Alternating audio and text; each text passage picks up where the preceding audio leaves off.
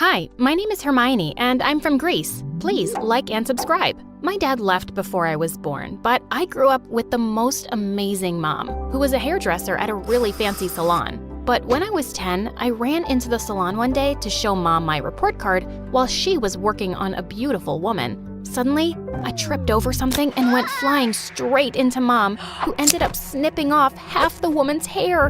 And she went ballistic. "You moron! What have you done?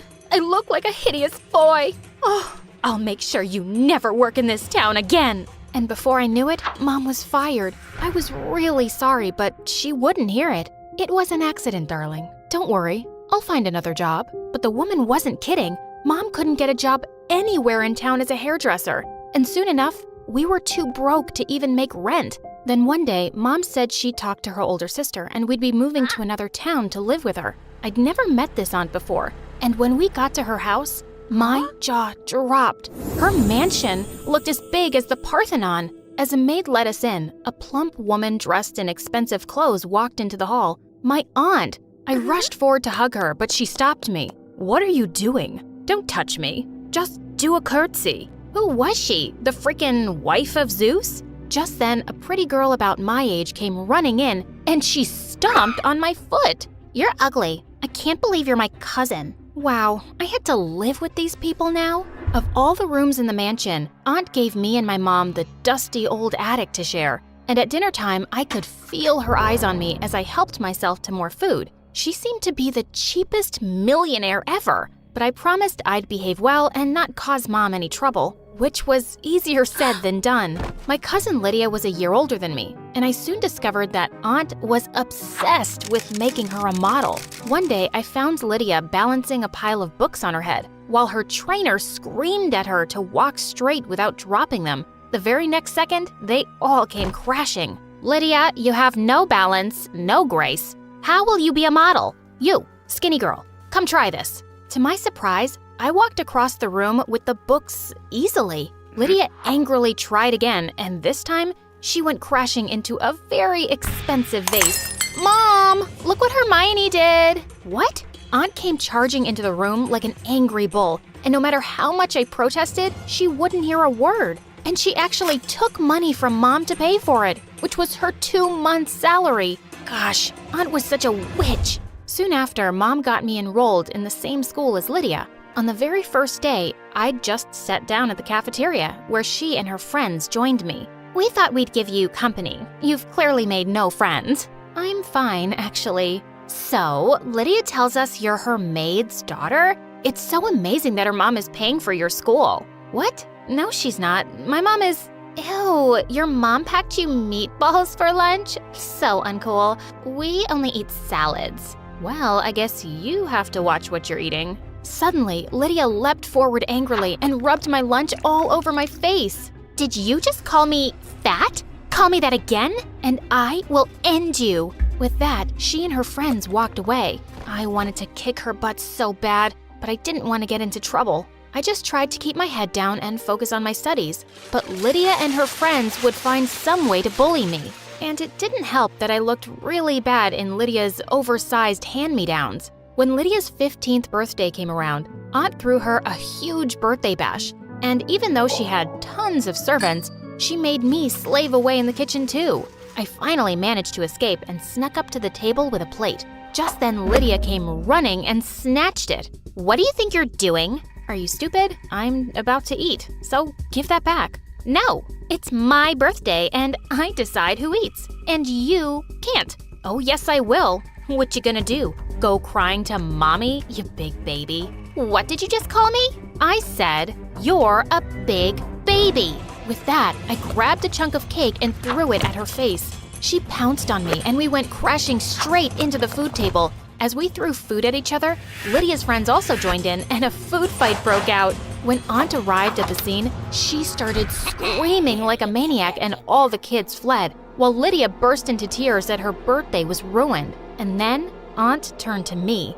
You clean up this mess right now, or I'll throw you and your mother out tonight." "Do what you like, you miserable creature. I'm not cleaning." I grabbed some food, dashed to my room, and locked myself up. Oh God, what had I just done?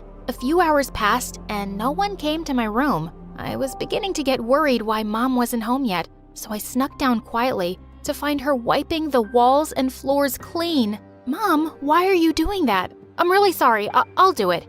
It's okay, Hermione. I feel awful that you have to live here because I can't afford a place. I promise, someday we'll leave, but we can't just yet. You don't have to feel bad about anything. I'll be good. I'll even say sorry to Aunt. But I don't understand how you two are even related. We never got along, even as kids. She always wanted to have everything I had. Now she has so much more, and she's still a witch. We both burst out laughing as we cleaned the mess. I'd put up with anything as long as I had Mom by my side. But after the birthday, Lydia and her friends were being a lot meaner at school. One day during recess, she and her friends started hounding me in the corner. Hey, Twiggy, you're light as a stick, I'm sure. Oh, she is. Why don't you go see for yourself?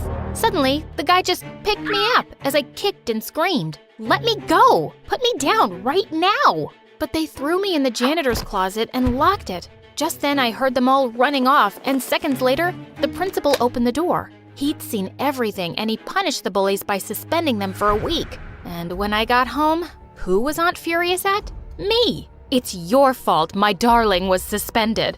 She's just a kid, and she's never been punished for anything in her life. I'm a kid too, and she got punished for bullying me. Well, if she's getting punished, you will too. You'll serve all the guests at my party tomorrow, or else. I didn't want Mom to suffer again, so I kept my mouth shut. Aunt's party was full of super rich friends, and I was busy serving them when a lady caught up with me. Hi, you're really pretty. Are you interested in modeling? Before I could answer, Aunt interrupted. Her? A model? No. She's just a maid. Don't waste your time on her. But you're naturally built for a model. You're perfect. I can see you being Miss World, I tell you. Turns out the lady was the owner of a big fashion magazine, and she wanted to have me as her cover page model. What? That was supposed to be Lydia, not this stupid maid. Well, darling, I'm sorry. Lydia isn't fit for my magazine. Aunt went totally bonkers. She grabbed the woman's drink and threw it in her face. Then she started screaming at everyone. Party's over. Everyone, get out.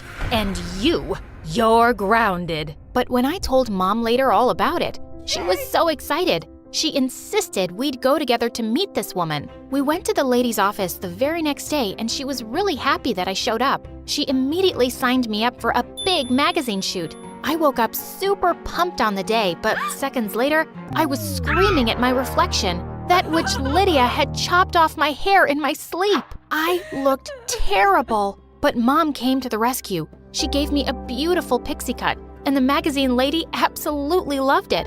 And I totally nailed the shoot. Everyone thought I was a natural. Within the next 6 months, I was on lots of magazine covers and billboards, and suddenly, things at school changed too. I was no longer the skinny kid with hand-me-downs. I was the popular model kid now, with a wardrobe that fit me just right. And the best part was watching Lydia burn. A few weeks later, there was a fashion show at school, and Lydia immediately signed up for it too. On the day of the event, I decided to take a quick shower in the gym before getting ready. But as I stepped out, I saw to my horror that Lydia had gathered all my clothes, and she just grinned at me and she walked out. Oh my God, what was I gonna do without any clothes? I looked around and the only thing I saw were the curtains. I quickly pulled them down and made them into a dress with safety pins, and it didn't look half bad. Lydia looked shocked when I walked down the ramp in my curtain dress and blew her a kiss. When I was announced as the winner, she went insane. She literally jumped on me, trying to snatch the trophy away. She would have poked my eye out if some teachers hadn't rescued me. That night, I was walking down to the kitchen when I heard Lydia and Aunt talking about me. Just make her go away, Mom. I can't stand her anymore. She's ruining my life. Okay, baby. I'll get rid of her somehow. You know, I got rid of her father too a long time ago. Wait, what? Got rid of my father? Is that what you just said? What are you doing here? Can't I have some privacy in my own house? Just shut up and tell me what you meant about Dad. Yes, I got rid of him. After my stupid husband left me, I fell in love with your father, but he fell head over heels in love with your stupid mom. I couldn't stand it. So I convinced him that your mom was pregnant with someone else's child and he left. If I couldn't have him, no one could. While I stared at her speechless, I heard Mom behind me. How could you do this to me? All these years, I thought it was him, but it was actually you. Are you completely crazy? Why should you have everything? You didn't deserve him anyway. I would have given him the world. But before she could finish, Mom leapt forward and slapped her hard. You've had this coming for a long time. Come, Hermione. We aren't staying here another minute. We packed our bags and checked into a hotel for a few days. We decided that the first thing we had to do was track down Dad. Mom started calling up their mutual contacts, and luckily, we found out soon that Dad lived in another city now, and that he owned a $1 million company. My dad was a millionaire? The very next day, we flew over and showed up at his company. Mom asked me to wait outside while she went to talk to him in his office. Half an hour later, Mom called me excitedly. As soon as Dad saw me, he hugged me tight. I can't believe you're my daughter. This is a lot to take in. I'm so sorry for leaving. I should have been there for you. I never should have believed your aunt's lies. I never want to spend another minute without you both. He then showed us a picture of Mom in his wallet and said he'd never gotten married because he'd never loved anyone the same way again. Soon after we moved in with Dad, I planned a wedding for my parents because they never got the chance earlier. I decided to personally invite Aunt, so I went to her place. Come begging for a place to stay again, haven't you? I handed her the wedding card. I'm rich enough to buy your house now, but that's not why I'm here. The wedding is next week. You and your daughter can come to witness that true love can't be separated, but evil people always end up alone in a big house. You are the best example. I walked out and I never saw her again. I was my mom's bridesmaid at the wedding, and it was the happiest moment of my life to see her get everything she truly deserved. And now I'm living my best life with my family. Hi, I'm Katie from San Francisco. Before I tell you more, please like and subscribe to MSA. My dad is a rich business investor, and Mom was a world-famous fashion model, and I was just like her, only prettier. With my silver locks, blue eyes, and the bone structure of a goddess, people would trip over their shoelaces to see me, and I was insanely popular in school. But at home, my twin brother Robert took the cake. Unlike me, who liked to go out with friends and parties, Robert spent his time at home getting straight A's in school and helping Dad in business, and he never forgot to rub his achievements in my face. It seems dear Dad was so pleased with my assistance in that lucrative deal that he decided to give me the world on a silver platter. And by world, I mean private jet. What are you babbling about? Talk like a normal person. Dad's gifting me a jet. Good, now use it to find someone who can tolerate you for more than 30 seconds. Oh wait, that's impossible. Say what you want. I know you're jealous. In your dreams, loser. That weekend, I bawled my eyes out in front of Dad to buy me the most expensive pair of shoes, and Robert hated it. He couldn't stop complaining about how I was a good-for-nothing spoiled brat. But it wasn't my fault that I had more sparkling personality than he did. But despite being the definition of perfection, there was one thing I wasn't so good at, being smart. Like this one time, my ex told me that his dad was an indie author, and I agreed to date him because I thought he was half Indian. But later I found out he was fully white. Such a liar. I hate liars, so I broke up with him. I later knew the meaning of the word indie, but whatever. Also, I was really gullible, and people were always taking advantage of me. And this one time, I got a zit a week before my Sweet 16 party, and this girl in my school sold me some kind of magic potion. Apply it twice a day using peacock feathers only. The secret ingredient is sourced from the purest water of River Ganges in India, so always say a big namaste before applying this. Got it. Say namaste and apply it with peacock feathers. Wait, where am I gonna find a peacock? Try the zoo? Of course that girl was lying, and I ended up breaking out worse than ever. I swore never to fall for another trick like this again, but a week later, I was shopping online and ended up falling for a credit card fraud scam. When Dad found out, he was not happy. You take everything for granted, Katie. Look at Robert. He's your age and already helping me with business. Why can't you be more like him? Because then I'll have to be boring like he is. I'm not boring. I just don't like blowing up money on useless things like you do. It's called called experiencing life. You should try it. It's fun. And you should try to become more responsible instead of being so spoiled and selfish. Blah, blah, blah. You're such a snooze fest. Okay, I've had enough. Robert is right. You need to understand the value of money. That's why I'm taking your credit card away. How am I supposed to pay for things then? Just come to the office tomorrow and I'll find you a job. Earn your money and the card is yours. I did what Dad said and went to the office, but I was bad at everything. I jacked up the printer, spilled coffee on expensive documents, and mailed the wrong file to the wrong client, which cost us a huge deal. I tried apologizing, but Dad blasted me in front of the whole office, cut me off for 3 months, and it was super embarrassing. I was sobbing in the lift lobby when Robert walked up to me. Can you stop hyperventilating? It's not the end of the world. Of course it is. I need money for clothes, makeup, shopping. I cannot be seen in the same outfit twice. Oh my God, this is a mess. Your materialism is nauseating. But if you want, I'll talk to Dad to reinstate your privileges. Really? You would do that for me? Only if you do something for me. There's this guy in my school, Jason, who's constantly knocking me off the top spot. Your job is to make him fall in love with you and keep him distracted. You want me to impress a guy? I can do it in my sleep, with a face mask on while getting a pedicure. Let me finish. If Jason knows you're my sister, he'll never entertain you. You need to get a makeover. You're dyeing your silver hair and wearing lenses. You'll still be pretty, but not I descended from the heavens pretty. Now, do we have a deal? How do I know you won't back out? I won't. I'm a man of my word. Yeah, not gonna cut it. I'm shedding my beautiful personality to help you, so I need reassurance. I'm surprised you know that word. But fine, I'll draw a proper contract. The next day, Robert signed the contract and enrolled me in his school under a different name. He told Dad I was going for a yoga retreat to India, and the same night, I moved to the beach house. I changed my hair, wore lenses, did some makeup, and a week later, I was ready to step into my new life as Masha. On my first day, I walked into school feeling confident, but my stupid fake glasses kept sliding off my face. I was just adjusting them when I missed a step, flew right into someone, and fell on my butt. I'm sorry, but are you blind or a complete moron?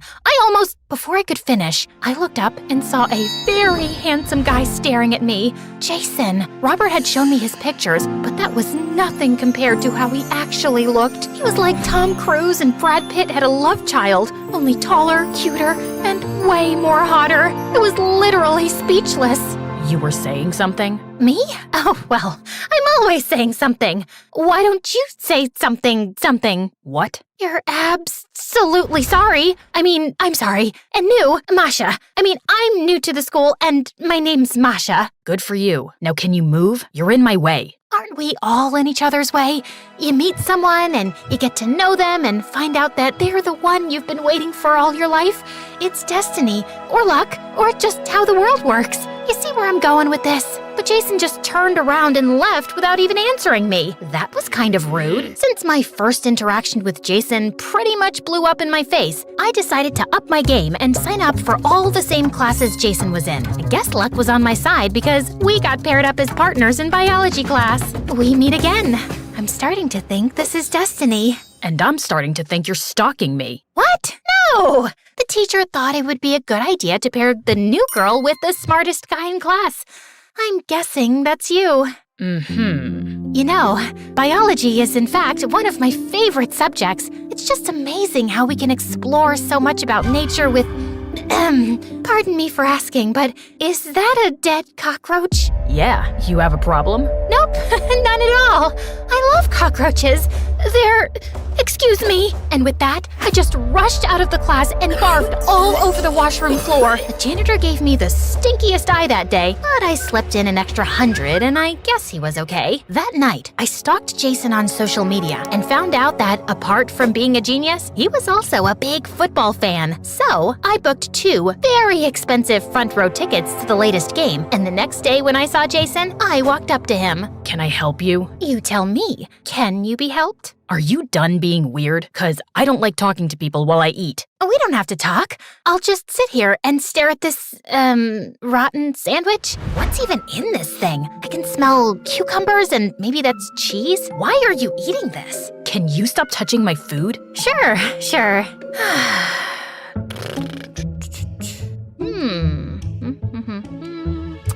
Oh, I was wondering, what are you doing this Friday? I have 2 front row tickets to tonight's football game, in case you're interested, just as a thank you for helping me in biology class. Oh, wow. These seats have the best view. That's what I'm talking about. And these were so hard to get. My little brother would be thrilled.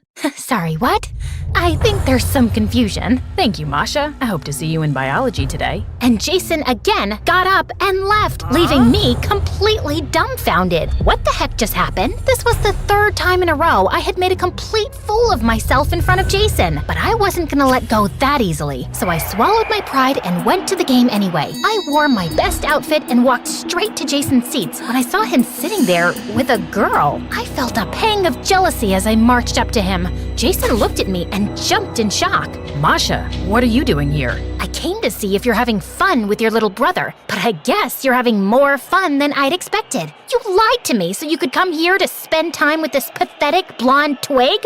What did you just call me? A pathetic blonde twig. Are you deaf too? Should I call you a deaf blonde twig instead? I'll show you what a blonde twig can do. Saying that, the girl jumped on me, kicked my shin, and bit my arm. I tried to free myself and flapped my hands around like a rabid chicken, but it was useless. She was too strong. It took Jason and 2 security guards to throw that girl off me, and we both got kicked out of the stadium. The whole thing was televised, and the whole world saw me lose my mind. If that wasn't humiliating enough, Robert came to the beach house that evening and tore me apart. What the heck is wrong with you? I was just trying to get Jason's attention like you asked me to. By behaving like an animal? I thought you could impress a guy in your sleep. Did you lose your brain while getting your hair changed or something? It's not like that, okay? I got the date. I was just not on it. Yeah? And whose fault is that? Figure something out fast, Katie, or you can kiss your allowance goodbye. I wanted to punch Robert in the face with a chair, but I decided to focus on the bigger picture. Jason was a different kind of guy, so if I needed his attention, I had to think out of the box. And I got my chance when a few days later, I was coming from the salon and saw Jason's bike parked outside the cafe. I got down to say hello when I saw him going into a dark alley. I followed him and saw him exchanging an envelope.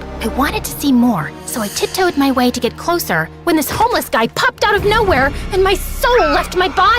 Hey, honey, what's a pretty girl like you doing here at this time of the hour? That's none of your business. Oh, but it is. You look fancy.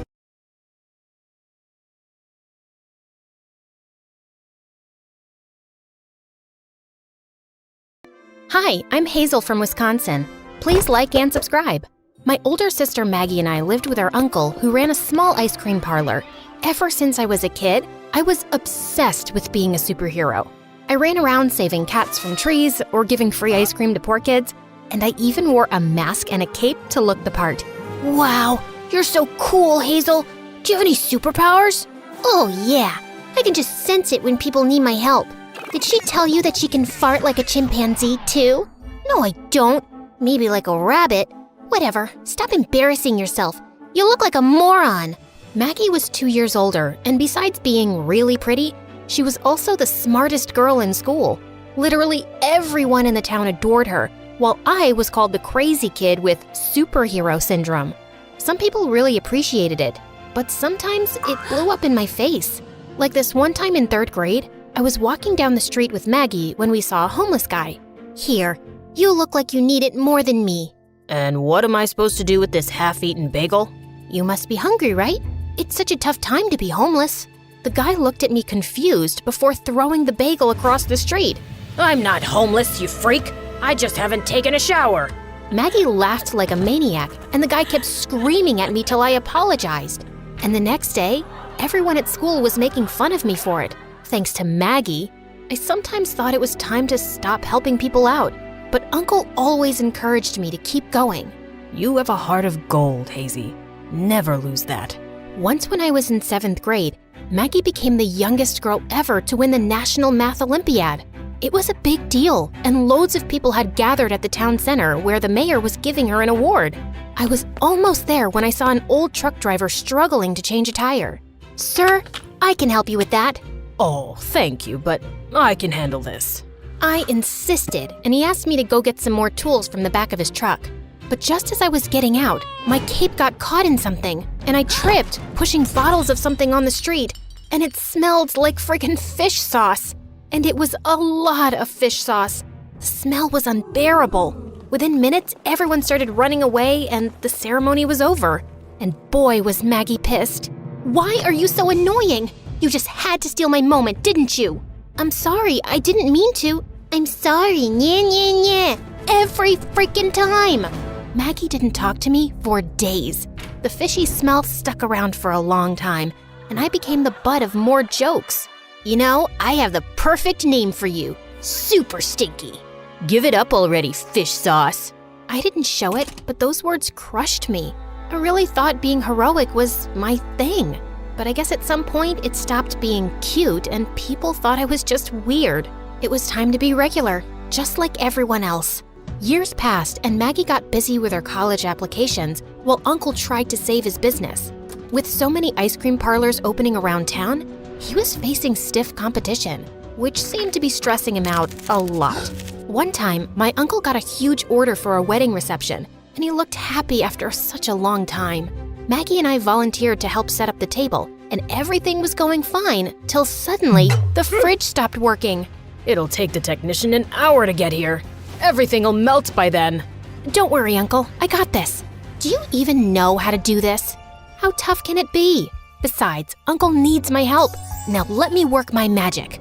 I repaired the plug within minutes, but just as I put it back in the socket, there was a slight crackle sound before the whole place blacked out. I'd accidentally caused a short circuit, and the technician told us it'll take at least 10 hours to get the system up and running. Kids howling, bride crying, and people yelling. Everything was a mess. We were thrown out immediately, and my uncle didn't even get paid. On our way back, I could feel him fuming in anger. I'd never seen him like this. I'm sorry, Uncle. I just wanted to help. No one needs your help, Hazel. You're 15. Stop ruining things and start putting your energy into something useful. You could take out the mask and cape again and work as a superhero impersonator. I hear little nerds hire those at birthday parties now. Shut up. I was super bummed at how my uncle scolded me. So after we got home, I slipped outside to walk around the neighborhood. But soon after, I noticed a tall guy fidgeting with a car. It was dark, so I couldn't see his face. And then the alarms went off. Oh my God, he was a thief. Hey, you, stop! Suddenly, he started running, and before I knew it, I was chasing a thief through the city. We finally stopped in front of a restaurant. That's when I noticed that it was Max, my school senior and a star football player. Oh my God. You? Why are you chasing me? Because you were running away. That's because I thought you were some crazy criminal. What? I'm half your size. Why would you think I'm a criminal? Then why were you running after me? Maybe because I thought you were stealing that car. Stealing? That's my car, idiot. And I locked the keys in. Yeah, right. That's what every thief says. Ugh. My mom works at this restaurant and she has my spare keys. You want to follow me in and verify that, spy girl? I did follow him in and got super embarrassed to find out he was telling the truth. I ran off feeling like a moron. I had to avoid Max forever now. But the next day at school, he pulled up a chair next to me. What happened to your mask and cape? Excuse me? Oh, that. Yeah, I stopped wearing it a while ago. People thought I looked crazy. Really? I thought it was cool. Apparently, Max was a big fan of comic books. After that day, he started talking to me a lot more, sitting next to me during lunch and walking home from school with me. He was a popular guy and got invited to tons of parties, but he never cared for any of that. He was just a regular guy doing his thing, and I liked that about him. Maybe a little more than I thought. I want to be a comic book illustrator someday, but I don't know if it'll make me any money. I'm so confused. I get it. I just want to help people, but I don't know how yet either. I'll figure it out. Things were good, and finally, I had a friend who didn't think I was weird. And even my uncle looked happier recently. He'd found a rich investor who promised to take his ice cream brand international. He'd even come up with this amazing new ice cream recipe and was excited for us to try it. I was lactose intolerant, but Maggie gobbled up an entire tub. This is amazing, Uncle. You're my first customer. I'll be supplying it at your school for the winter dance too. That's great. Where did you get the recipe? Oh, I just mixed a few flavors and worked my magic. I wish I could taste just a little. No way. You're allergic. What kind of freak is allergic to ice cream? What do you eat when you break up? Oh wait, you wouldn't know that since you've never dated. Just stick your nose in the ice cream and keep it out of my business. But later that night, I just drifted off to sleep when Maggie shook me awake. I don't feel too well. I feel like I'm gonna... We immediately rushed Maggie to the hospital, and it seems like she had some sort of stomach virus. She needed medicines and lots of rest. I took care of Maggie for the entire week. Even though she recovered in a couple of days, she kept acting like I was her servant. What's this? You call this soup? I'd rather drink cat piss. Oh my God, if I don't die of this tummy ache, I'll definitely die of boredom. Hazel, entertain me. Where's that dumb cape of yours? Act like Superman for me. So annoying. Thankfully, I had Max, and he was a huge help. He'd often come by and help me with homework while Maggie shouted orders like the Queen of Sheba. Don't you get tired of all that howling? You have no idea. Listen, I was wondering if you'd like to go with me to the dance. That is, if you're not going with anyone else, because then it would be awkward, like... Relax, Yappy. I'll go with you. We need to find matching costumes, though. I might have acted cool, but I was dancing inside to have Max as my date. But as always, Maggie had to ruin it for me. You're crazy if you think he's into you. You don't even know him. But I know his kind, and I definitely know you. Guys like Max can only date pretty cool girls. Say what you want, but the truth is that I get to go to the dance with a hot guy while you're stuck in the house. On the day of the dance, I raided Maggie's closet to find her best dress, and I could feel Max's eyes following me the entire time.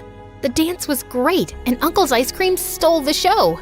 But the next day, the school was half empty, and Max wasn't picking up my calls either. Apparently, everyone who was at the event had caught a strange stomach virus, and the symptoms matched Maggie's. I went to check up on Max, and he confirmed it. I was fine one moment and started throwing up like crazy the next. Did you eat anything? It was right after the dance. Maybe I had some ice cream, but honestly, I can't remember, and I don't even want to. And that's when it hit me. Could the ice cream be the problem? That was the only common thing in all of this. Maggie got sick right after eating a tub. Why are you looking at me like that? No, sorry. I was just thinking about something else. You get well soon, so we can pick up from where we left. And where was that exactly? I kissed him on the cheek, and he blushed red as a tomato. Then I left to talk to my uncle about my suspicions. I went to the ice cream parlor, which was open, but Uncle wasn't there. Just then, I heard voices coming from the basement. We need to call this batch back right now. So many kids got sick after eating it. Have you lost your mind? I'm the investor, and I say we go ahead. Calling this back and admitting our fault would destroy our reputation. We're not a little shop anymore. We're going big. Don't ruin it. And you still have to pay for your niece's college, no? Think about that. Uncle looked really stressed as the guy left, and as soon as he saw me, his face turned white. What are you doing here? Did you hear everything? Yes, I did. What kind of evil man are you working with? The business was suffering, and I needed the money. I knew he was a bit shady, but you girls are growing up, and I only wanted you to have a good life. I get that, Uncle, but you have to tell the truth. Even if it means shutting down the shop and losing the money. We'll be just fine. And when we told everything to Maggie, she totally backed me up for a change. Uncle decided to make a public announcement by calling an emergency town meeting. As he began talking, I could see people getting angry. Our kids are suffering because of your stupid ice cream. You should rot in jail. Hey, let the man talk. Yeah, he made a mistake, but now he's here and he's owning up to it, which isn't an easy thing to do. You're angry and we get it, but he deserves to be heard. Uncle beamed at me and continued with his apology. He publicly admitted everything about the bad batches and how he'd called them all back. The investor had vanished into thin air, so Uncle had to pay heavy fines all by himself, and his shop was sealed by the food authorities. I'm sorry about the shop, Uncle, but we did the right thing. You always do the right thing, Hazel, and I'm lucky to have you. You're my hero. A year later, after all charges were cleared, Uncle's business license was returned and we started rebuilding the brand. Max and I were dating, and Maggie bagged a scholarship to an Ivy League college. So, you know what you're gonna do next? Yeah, I guess I'll be a politician and help people from a position of power. You sure can talk all day. So yeah, suits you. Just drop the cape and the mask. What are you saying? That's my statement symbol.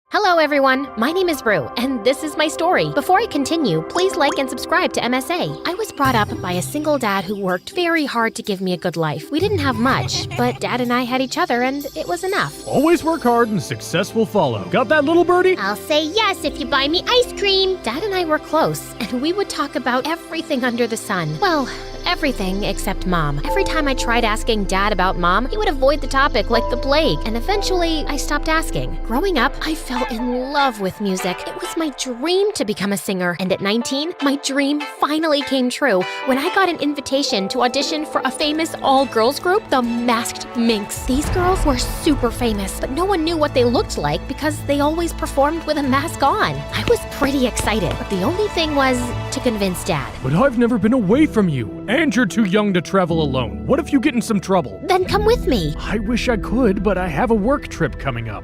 I just know if I had a mom, it would be easier for both of us. She could take me on this trip and you could go to work, Dad. Well, I guess I am that unlucky. No mom, no trips. Sucks, but I know you're doing your best, Dad. Hey, we're very lucky to have each other. I guess I can make some time and take you, but you have to promise that you'll quit bringing up these stories of your mom. I promise. And just like that, Dad and I were on a plane to London. The band had arranged for us to fly first class, and when we finally arrived, I was excited to be welcomed at the airport by a personal chauffeur. Soon after, we reached the hotel where we were staying, and it was also the venue for the auditions. I hugged my dad and entered the audition room, but it was empty. Just then, someone tapped on my shoulder. I turned around and almost passed out. It was a girl, and she had the exact same face as mine, only more polished and prettier. Okay, I know that we have at least 7 people who look exactly like you, but dude, this is beyond freaky. Who are you? Firstly, please don't touch me. I hate being touched. Too many germs. And secondly, I am Ava, and I'm your twin sister. My what? Ava went on to tell me about how we were twins and that our parents separated shortly after we were born. She was raised by our mom, while Dad stayed back in America with me. She was a singer too, but recently she discovered that she had laryngitis and her singing career was basically over. I was the one who sent you the mail and called you here. I have a very important tour coming up, and since I can't sing, I need you to take my place. You'll get a lot of money, and I won't lose my contracts. If you do a good job, maybe I can get my friend in the USA to sign you for his record label. Okay,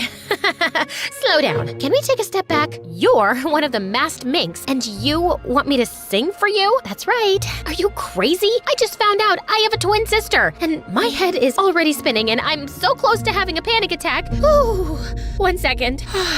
Even if, in some parallel reality, this whole thing was true, I would still have to tell my dad about you. Your dad, our dad, can't know that we've met. I do not want him to get suspicious. Mom has always told me how Dad has hated her all her life, and now I don't want him to take you away. Please, Rue, help me. How do I even know you're my sister? Ava showed me a copy of my birth certificate and a few pictures of us together as babies, but I couldn't trust her. So before I agreed, I placed a condition. I'll agree if you make me meet Mom. Deal. Dad was waiting for me in the hotel lobby, and I felt so angry by looking at his face. How could he hide such a big truth from me? I wanted to confront Dad, but I also wanted to meet Mom, so I decided to stay quiet and go with the flow. I went back to my room and dozed off, and hours later, I was woken up by a frantic call from Ava. I need to see you. Now, come to the lobby and I'm sending a car. I got dressed urgently and did as Ava asked. We met at a restaurant where Ava walked in with the most gorgeous guy on her arm. She introduced him as Jason, her boyfriend, and I just couldn't stop staring at how perfect he was. I need you to convince Dad to pay $100,000 to my manager. Yeah, he's very cute. Wait, sorry, what? I need money, and I promise you will get back much more money when I get you signed on at my friend's record label. Why do you need so much money suddenly? To make arrangements for my tour. Why else? Mom spent all the money I made on my treatment, and I have no savings left. Please, if you do this, I will take you to see Mom. I promise. I was a little taken aback, but I wanted to see my mom so desperately. So I agreed to help Ava out. But Dad would never let go of such a huge amount, so my only other option was Grandpa. He owned several big shopping malls all over the country, and he always told me that I could ask for anything. I called my grandpa and explained the situation to him. He was so happy happy that I finally met my twin. He apologized for not telling me all this time and promised to help with the money. The next day, Ava let me practice with her background singers and dancers, and I got such a rush out of it. She even let me sign some autographs for her fans on her behalf, and I loved being in the spotlight. After the practice, Ava and I were on our way back when I asked her if I could meet Mom. Not yet. Mom just had a minor heart attack last month, and seeing you might put her into shock, so we need to wait. Meanwhile, could you be a doll and get me some more money? Why? I've already spent enough, Ava. I need to see Mom now, or I will call off the deal. I asked the driver to stop the car and walked out feeling confused and angry. I wanted to cry because I had just lost my grandpa his $100,000 and I still hadn't seen my mom. I was outside the hotel when suddenly someone yanked at my arm. Jason, what do you think you're doing? Listen to me carefully, Rue. You have to get out of here. Ava and her mom are bad news. I heard Ava's mom talking about how they're going to drain your dad's finances. I think you're a really nice person, so please just tell your dad the truth and go back home. And why should I trust you over my own family? Because I know them. I've been with Ava long enough to know when she's lying, and her mother is no saint. She's my mom too, and I think I'm old enough to know what's right and wrong, so thank you, but I'll take it from here. Saying that, I turned around and left, but Jason's words kept ringing in my head. I couldn't sleep a wink that night, and the next morning, I decided to finally tell Dad everything, but he was nowhere to be found. So I went downstairs and saw him talking to a strange woman in the hotel lobby. I walked up to him, and when he saw me, he turned white. What are you doing here? I could ask you the same thing. This is Claire, your mom. I am so sorry you had to find out like this, and I know you met your twin. Your grandpa called me after Claire called him demanding for $1 million. We will be heading home tomorrow. I was just saying goodbye. So you're saying goodbye and I don't even deserve a hello? How is that fair? Don't blame your dad, sweetie. Don't call me sweetie. You know why I asked Ava to meet you? So I could stand in front of you and ask you how you could abandon your own child. I could only afford to bring up one child, and I randomly picked Ava. Not that it was a good decision. She's pretty much useless now. Your absolute disregard for humanity amazes me. And thank God I never got a chance to know you, or I would be the only kid in the world who hates their own mother. I turned around and ran to my room. An hour later, Dad showed up and told me the whole truth about how Claire had been using the excuse of raising Ava alone to get money from both my dad and Grandpa, and they kept it as a secret to protect me. You could have told me the truth. You would have gone behind her anyway, little birdie. I know you that much. Dad and I left for home that night, but I couldn't go back without meeting Ava, so I asked her to meet me at the airport, and surprisingly, she showed up. I introduced her to Dad. He was so happy, and he hugged her and shed tears. Ava and I sat down, and I told her about what Mom had said. Mom didn't raise me. She gave me up at birth, and I lived in an orphanage. I only got back with her a few years back when someone from the orphanage told her about my singing talent, and since then, she's been trying to use me as a money-making machine. I hate her. Then come with us. Dad and I would love to have you. I would love to, but I can't. I still have so many debts to pay because of Claire. I tried to convince Ava, but she refused. And soon after, Dad and I boarded the flight and left. Weeks passed, but I felt an empty pit in my stomach every time I thought about Ava. She was all alone, fighting my dragon of a mother, and I had to do something to help her, so I turned to Jason for help. I told you, stay away from her. She and her mom are crooks. My mom's using Ava. Please, Jason. She's my sister and your girlfriend. We have to help her out. Okay, this might be a long shot, but what if we do a concert as Ava? It'll be like a face reveal tour. I know a few people who could help us find a band, and we will use social media to spread the word and see where it goes. And what if I'm not that good? I've heard you sing, Rue. You'll be just fine. We spoke to Ava, and she was on board. Jason came down the next week, and we spent days planning every second of the concert. Even my grandpa stepped in to give us a little money. Our posts on social media were very well received, and soon enough, almost all the tickets were sold out. Then one night, I was grabbing coffee when I saw Jason at the same cafe, engrossed in a book. That seems like a heavy read. It's about kids who grew up in an orphanage. I was one of them. I'm sorry, Jason. That must have been tough. It was, but it made me who I am. And besides, I found a great family who loves me and adores me. You learn to find family in unexpected places. Our conversation flowed from there. We talked about our pasts, our dreams, our fears. I shared about the loneliness I felt growing up without a mother, and he spoke of the challenges of growing up without a family at all. I'd never connected with anyone like this before, and it was truly amazing. One night before the performance, I was nervously checking out the stage when when Jason slid his hand inside mine. I just hope it works. I'm sure it will. And Rue, it's amazing what you're doing for Ava. Not everyone has this kind of heart. Not everyone gets a second chance with their families either. Trust me, I'm doing this for myself. Jason came forward, gently stroked my cheeks, and I felt my face on fire. And before I could react, he leaned in and kissed me, but I pushed him away. This is not right. You're with Ava. No, I'm not. Ava and I were just dating for the public. Trust me, we mean nothing to each other. She's still my sister, and you and I have to respect that. I walked away from Jason knowing I really wanted the kiss, but family is more important, so I decided to put my feelings aside and concentrate on the bigger picture. The next night was the concert, and it was a huge hit. We collected a lot of money, and when Ava found out, she was beyond happy. That night, I slept with the best feeling ever, but the next morning, my dad shook me awake, and then he told me the most shocking news of my life. Apparently, Ava had turned down my offer to move in with me and Dad, and instead, she slapped me with a legal notice for impersonating her without her permission. The only way she would take her complaint back was if my dad agreed to pay her $10 million. I feel so stupid for wanting to help her. It's not your fault. I guess she's just more like your mom than you thought. I could not stop crying because I knew this was going to make me and Dad so poor. I had to come up with a solution before we ended up homeless. So I decided to approach Ava, but my calls and messages went unanswered. I was running out of options when a couple of days later, Ava showed up at my front door along with Jason. What are you doing here? I ran away. I'm finally free. Free to do what? Brand me as a liar? I tried to help you, and you threatened to sue me. It wasn't me. It was all Claire's idea. Apparently, Claire had taken all of Ava's phones, and she was the one who had sent the notice in Ava's name. I'd gone back home to talk to Ava in person, but she was missing. I tried to tell her how wrong this was, but she just locked me up. But somehow I ran away and hid at my friend's place till Jason found me.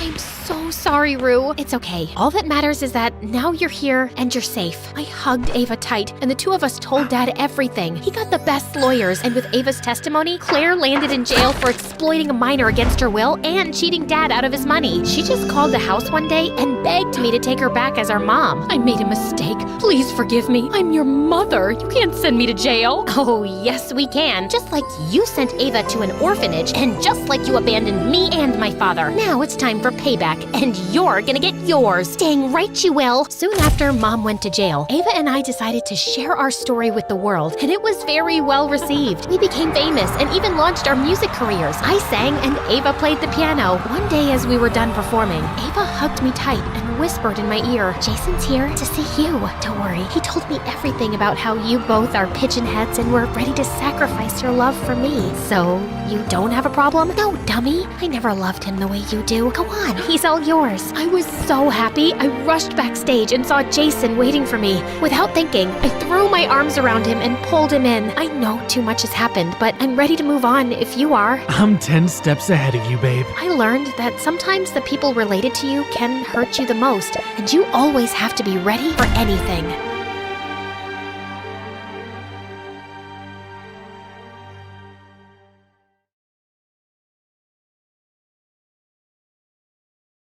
Hi, my name is Brandy, and I'm from North Carolina. Please like and subscribe before I continue my story. The night I was born, there was a huge storm in my town, which led to a complete power blackout. My mom kinda gave birth to me in the dark. The next morning when she saw me, Mom was shocked. I had bright red hair, unlike anyone in our family. But the doctor said it was possible some ancestors had red hair and they'd been passed on to me. Mom adored my hair, but my older brothers, Sam and Alan, were always jerks about it. Once when I was 5, they came to me with a ghost chili pepper and said that eating it gave special powers to redheads. So I instantly popped it in my mouth. Seconds later, Mom was rushing me to the hospital. Growing up with those two, I'd heard every stupid thing. Mom found you in a dumpster when you were a baby. Your real parents are tomato farmers. Someone left you at our doorstep with money and this note. $10,000 for keeping our ugly baby. Thank you. My brothers were a pain in the butt. When I was in 10th grade, my sweet grandma died. After the funeral, I snuck off to her room. Moments later, Sam opened the door and spat at me. Stop crying, loser. She wasn't even your grandma, 'cause you aren't related to us. I leapt forward and attacked him. Just then, Alan came running and pulled me away as I screamed, "I am your sister! Say I am, or I'll knock your teeth out!" Say it, jerk. Brandy? I don't think you are. Look what I found in Grandma's study. I was about to bite Alan too, but when I saw what he gave me, I was shocked. They were my adoption papers. I ran out immediately and burst into the living room. You're not my real mom? Everyone looked stunned, including Mom. Sweetheart, let's talk about this later. No, I want to talk about it right now. When she saw the papers, she looked mad. Oh God, did your stupid brothers just play a prank on you? Brandy, these papers aren't real because I never adopted you. But one thing is true, I'm not your biological mom. What? Mom then told me the most whack story ever. She said the night I was born, a woman had switched me with another baby at the hospital. The power came back on and she was caught on camera. But the hospital staff saw the footage months later. The woman was identified, but I didn't press charges. Why? Because, darling, I was completely in love with you by then. I couldn't give you up. You were my daughter now, even if you weren't the one I gave birth to. My whole world had suddenly turned upside down, and my jerk brothers had been right. Mom told me her name was Olivia, and we discovered that she was the CEO of a huge makeup company, Cinderella's Secret, and she had red hair, like me. To my shock, Mom gave me all her savings to go look for her.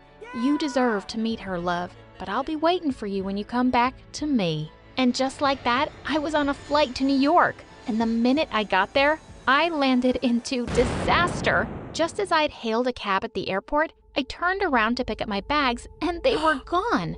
My money, passport, clothes, everything. All I had was my cell phone. So the first place I visited in New York was the police station. After filing my report, I asked an officer if he could drop me at the makeup company's headquarters. My heart was pounding. I was about to meet my real mom.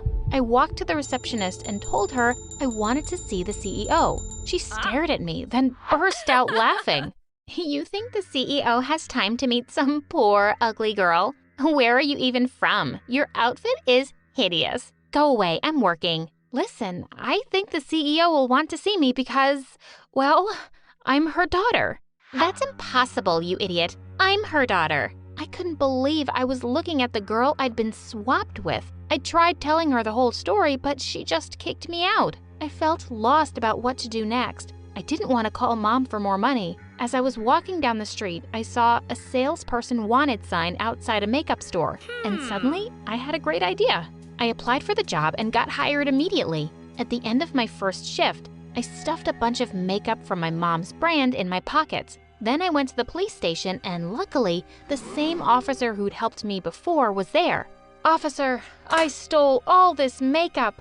Arrest me. He looked so confused, so I whispered that I desperately needed a place to stay. He agreed to keep me in jail, but only for 3 days. That night, I started recording a makeup tutorial on my phone. I knew I had to do something crazy to get attention. So I put on all the rainbow-colored eyeshadow and a crazy winged liner. I thought it actually looked uber cool. I posted the video online, tagging the makeup company's page, and went to sleep. The next morning, I saw that my video had gone freaking viral. People loved the rainbow eye, and more surprisingly, they thought I was really pretty. Also, lots of people noticed I was in jail and were demanding my release. A few hours later, the police officer told me I had a visitor, and my heart almost stopped when I saw who it was. Olivia, my birth mom. She introduced herself and said she loved what I'd done with her makeup, and she wanted me to be the face of her new campaign. Of course, I agreed. And when she found out I didn't have a place to stay, she took me to her gorgeous mansion. I couldn't have planned this any better. Suddenly, I bumped into the receptionist I'd met the day before, and she looked furious to see me. You? Do I have to call security again to throw you out? Sylvia, what do you mean again? This creep came by the office yesterday. And you threw her out? You can be such a fool sometimes. Do you know she's the genius behind the rainbow eye? No, I just copied it from a friend. Ew, now I want to poke my eyes out. Why is this beggar even here, Mom? She's my guest, so behave yourself. I could feel Sylvia's death glare as I walked off to my room. Wow, Mom's real daughter was a witch. Later that night, I woke up to some strange sound, and when I turned around, I screamed. Freaking Sylvia was standing by my bed. Tell me who you are and why you're really here. Well, I told her the whole story, and I was certain she wouldn't believe a word. But what she said next shocked me. I sometimes wondered who my birth mom was, and now I know. She's a poor weirdo like you, and the woman I live with is a millionaire. So I guess I really hit the jackpot when she stole me. Wait, you know Olivia isn't your mom? Oh yeah, I know. A stupid maid once said I looked adopted, so I got a DNA test done. Now you listen to me. I don't want you telling Olivia you're her daughter. If you try to take over my life or my money, I will destroy you. Of course, I wasn't afraid of that witch. I had to tell Olivia at some point because I wanted answers. But I kept delaying it because I was having such a good time. Over the next few weeks, Olivia took me everywhere with her, and we were doing photo shoots and filming commercials. I was being pampered by a team of people and wearing amazing clothes. I was loving it. Olivia was holding a launch party for the new makeup range, and she'd bought me a gorgeous new dress for it. I went to her room to show her how it looked, and she couldn't stop gushing. You look exquisite, my darling. I'm so glad I found you. I decided this was the moment of truth. Yeah, me too. Olivia, there's something I need to... And just then, my eyes fell on the dressing table and all her makeup. None of it was her own brand. You don't use Cinderella's Secret? Good God, no. That stuff will ruin your skin. But isn't it supposed to be all natural ingredients? Well, since you're such a sweetie, I'll let you in on a little secret. No, it's all chemicals. It's way too expensive to use the natural stuff. But Olivia, that's dishonest. You're lying to all your customers. Suddenly, she looked livid. I don't remember asking your opinion. I know how to make money and be successful, and that's all that matters. And let me remind you, your contract doesn't allow you to talk about my products, so I'd keep my mouth shut if I were you. I left the room in shock. My birth mom was a monster. The next evening, everyone at the party was coming over and giving me compliments, but I just felt unhappy now. Just then, someone tapped me on the shoulder and I turned around to see a sleazy-looking guy. I've been watching you from across the room, and I can't seem to stop. You're a hottie, and I'm a hottie, so we should get to know each other, babe. Sorry, I think Olivia's calling me. But as I started to walk away, he grabbed me by the waist and kissed me. I pushed him away, but just then Sylvia attacked me. How dare you kiss my boyfriend? You think you can take everything? I'm gonna kill you, witch! As I fought her off, Olivia came to my rescue and pulled her away. She screamed at Sylvia in front of everybody, who burst into angry tears and stormed off. That night, I decided I was leaving this madhouse. I was gonna tell Olivia everything, get my answers, and take the first flight home. I marched to her room, but as I got closer, I heard Sylvia shouting inside. You don't love me anymore, do you? It's because she told you she's your real daughter, isn't it? OMG, Sylvia had told her before I could. Yes, I know she's my daughter, but she didn't tell me. I just knew the moment I first saw her. Wait, what? But why did you steal me at birth and leave her? I just picked the prettiest baby from the nursery, and that was you. She was a really ugly newborn. Listen, my darling, you're my daughter. This girl is just good for business because she's a different face. Once people are bored of her, I'll send her packing. I turned around and fled to my room. I'd heard all I needed to know. I packed my bags and climbed out the window. Before heading for the airport the next day, I stopped at the office of a journalist I'd met once. I dropped off all the makeup I had with an anonymous note. Get Cinderella's Secret products tested in the lab, and you'll find out what a scam it is. Thank me later. When I got home, Mom opened the door and let out a cry of joy. As I hugged her, I realized how much I'd missed her. My mom, the only one. Well, long story short, the journalist did follow up on my lead and published an article that brought down Olivia's company. She was sued for billions and went bankrupt, and even had to serve some jail time. Growing up as a skinny nerd, I thought that I would be in for a life of teasing and loneliness. That's what the movies said anyway. In reality, though, I ended up being pretty popular because I was a nerd. Instead of being an outcast, I was actually welcomed into places because I had straight A's. People would ask me for help on tests and borrow my class notes at the end of every lecture. I guess people are getting smarter. I was 12 when I made my first payday. "Hey Tracy, how's $10 sound for tomorrow's algebra homework?" said Todd, somebody I had never met before. I would have done it for free back then, but hey, he offered, and I wasn't going to say no to some cold hard $10. But just when I was starting to believe that I would just be a nerd my whole life, one moment changed everything. Being the nerd wasn't as easy as everybody made it out to be. Everybody always looked at the result. They saw me for what was on the surface. They saw straight A's and perfect scores from a girl who walked around like it was easy. What they didn't know was that it was only the studying part that was easy. Getting to that part, that was the hardest challenge for me. Whenever there was a test coming up, I would get nervous. Really nervous. I felt as if everybody had expectations of me and there was no way I could let them down. The pressure was intense. I spent hours alone in my room doing nothing but overthinking and worrying. Luckily for me, though, my dad took me to a party at our uncle's place to celebrate his promotion. I was 14, but I didn't usually go to parties because I get annoyed by large crowds. But this time my dad promised that he would get me the latest edition of Pelican highlighters if I went. Let's be honest, what 14-year-old girl is going to say no to a set of brand new highlighters? What happened at that party changed my life forever. I was sitting on a sofa in the corner of the living room and reading the biography of Bill Gates when I suddenly heard music start playing. My family jumped up and started dancing to some Christmas Carol remix. It was one of the most ridiculous dances I had ever seen because nobody really knew how to dance. My dad's eyes met mine for a moment, and he was smiling widely as he motioned me over to come and join in. I shook my head and returned to reading. It was then that I heard my dad yell, "I'll make the eggnog!"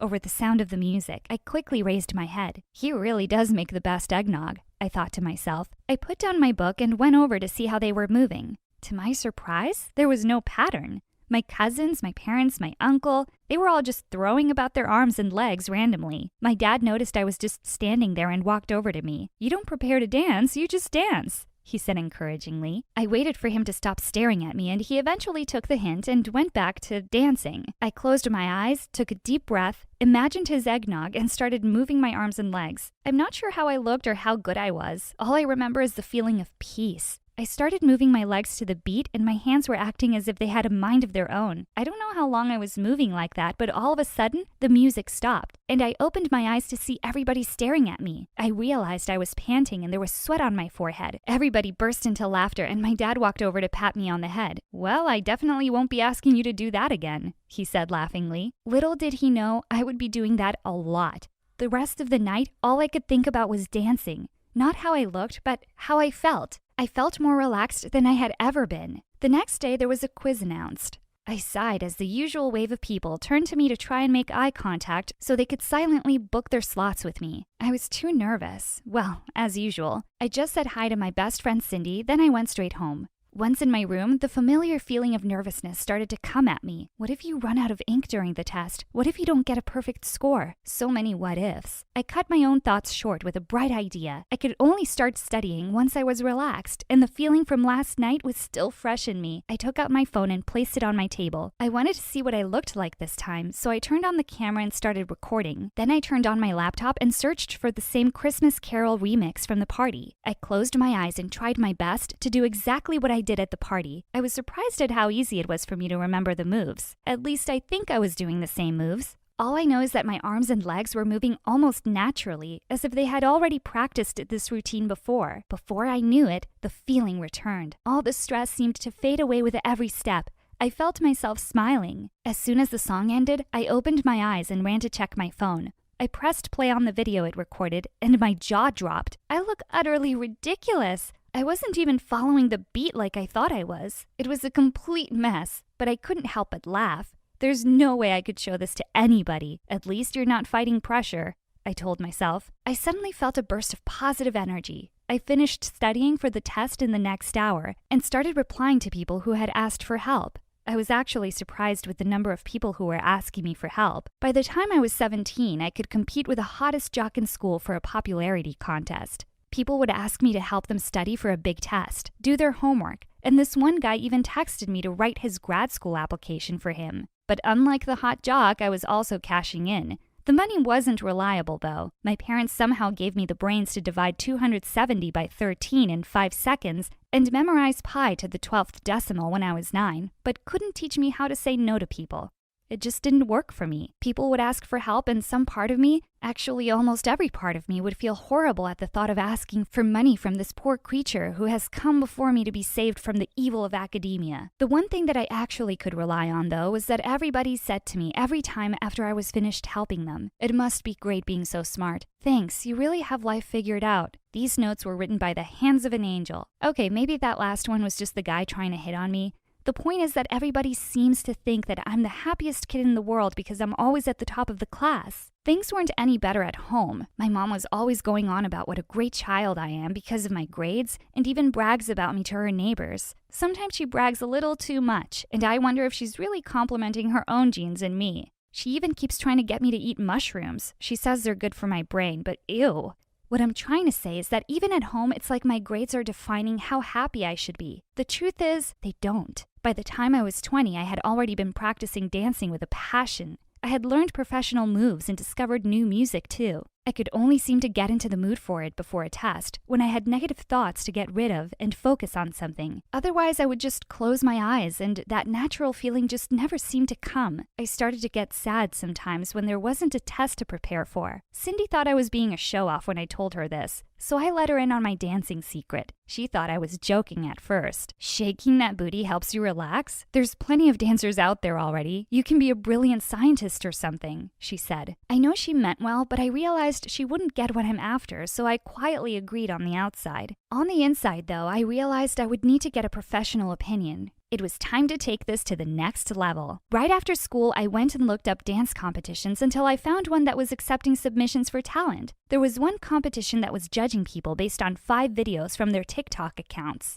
And all you needed to do was use their hashtag to get noticed. Sensing an opportunity, I immediately downloaded the app. I was about to upload a few of my videos, but then I stopped. Am I ready to go public? I thought to myself. My hands started shaking. I remember what Cindy said and decided I needed to prove myself first. I would need an alias, so I created a TikTok account under a fake name, put on hair extensions and sunglasses, and prepared for my future. I can define myself how I want, I assured myself. I spent the next week recording and uploading videos to the account. The feeling of nervousness didn't want me to mess this up, so the moves came to me naturally. I was also surprised at how quickly my followers were increasing. There were lots of people who started commenting on my videos and sending virtual support. I ended up uploading way more than 5 videos on my account with the hashtag. On the day the results were going to be announced, my TikTok fans were all rooting for me. I replied to most of them and thanked them all, but I was more nervous than I would ever admit. I was watching a live stream of the results being announced, and the host went,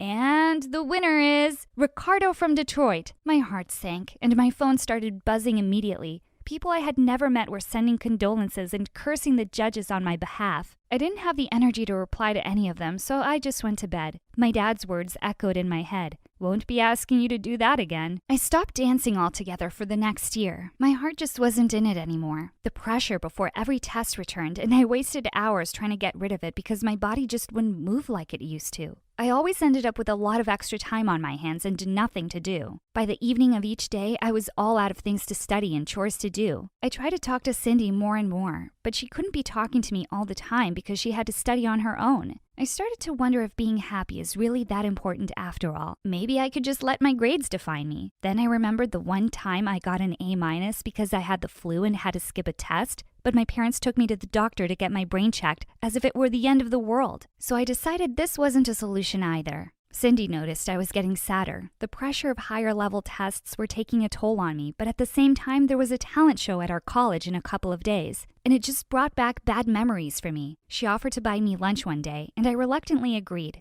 Halfway through the meal at the restaurant, my stomach decided to realize it was forced to eat mushrooms for dinner last night by my mom. I excused myself and ran to the bathroom. When I got back, Cindy seemed like she was in a trance while looking down at her phone. "Hey, sorry about that," I said.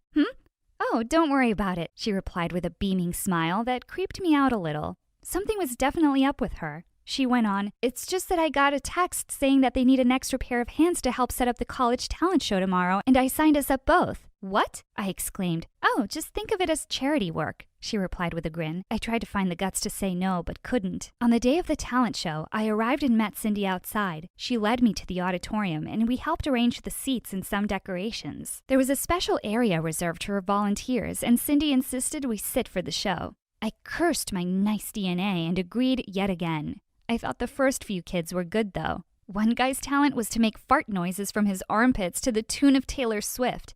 After he was escorted off the stage midway through his performance, the announcer stated that the next talent is an anonymous video they received. They played the video on the big screen, and I was dumbstruck. It was my TikTok video. My eyes widened with shock, and I turned to look at Cindy, who was smiling way too widely. "It's not my fault you left your phone unlocked when you went to the bathroom," she said sheepishly. "It started ringing and there were all these messages from your TikTok. You are amazing." I transferred it to my phone and thought that this is a perfect opportunity to show people you're more than just a nerd. I was just trying to understand what was going on. The crowd in the room was cheering and hooting. I sat quietly without making a noise. Surely they won't know it's me, I thought to myself. At that moment, the video ended and the announcer said, "Give it up for our very own Tracy!" The crowd started chanting. "Encore! Encore!" "Oh, and I might have told him your real name too," piped up Cindy. I couldn't believe this was happening. Real people actually loved me, and for something I chose to define myself with. I felt Cindy lean over and whisper in my ear, "They want you. How long were you going to hold back?" I got up and nervously walked to the stage. The crowd suddenly fell silent, as if they were expecting a different Tracy. I cleared my throat and stood there. The sound guy started playing a song, so I closed my eyes and waited. Within seconds, my instincts took over, and I could feel myself moving. I heard whistles and clapping through the music. The familiar feeling of peace was returned to me, and I danced my heart out. When I opened my eyes, I was out of breath, and the music had stopped. The crowd burst into clapping and a standing ovation. I had never felt more alive than I did in that moment.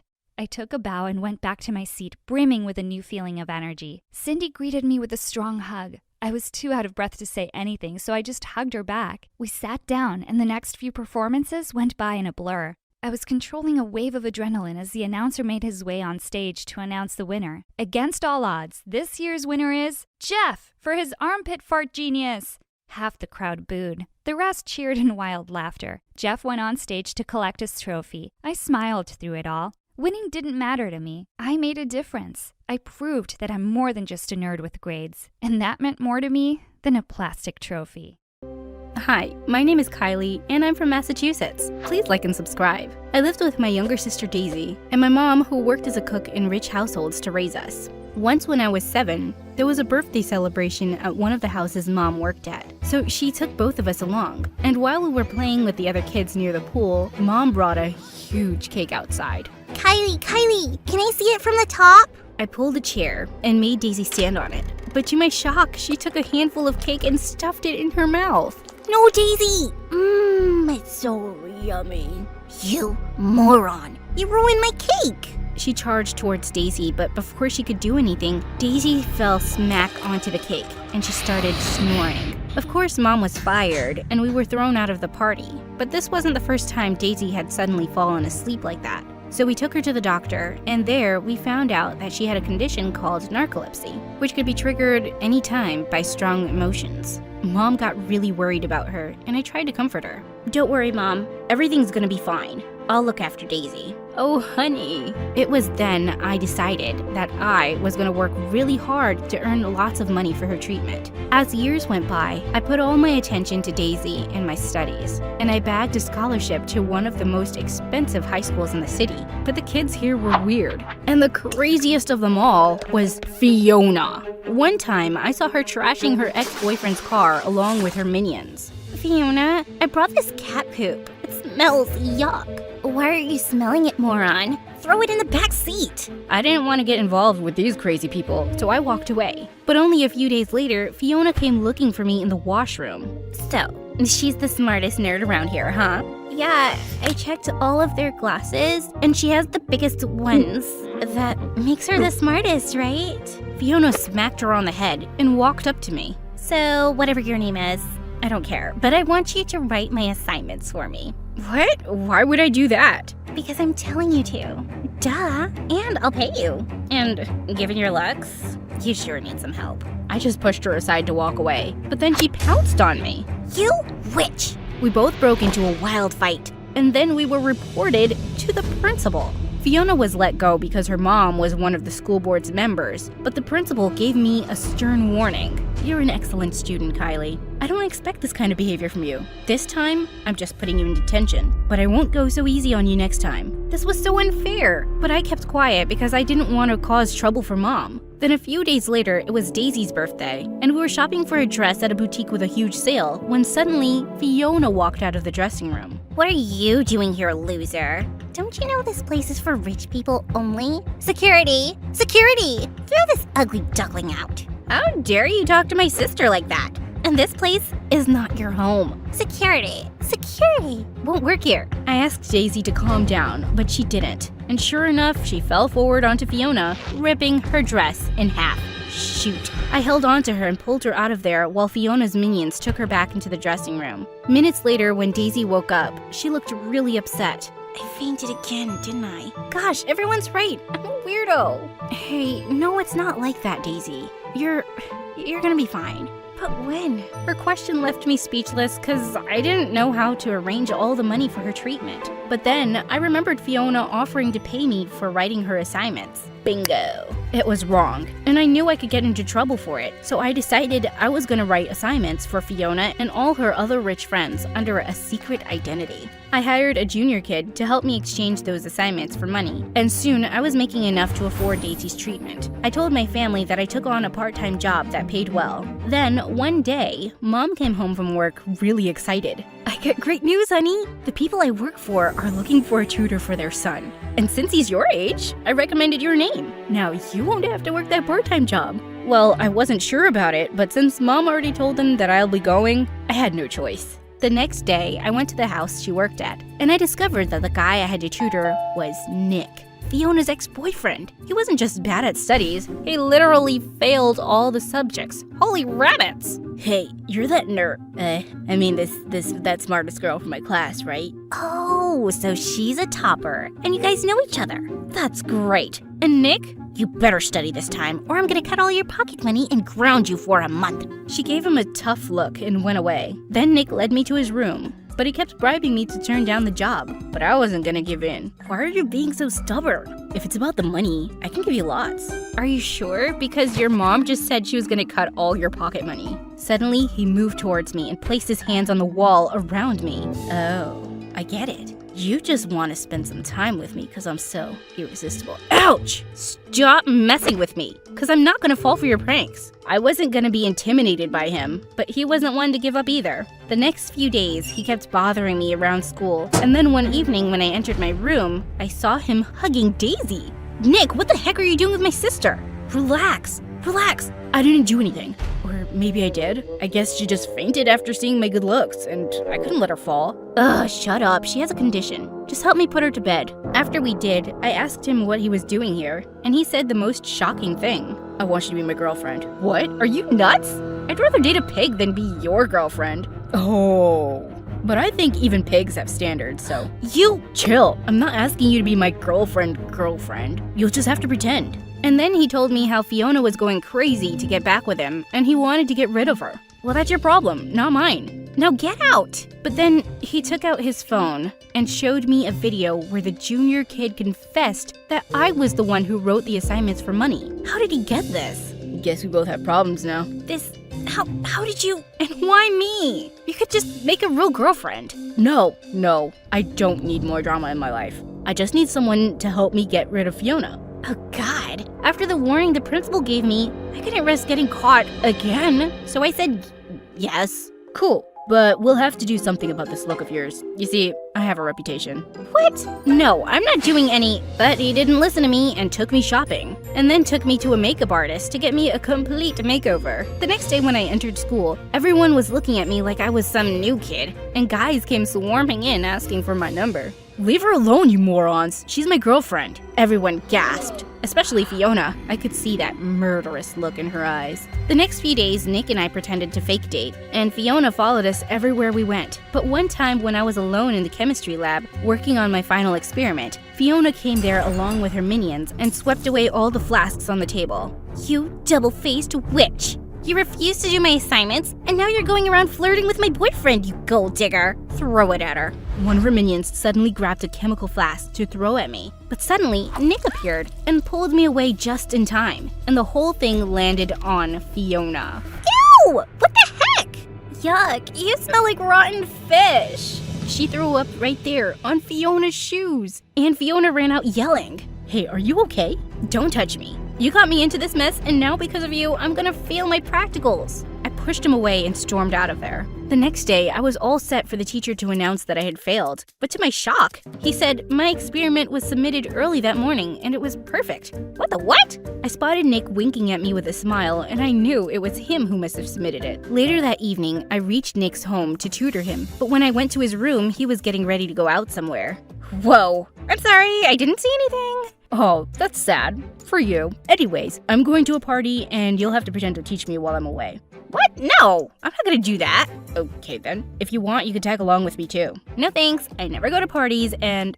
What? You never go out? Like, ever? He looked at me in complete shock. Yeah, I just focus on my studies. Oh god, Kylie. The world won't come crashing down if you have some fun, you know. He pulled my hand and both of us climbed out of the window secretly. And for some reason, I was kinda liking it. When we reached the party, it seemed so much fun. The kids were playing games and Nick pulled me in too. We had to dance with our partners on a piece of paper, which was folded every time a team was eliminated. And by the time only one team was left to compete against us, Nick lifted me up in his arms and we won. Everyone cheered for us and suddenly some of the girls came and took me to the dance floor. For the first time in my life, I danced my heart out and I was freaking loving it. And there was one person I had to thank for all of this. Nick.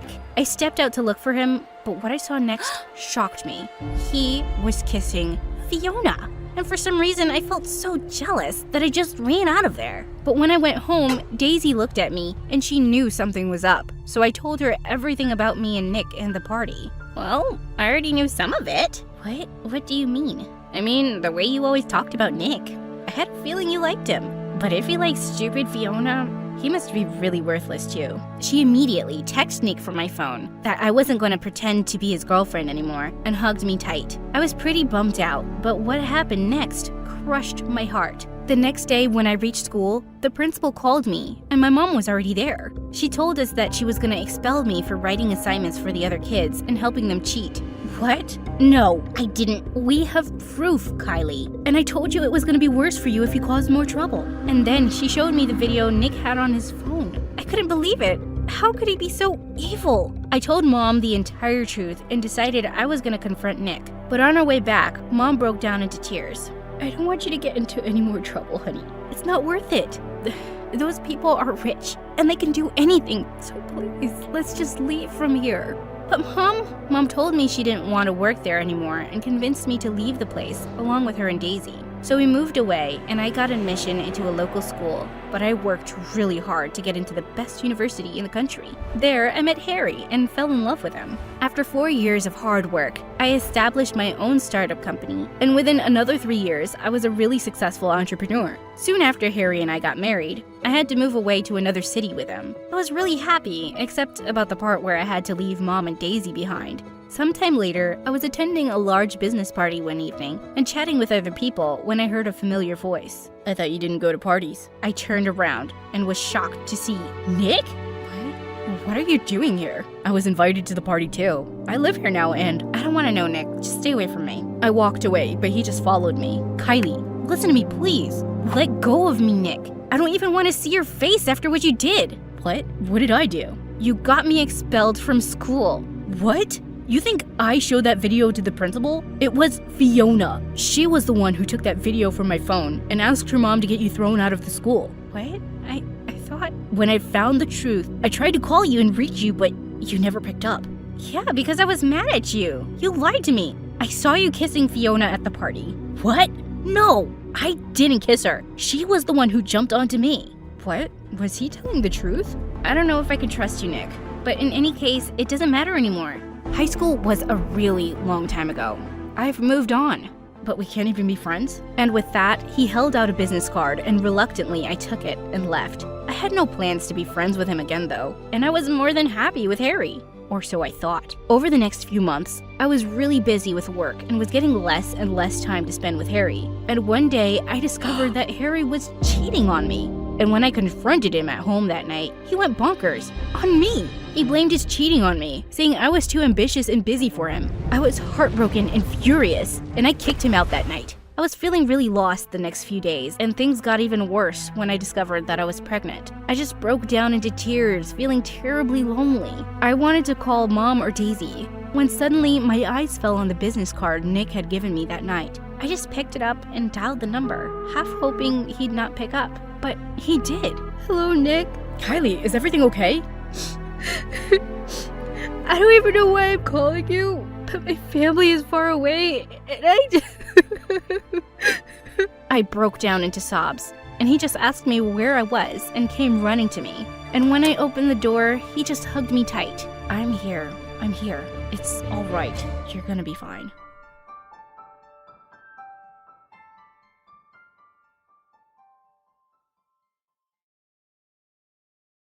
Hi, I'm Camellia from Brazil. Before I tell you my story, please like and subscribe. My parents were super rich. Just kidding. We were living in the poorest neighborhood in town. Mom stayed at home, and Dad mowed lawns, and we had little to no money. Maybe I should have subscribed to this channel and tried to win $10,000. Hey, you should try that. Subscribe to MSA today, and you could be the lucky winner of $10,000 in just 7 days. Fingers crossed. But anyways, being poor didn't stop my parents from spoiling my younger brother Pedro rotten. You see, Pedro was a genius. By the time he was 8 months old, he could say his alphabet and count to 100. By the time he was 2, he was doing mathematical equations and solving puzzles. Our baby is a genius. He's going to make us so proud. And what am I? Chopped liver? On my 5th birthday, instead of the princess house with the car and pool I wanted, Mom stitched me a doll from old clothes. We just don't have the money, sweetie. But Pedro received a brand new remote control car. Sweetie, we had to get Pedro something as well. That wasn't even the worst of it. Pedro was allowed to go to school, and I wasn't. My parents said it was because Pedro had a special gift, so they used all the money they had to send him to a private school for gifted children, and they couldn't even afford books for me to go to a public school. Life was so unfair. I felt so invisible. The only time my parents saw me was when they wanted me to do some chore around the house. Over time, I just got used to it. And since I couldn't read books to myself, or I didn't have a phone to watch videos, I started to sew to pass my time. Camellia, what did you do to my curtains? I fell in love with creating new things from old stuff, and I wanted to become a fashion designer. Because of how differently my parents treated Pedro and me, we never grew up close, and he always saw me as his slave, even though I was older than he was. Clip my toenails, clean my shoes. When I was 11, I begged my parents to send me to a sewing school. Mom, Dad, I deserve to be able to follow my dreams too. They don't have the money to send you to some stupid sewing school when they're going to send me to the most prestigious college in the country. I'm sorry, Camilla, but we have to support the child who has greater potential and will make the family proud. With that, Mom and Dad just walked away as Pedro stood there with a stupid smirk on his face. Oh, I wanted to smack him hard. It was then that I decided I'd do whatever it took to get myself into a sewing school. I tried to get a job, but nobody wanted to hire an 11-year-old, not even as a clown for a birthday party. When I was 13, things looked as though they were turning around, and I finally landed a babysitting job. But when my parents found out that I'd been neglecting household chores because of it, they were furious. I was grounded for 2 months, and Dad tore up all my designs that I had stuck on my bedroom walls over the years. I was devastated, but a tiny part of me refused to give up. I had to be smart. This time, when I drew, I hid my drawings under the floorboards of my bed, and when Mom sent me to the supermarket, I'd pass by the wishing fountain and take all the coins. Don't give me that judgmental look. But after 3 years of saving those coins, it still wasn't enough. Luckily for me, my life took an amazing turn when I turned 16, and that set things in motion for me. One day, while drawing in my room, I was so focused that I didn't see this girl peeking in at me through the window. Wow, that looks amazing! Ah! I toppled out of my chair and fell to the ground. The girl then did a backflip through my bedroom window and came in. Did the circus come to town? What do you want? Did my parents send you to spy on me? No, silly. I'm the new neighbor, and I didn't even let her finish. I just picked her up, threw her out of the window, and closed the curtains. As much as I wanted a friend, I didn't want anyone to know that I couldn't read or write. What would she think of me? But that didn't stop the crazy backflip girl. Over the next few days, she did everything she could to get my attention, even juggling 3 cats while she balanced a mug of water on her head. What a weirdo. One day, I decided to take a shortcut home because I had seen a lady with the most amazing outfit, and I wanted to get home and sketch it. Just then, I heard a man yell behind me. Watch out! As I turned, I saw a huge crane ball coming my way. I froze in place, but luckily for me, someone pushed me to the ground just in time. Girl, are you crazy? This is a danger zone. Can't you read? Oh God, I was sweating like a bald man in spring.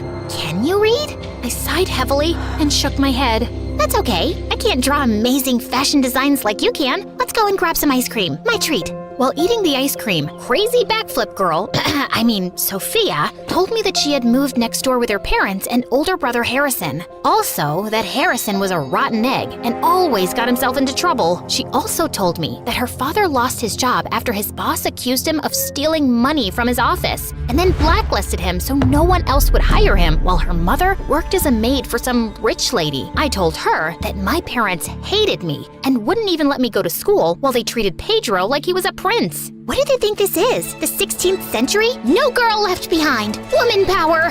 Over the next few months, Sophia taught me how to read and write. She was a great teacher, and I was a quick learner. Sophia's mother even supplied me with her old drapes to practice my designs on. As much as I loved my bestie, there was a downside of being neighbors with Sophia. Harrison and Pedro became best friends, and they'd go out of their way to make mine and Sophia's life a living nightmare. So we stayed out of their way as much as possible. But then one evening, when I was coming home after getting groceries, I saw 2 guys push some guy to the ground and grab his keys. Hey, stop it! The guys looked around, and I was shook. Pedro? Harrison? Let's get out of here! They hopped into the car and sped off. Was Pedro crazy? That night, I cornered Pedro in his room. What the heck was that stunt you pulled today? What I do is none of your business. You're my younger brother. Of course it's my business. If you tell Mom and Dad anything, I'll tell them that Sophia has been tutoring you. I couldn't afford to lose Sophia's friendship. So, I kept my mouth shut and kept a close eye on Pedro. I found out that he'd been failing his subjects in school, and he was missing classes to hang out with Harrison and his goons. I was so frustrated that I thought my head was going to explode.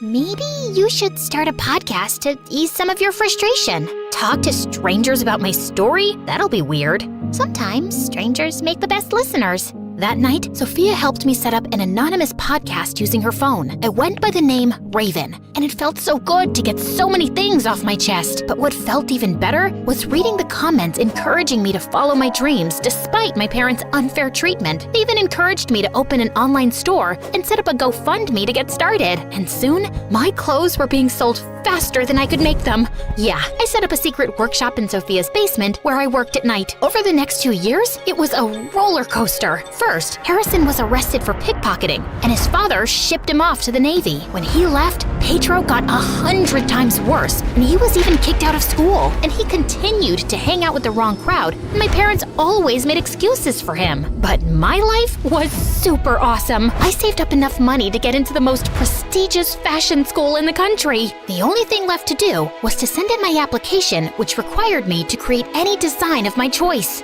You've got this, bestie. I'm rooting for you. Over the next 2 months, I worked endlessly to create the most beautiful ball gown known to man. I needed to get into this school. I had something to prove to myself. A few nights before the submission of my dress, while at Sophia's, I saw Pedro enter her parents' bedroom. I snuck up to the door and peeked through the crack. I watched in shock as Pedro was stuffing his pockets with jewelry. Pedro, what on earth are you doing? Pedro gave me one look and jumped through the window like a frog. Sophia and her parents had been too good to me to let Pedro get away with this. I ran home, but when I opened the door, the confrontation did an Uno reverse on me. Dad glared at me as he was holding a necklace in his hand. Camellia, why was this in your dresser? As if on cue, Pedro walked into the room to examine the necklace. Wait, isn't that Sophia's mother's? You should know, since you stole it. Pedro told us that he saw you take this. I didn't steal anything. It was Pedro. I just don't understand where we went wrong with you. Me? Pedro's the one who got kicked out of school. Genius my butt. We also found cash hidden under the floorboards. Where did you steal that from? I froze. How did they? My eyes met Pedro's, and an evil glint flashed over his eyes. That's my money. I earned it. Stop lying, Camellia! I think it's time to teach little Miss Fashionista a lesson that she will never forget. Pedro, bring the dress. Dress? What dress? The words stuck in my throat when I saw Pedro return with my submission dress. I watched in horror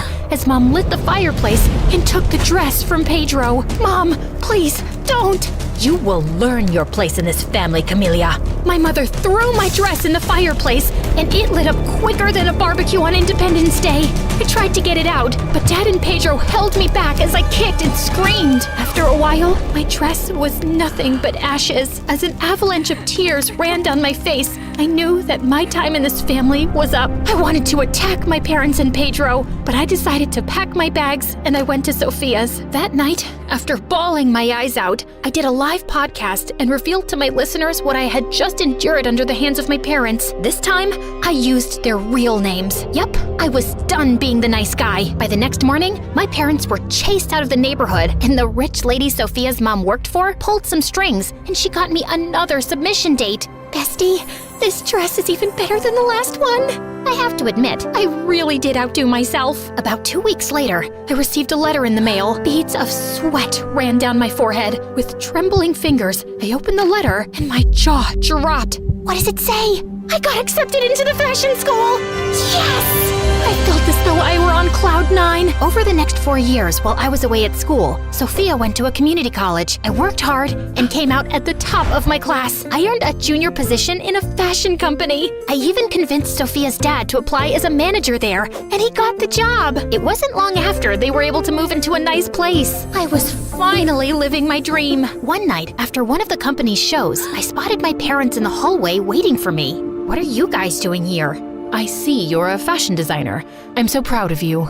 I'm so proud of you. Words I always wanted to hear my parents say, but I knew they weren't sincere.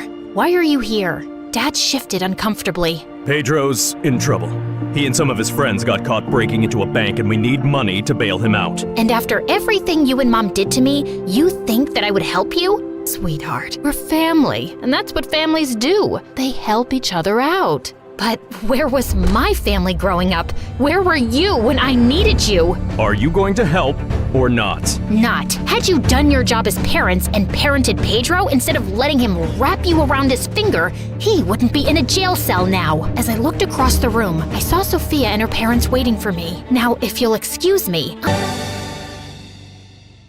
Hi, I'm Cece, and this is my story. Before I begin, don't forget to like and subscribe. And hey, new MSA merch alert! Our latest bottles and notebooks are out now. Grab them via the link in the description and upgrade your gear. I was born in Paris, the city of love. Love was everywhere. In the heart-shaped cakes in the bakeries, in the balloons all the street merchants sold under the Eiffel Tower, and in the random rounds of applause whenever someone proposed publicly, which happened like 100 times a day. Yeah, love was everywhere, except our house. My earliest memories are of my parents fighting over the tiniest things, and of Lola, my sister who was 7 years older, distracting me. I got you new furniture for your dollhouse. Let's rearrange it in my room. Why are Mom and Dad yelling? Are they gonna be okay? Of course they'll be okay. Parents fight. This is normal. Don't worry. It didn't feel normal. It felt like my whole world was going to crumble down, and the only stable thing around me was Lola. When our parents eventually divorced, Mom moved to Italy to become an opera singer, and Dad soon realized his mistake and spiraled. He locked himself up in their room, and we rarely saw him. From that moment onwards, Lola became my unofficial parent. You cannot eat ice cream before dinner! You're not my real mom! Why did you fail math? I spent my whole week tutoring you! You're not my real mom! It's fair to say, I drove Lola crazy. She was forced to become my mother at a very young age, and I could be a brat. Also, I kinda ruined her plans for the future and her relationship with her very serious boyfriend, Jordan. Jordan and Lola had planned to go away to college together. Seeing that Lola had to work and take care of me since our dad was useless, Jordan left her and went off to college on his own. I'm sorry, Lola. There isn't a place for both me and Cece in your life. This is it for us. I felt guilty that Lola had lost both her boyfriend and her dreams, so I no longer wanted to give her a hard time. I started paying attention in class, helping her around the house, and even preparing her favorite meals and desserts. Ugh, there is no love like sisterly love, Cece. Never forget that. We only have each other in this life. One day, as I was working at my part-time cashier job in a coffee shop, I noticed a very rich-looking guy staring at me. I could feel his gaze without even lifting my head. Naturally, I decided to stare back until he got uncomfortable and broke eye contact. But he was a tough opponent. Give it up, creep. Didn't your mommy teach you it's rude to stare at people? But he still didn't flinch. He insisted on being in the line I was serving, even though the other one was empty. One Americano, please. Will that be all? How about your number on the side? I just stood there with a poker face until he finally gave up and said, Yes, that will be all. One Americano coming up. Name? Ben. That'll be €4, Ben. He gave me 100 and told me to keep the change with a wink. Nice try, jerk. If you think you can buy my number, you're sadly mistaken. Take your stupid money. I'm just a generous tipper, girl. But I will get your number eventually. And by the way, your eyes are gorgeous. And then he left. I wish I had shoved that change in his stupid face. Oh well. I could just use it to buy Lola something nice. This rich jerk kept coming back every day, and I'd always notice he had bodyguards waiting outside the shop for him. One day he came in when the place was empty. I won't leave until you give me your number. Then I hope you brought a change of clothes and a toothbrush. You know, Cece, not to be a self-centered jerk, but I'm a great catch. If you're so great, why are you so desperate to get my number? Determined is a better term. I enjoy a hard challenge, and I just can't get you out of my head. Then get a new head. I would, but I have great hair. You're not getting my number, weirdo. We'll see. For the next few weeks, he showed up with extravagant gifts, like a full mariachi band or roses that filled up the stores and customers couldn't get in. My boss finally snapped and told me to handle the situation or I was out. Of course, I couldn't get fired. I had to help Lola with the household expenses. So I caved and gave him my number. I'd just block him later. When I told my coworkers what happened, they all burst out laughing and started showing me his pictures on the internet. Turns out he wasn't just a rich kid, but a famous actor as well. Apparently, he had bought the staff's silence because he didn't want me to go out with him simply for being famous. To my surprise, he wasn't that big of a jerk either. He was crazy romantic, like crazy romantic. One day, I mentioned that I was craving pizza, so he insisted on going to Napoli for lunch. I thought he managed to get last-minute tickets on a plane to Italy, but turns out we were going with his private jet. You know, Cece, when I first met you and realized that you didn't know who I was, I felt truly alive. I had a rare opportunity to introduce myself however I liked to someone who didn't already have some opinions about me. Well, for future reference, you didn't do a great job at it. He came off as a creep. Yeah, you made that very clear. Don't worry. He was sweet, charming, and attentive, and I found myself falling for him. I was hesitant to bring Ben home to see our poor house and meet my useless dad. Only when I made sure he actually loved me and accepted me no matter what, I invited him to dinner. But Lola wasn't too enthusiastic about him. You're spending too much time with him, Cece. Boys are trouble and a distraction. You should be focusing on your studies to get into a good college instead of dating flamboyant stars. I'm not a kid anymore. Don't worry about me. Also, I can do both. Then, Ben and I went public, and he started taking me to all his premieres and movie sets. Sometimes, I would miss school and travel with him wherever he went. Lola was furious about this. I did not break my back to keep you in school and give up on my dreams so you can live in some stupid fairy tale with a boyfriend. Fairy tales aren't real. I'm grateful for the things that you've done, but you can't keep holding that over my head. You also chose to do this, and I try to pitch in. You're welcome to stop caring for me now and go back to school. You're an ungrateful brat, Cece. You just met this boy. You're not his first love, nor the last. Don't get too used to this lifestyle, cause it won't be long before he drops you. Then we'll see what you'll do, kiddo. You almost sound like you resent me for getting a taste of the good life. Just let me be, Lola. But she didn't let me be. One day, I came home after a trip to Hollywood and found Lola waiting for me in the dark. Have a seat. OMG, you freak! You scared me! I think you should see this. What's this? Your Prince Charming isn't so innocent. I hired a private detective to follow him around. See for yourself. I couldn't believe Lola would go that far. Where did she even get the money to do this? In the folder she gave me, I found pictures of Ben in Saint-Tropez playing volleyball with many models and screenshots of him replying to other girls' stories on Instagram. That didn't really bother me, till I saw a photo of him having dinner with one of his exes, and they were holding hands. I felt utterly disgusted disgusted and couldn't believe Lola was right. Ben had already left on another trip for 2 weeks, so I just blocked his number and blocked him on all the socials too. And I promised Lola that I'd never speak to him again. But I did find myself missing him. So instead of caving and unblocking him, I decided to watch one of his movies. So one evening, there I was, engrossed in his latest spy film and a family-sized pizza topped with pepperoni and my salty tears, when I caught a glimpse of something outside my window. It was Ben, swinging from a rope off the roof like a low-budget action hero. I quickly opened the window before he fell down and smashed his most valuable asset, his money-making face. What are you doing? Well, it was impossible to reach you by any normal means, and Lola wouldn't let me in, so I thought I could swing outside your window until you tell me what's wrong. Do you think I'm stupid? Do you think I wouldn't know about your affairs? What the? You heard me. I know all about Saint-Tropez and your DMs with other girls, and the dinner with your ex. I showed him the pictures, and to my surprise, he burst out laughing and tussled my hair. You dummy, you. Well, first, these so-called models are my cousins. Gross. I can't help it if we're all a good-looking bunch.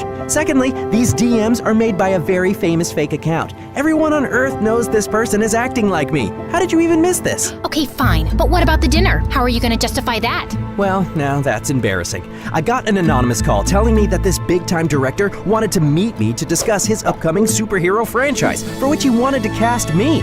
I smelled something fishy because the call didn't come through my manager, but I was too afraid to miss the opportunity, so I went. There I found my ex, who had received the exact same call. It was obviously some kind of stupid setup, but there wasn't even any paparazzi around that we could see. And here I'm holding her hand because she's telling me her cat died. I didn't bring this meeting up because it wasn't anything important. Do you honestly think I believe that? Yes. Do you know why? I voice recorded all my calls and meetings, so here you go. Oh man, he humbled me quickly and left me speechless. I hated being proved wrong. But where did you get these pictures? Did you hire someone to stalk me? Don't flatter yourself. They were thrown my way. Don't think for a minute that I'm obsessed with you. Cece, baby, it's too late. I've seen you eat that pizza with snot and tears crying over me. I hit him with the cushion as he laughed, then he hugged me. The next morning, I told Lola everything, but she wasn't relieved or happy. And you believe him? You're so naive, Cece. Well, I know him more than you or your private detective. He's an honest guy who loves and spoils me. Can't you just be happy for me? You're my sister. Is that too much to expect? Lola looked at me and then sighed. You're right. I suppose I can give him a chance. I was only trying to protect you. He seems too good to be true. I know, but maybe I lucked out and he doesn't have any skeletons in his closet? Yeah, maybe. But just as I thought everything was on track, it all exploded in my face. One morning, as I was watching the news, I saw a picture of Ben's father shaking hands with some thug. In the latest Hollywood drama, the famous businessman, also known as Ben's father, is allegedly smuggling illegal goods and accepting bribes. Does this mark the fall of his empire and possibly Ben's reputation and career too? As I watched in horror, I suddenly noticed Lola standing behind the couch, a huge, evil smirk on her face, and the realization washed over me. Lola was somehow behind this. Lola! My scream shook the house, and I turned around to pounce on her. Even Dad, who hadn't come out of his room in ages, came out running as we rolled around on the floor. How dare you humiliate Ben and his family like that? What did you do? Just used some AI-generated images. Ow! Calm down, will you? I'm doing what's best for you. This is what's best for me? Ruining my relationship and someone's life? How could you do that? Ben was nothing but nice to you. I've been nothing but nice to you. What is your problem? And then Lola's face twisted with rage. My problem is you thinking you deserve to go off and live your fairy tale life with your stupid perfect boyfriend when I gave up everything for you. So what? I should just live here and take care of our useless dad after giving up on my boyfriend and my dreams? And it was all for you. Finally, the truth comes out. You jealous, horrible dinosaur. I slapped her hard. You selfish, ungrateful pig. Our epic slap showdown kept going until our palms were sore and Dad finally intervened. I stormed off and shut myself up in my room. How could I tell Ben my sister ruined his family's reputation? I tried calling him to see how he was taking it, but I couldn't reach him or anyone from his family or managers. He just disappeared from the face of the earth. I joined my dad in despair and didn't leave my room when Lola was in the house. And I certainly didn't leave the house. One night, as I was watching one of Ben's films, I heard loud knocks on the door and police sirens outside. Dad and I got out of our rooms quickly, only to find the police taking Lola away. You're being detained on suspicion of defamation through made-up evidence. You have the right to remain silent. Lola, I swear, I had nothing to do with this. I know, Cece, I did. Lola turned herself in? But why? I rushed to prison after her and waited until I managed to see her. Why did you do that? I couldn't bear seeing you so miserable. I already lost Mom and Dad, and I can't stand the thought of losing you too. I was afraid you'd go off with your prince one day, and I'd be alone and miserable, and I got really jealous and selfish. Ben made you happy, and you deserve that. Now that it's public his father was framed, I'm sure he'll turn up again. I was speechless. I believed Lola regretted what she'd done, but she had to pay the price for it now. And Ben would get to hear that it was Cece behind everything and would make sure he stayed away from me forever. But one day, as I was leaving the police station after visiting Lola, I bumped into Ben. I thought I'd never see you again. My family and I were advised to stay low and not to talk to anyone till the matter was cleared up. Now I'm here to pay Lola's bail, and we're dropping all charges against her. What? Why would you do that? Because she turned herself in, so she obviously regrets it. And because I love you, and she's your sister. And because I'm confident that I can win her over too. I wore you down, didn't I? You sure did, and I love you too.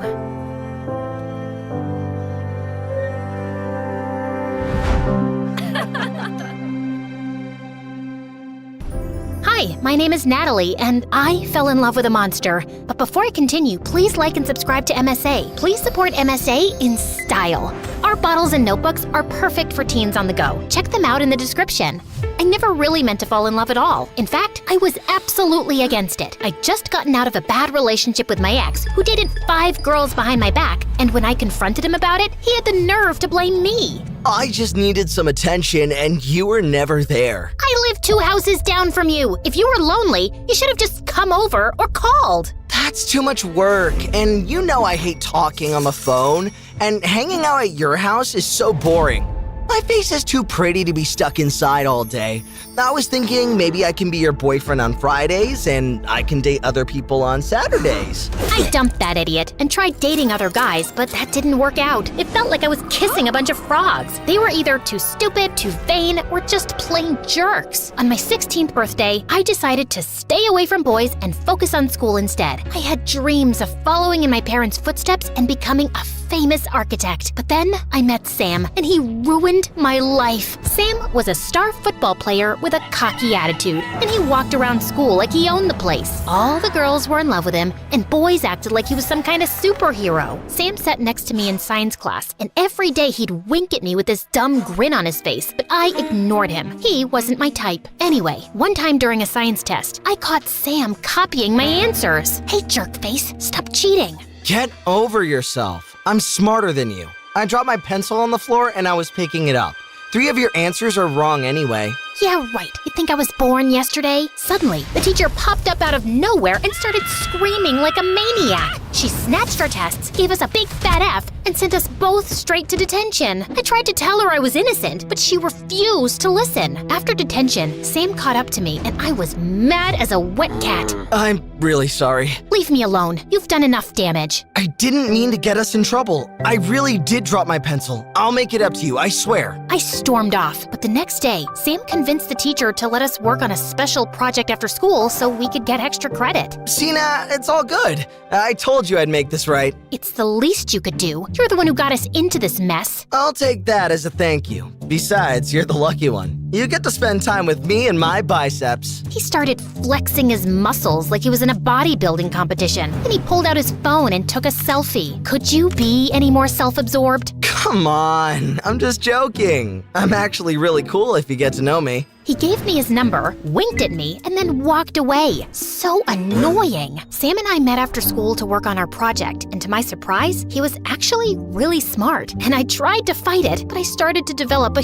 huge crush. Sam had the most beautiful brown eyes, and every time he looked at me, my heart fluttered. One time, his finger brushed against mine, and I swear there was a spark. Before I knew it, we were holding hands, and we went from talking about atoms and electrons to kissing. And Man, that kiss was amazing. After that, we were inseparable. We couldn't get enough of each other. We finished each other's sentences.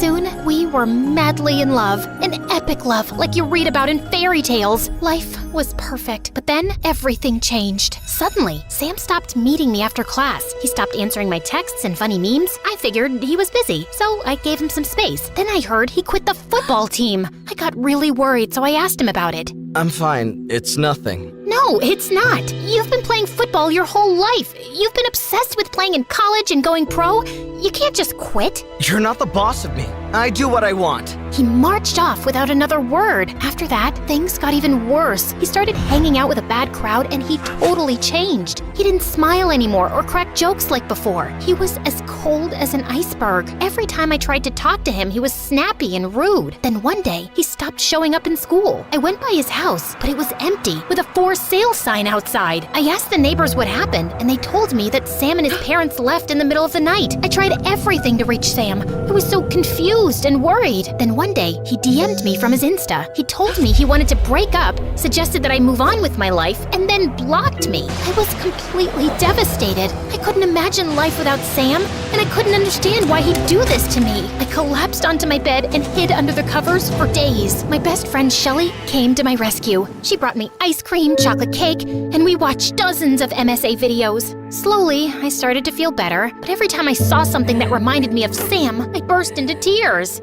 It's been 6 months. It's time for you to move on. But there's no me without Sam. We're two peas in a pod, two halves of one heart. I can't live with half a heart, Shelly. I'm only human. Shelly grabbed all my pictures and gifts from Sam and tossed them into a shoebox. What are you doing? I'm giving you your freedom back. Sam's long gone. It's time for you to move on. Shelly was right. They were just things, and they only made me sad. Shelly put all Sam's stuff in the fireplace. We burned them and roasted marshmallows. And slowly, things started getting better. I even graduated from high school at the top of my class. Shelly and I applied to our dream college, and we both got in. During our first week there, Shelly and I went to this cool college party, and this boy named Roger asked me to dance. I'm not much of a dancer. I'm not either.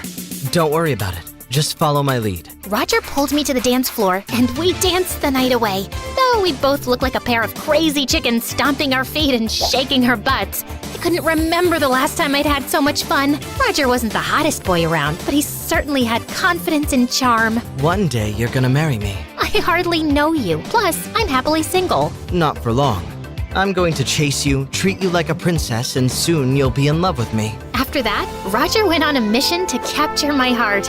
He brought me a bouquet of daisies. I saw them and thought of you. But I was allergic and I broke out in hives. A week later, he tried to cook for me at his place. I think something's burning. It's not burning. Everything's fine. Then the kitchen caught fire. Every day, Roger tried something new to win my heart, and it started to get out of hand. He hung a banner from the roof of my dorm to wish me a happy birthday and almost fell off a ladder. He jumped on a stage at a nightclub to sing me a song and twisted his ankle. As I drove him to the emergency room, he asked me to be his girlfriend. Honestly, even though I didn't feel crazy sparks with him, it felt nice to be loved this way. He was a good guy, so I said yes. A couple of years later, I got an internship to work at my family's business, and it was the best. I helped my parents design a state-of-the-art office building and land a huge new client. One morning before work, I stopped at a coffee shop for breakfast. I'd just taken a huge bite of my scone when I looked up and saw Sam walk through the front door. My heart nearly stopped. I felt a surge of emotion I hadn't felt in a while. And then he spotted me. Natalie? I gulped down my scone in a hurry, and suddenly I was choking. I jumped out of my seat and started flapping my arms around like a wild bird, banging into customers and knocking coffee all over the place. Then suddenly, Sam rushed toward me and performed the Heimlich maneuver, and I spat out my scone. As I gasped for air and backed away from him, I slipped on some spilled coffee, hit my head, and everything went black. I woke up in a hospital bed and saw Roger and Shelly staring down at me. I'm so happy you're okay, Gumdrop. I don't know what I would have done without you. Thank goodness your friend Sam was there. The doctor said that he saved your life. You met Sam? He was here at the hospital. He left 10 minutes ago. Don't worry, Pumpkin. I invited him out to dinner tomorrow night. It's the least we could do. He saved your life. Roger hugged me tight. I smiled and pretended to be cool, but my stomach started turning backflips. A couple of hours before dinner, I started freaking out. Shelly came over to calm me down. I can't do this. What's the big deal? You're over Sam, right? I don't know. I'm not sure. What do you mean you're not sure? You've been with Roger for 2 years. I know, but when I saw Sam, all my feelings for him just don't even say it. That jerk broke your heart, remember? He didn't deserve you then, and he doesn't deserve you now. Shelley was right. Sam was a heartless snake, so he might have saved my life. But even monsters are nice at least one day out of the year, right? I didn't need to be nervous about this dinner. I was dating Roger, and he was 20 times better than Sam. So I put on my fanciest dress and spent an hour on my makeup. I was gonna show Sam what he was missing. When we got to the restaurant, I was surprised that Sam showed up with a girl named Tia, who he introduced as his girlfriend. She looked like a supermodel, but she had the IQ of a rock. When Roger told Sam we were applying to graduate school, she said, You don't need to go to graduate school to learn how to graduate. that's not... Listen, all you do is tell your dad to pay off a couple of teachers to give you an A. Then you walk across the stage like this. Tia stood up and strutted up and down the restaurant, bumping into a waiter holding a tray of food, which was spilled all over her dress. The date was over after that, and I thought I was in the clear, but soon, Sam and Tia started showing up everywhere. I saw them at the coffee shop, Sam worked at my gym, and we both walked our dogs at the same park. And the worst thing was that Roger loved going on double dates with Tia and Sam, and I hated it. My blood boiled when I saw them holding hands. I wanted to scream when Sam kissed her, and I wanted to cry when I saw Sam smile and look at Tia the way he used to look at me. Then one day, I lost it. I called Sam and told him to meet me at a park on the other end of town where no one would see us. Okay, what's with all the secrecy, Nat? I feel like we're in a spy movie. I needed privacy. Fine, we're alone. Just me and you.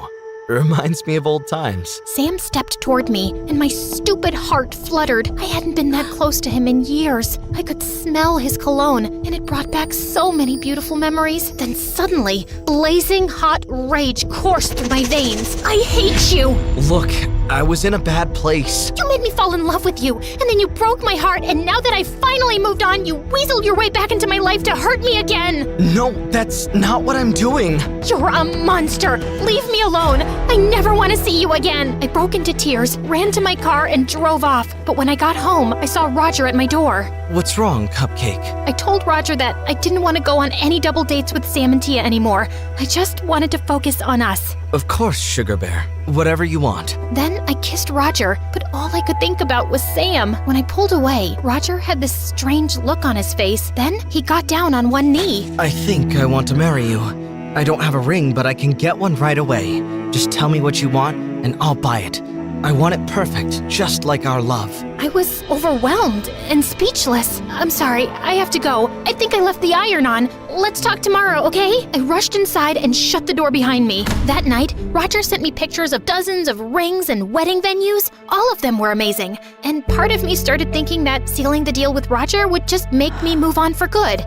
Okay, this is madness. You can't marry Roger if you're still in love with Sam. But you said he didn't deserve me, and you're right. He just came back to hurt me. And what he did the first time, that is unforgivable. Actually, that's not true. I thought I wouldn't tell you because you were happy with Roger, but I can see that you're not, and I can't stay quiet anymore.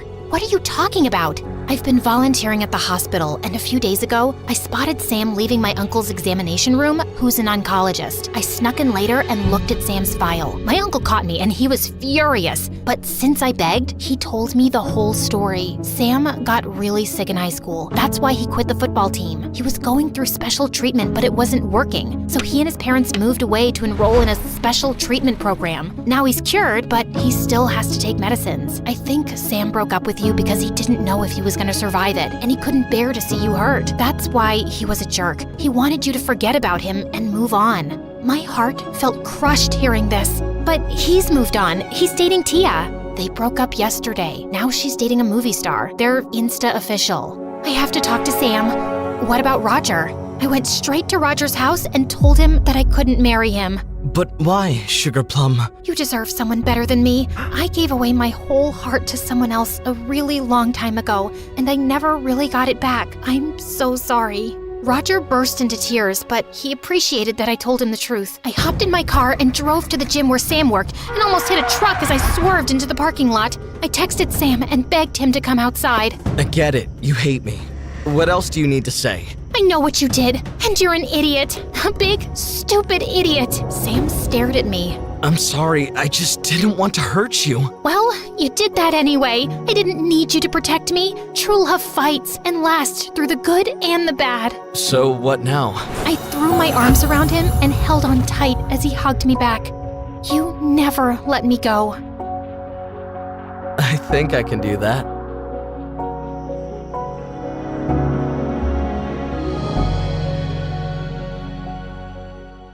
Hey there, I'm Christina. Hit that like button and smash subscribe to MSA for stories that'll make your head spin. But first, show your love for MSA with our awesome bottles and notebooks. Peek at the collection in the description and pick your favorites. Life used to be all fun and games with my twin Nadia. We did everything together. Watched cartoons, played games, and even wore identical clothes. We were so alike, even our parents got mixed up. But as we grew older, things changed. We started liking different things, and by the time we were in 5th grade, everyone saw that Nadia was way smarter than me. Mom was a university teacher, and she was always talking about Nadia's good grades to everyone and giving her extra lessons. She tried with me once, but when I didn't understand quickly, she just sighed. Some kids shine, others don't. It made me feel bad. Nadia's study sessions grew longer, and our playtime disappeared, like our matching outfits. How about a cartoon break? For old time's sake. Can't. Mom thinks they're just a distraction now. And then, Mom started giving me more and more house chores. At first, I didn't mind helping, but then I noticed she was doing it on purpose to keep me away from my sister. Leave your sister alone. She's studying. Go wash the dishes. But I just wanted a little help with my math. Ask your teacher for help. Nadia's busy, and those dishes aren't going to wash themselves. And after that, you can organize your closet. If you can't manage that mess, you're not going to get very far ahead in life. You don't always have to be like that. It's all right, Christina, honey. Let's go do the dishes together. Nadia and I were growing distant. Mom paid me no attention, and she and Dad fought a lot, mostly about the way she treated me. And I couldn't help feeling that I was the reason our family was tearing apart. Eventually, Mom and Dad split up, and I ended up moving out with Dad to a really dingy apartment. Look on the bright side, honey. Adventures await us. Adventures, huh? More like nightly mouse marathons and indoor rain. This place just needs a little love. And you can choose the decor. Pink for your room? Maybe black, just like my future. Surprisingly, I came home to find one wall in my room painted black. Dark moments show us how the little things can shine. He put bright flowers against the black wall. Notice how the colors stand out now? It's pretty, I guess. You'll understand someday. Always look for the bright spots. Positive thinking was tough, especially with school growing weirder by the day. Everyone at school thought of me as the other dumb sister. Even my teachers seemed to feel sorry for me. Christina, maybe put in some extra effort? You might surprise yourself. Sure, I'll ask Mom for help. Oh wait, she's too busy with her star student. I left the classroom upset when I heard Nadia's voice behind me in the hallway. What's wrong now? Just another day of me growing tired of being compared to you. It's not my fault. I just keep to myself. It must be nice not worrying about anyone else. I was walking off, but Nadia grabbed my arm. Hey, listen, I know you're upset, but there's something I can't tell you right now.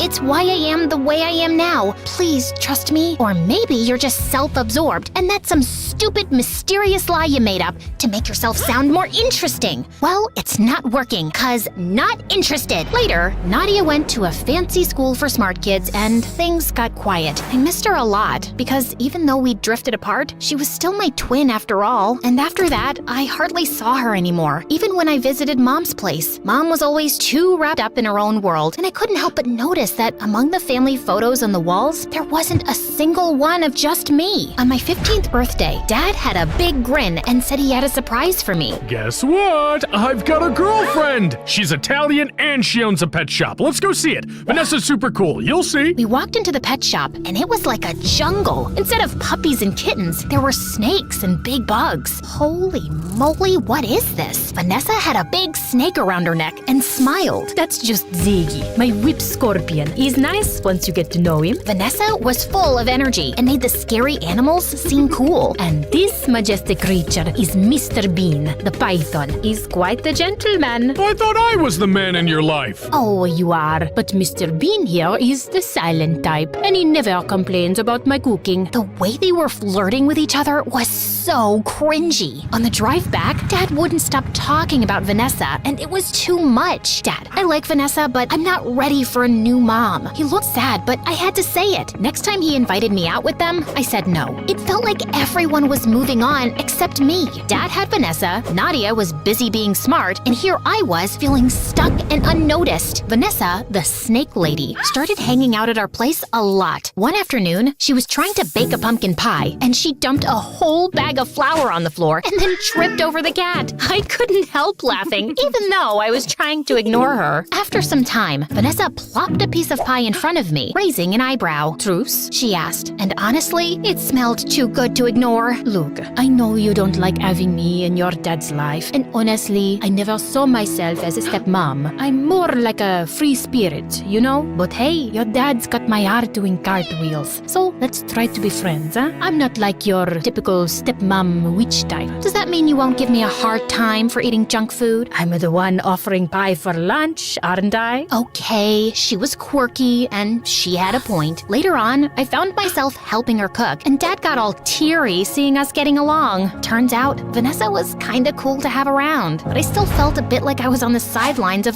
everyone else's game. One day in my room, I noticed the flowers next to the black wall looking sad, their petals falling. Time for new flowers. Fresh flowers had become my thing. They cheered up the room. At the flower shop, I met Mrs. Garcia for the first time. She was super cool, zipping around in her wheelchair, arranging bouquets with the biggest smile. Pick whatever makes you smile, Christina, she said, handing me the brightest bunch. I walked out of the flower shop, super happy with my new flowers. I wasn't looking where I was going and didn't see a bike coming. It knocked me over, and I blacked out. I woke up in a hospital bed, and Nadia was there looking super worried. She ran off to find Dad as soon as I opened my eyes. The doctor said I'd hit my head pretty badly and was out for 3 whole days, but they checked me over and said I could go home. Back in my room, something about my flowers caught my eye. They seemed cooler somehow. I grabbed a pen and paper and started drawing, really getting into all the shapes and patterns I could see. What's up with you? Did you know flowers are kinda like math? They've got these patterns that are all just cool. Nadia looked at my drawings and turned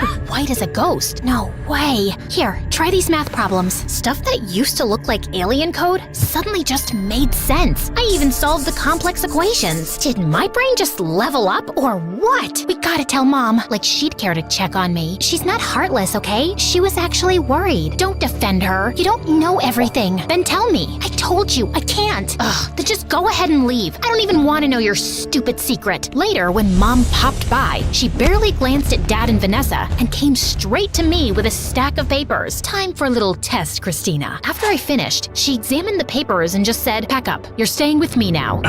What? Can we talk about this first? No need. She's got a gift, and I'm going to make sure it doesn't go to waste. Wait, you can't just show up and decide to take her. Where were you before, and why are you suddenly loving her now? My God, I can't believe I'm even standing here listening to you, a nobody. I'm her mother. But if you must know, Christina might have acquired savant syndrome, and it's not something either of you can deal with. I can help her. She explained that sometimes a head bump can switch on a talent for things like art or math. She thought that's what had happened to me, and I couldn't help feeling excited. Could this be my shot to shine and get Mom's attention? I begged Dad, and finally, he said yes. Better watch out, Christina. My cousin in Rome got that acquire servant syndrome. He became arrogant and a real pain. Then he bumped his head again and went back to being stupid. Not that you're stupid, but you know what I mean. What kind of dumb syndrome is that, Vanessa? Did you come up with it while watching cartoons? I ignored Mom and ran to hug Vanessa before leaving. Mom enrolled me in Nadia's school, and on my first day,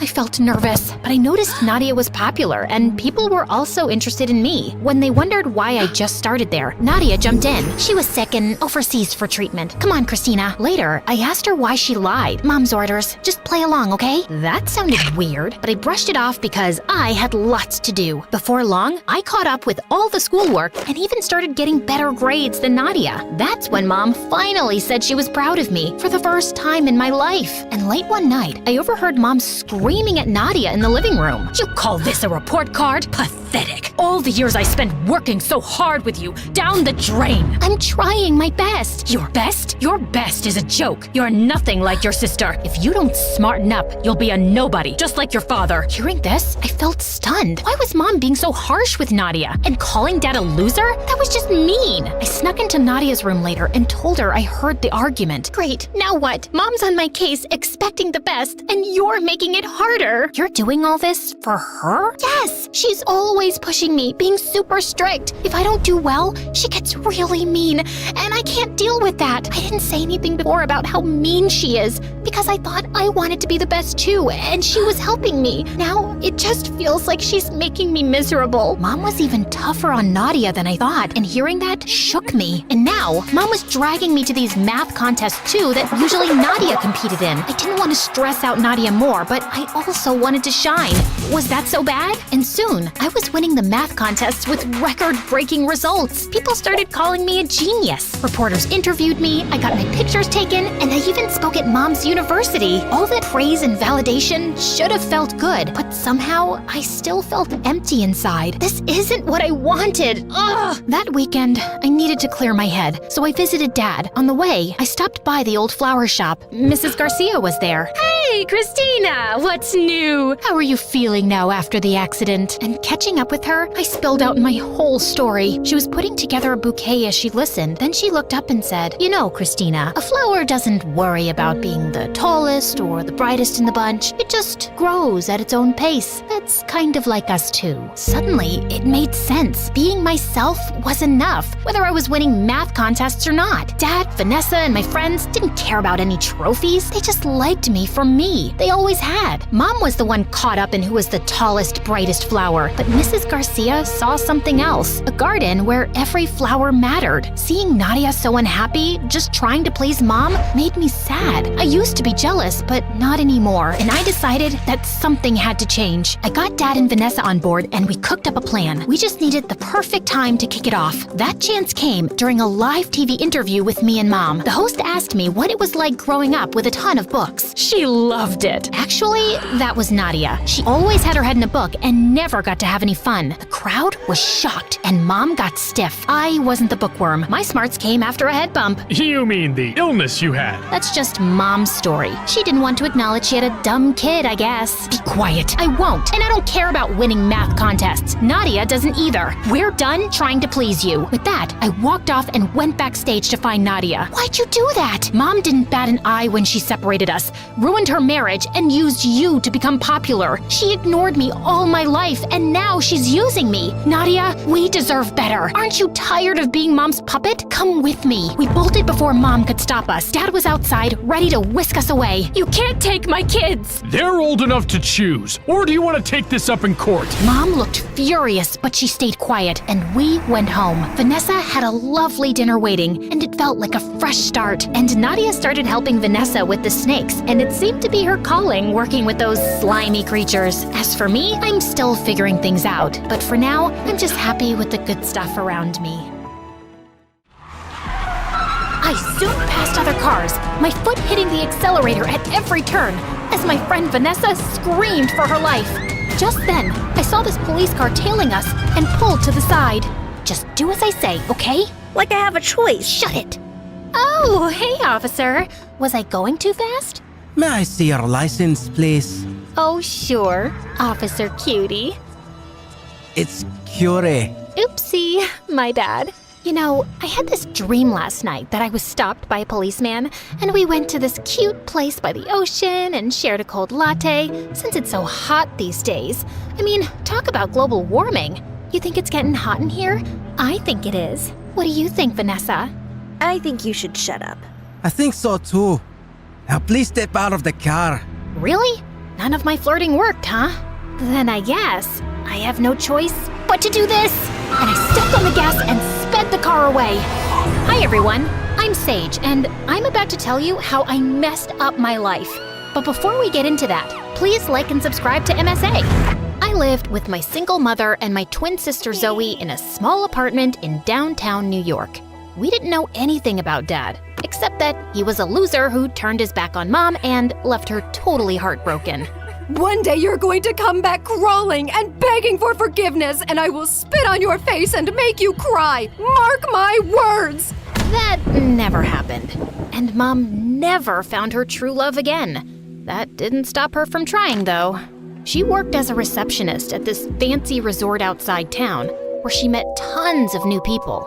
Every month, she would date some new guy who would break her heart and she'd become a sobbing mess. Like this one time when Zoe and I were 10, Mom started dating this Italian guy who left her because her pasta was too salty. It's garbage. At 13, there was a biker guy who thought it was a cool idea to teach Mom how to ride a bike. Needless to say, Mom fell, broke her arm, and couldn't work for weeks. And then, a year later, Mom met this Indian guy who even moved in with us. Take a deep breath in. Now exhale. Now inhale.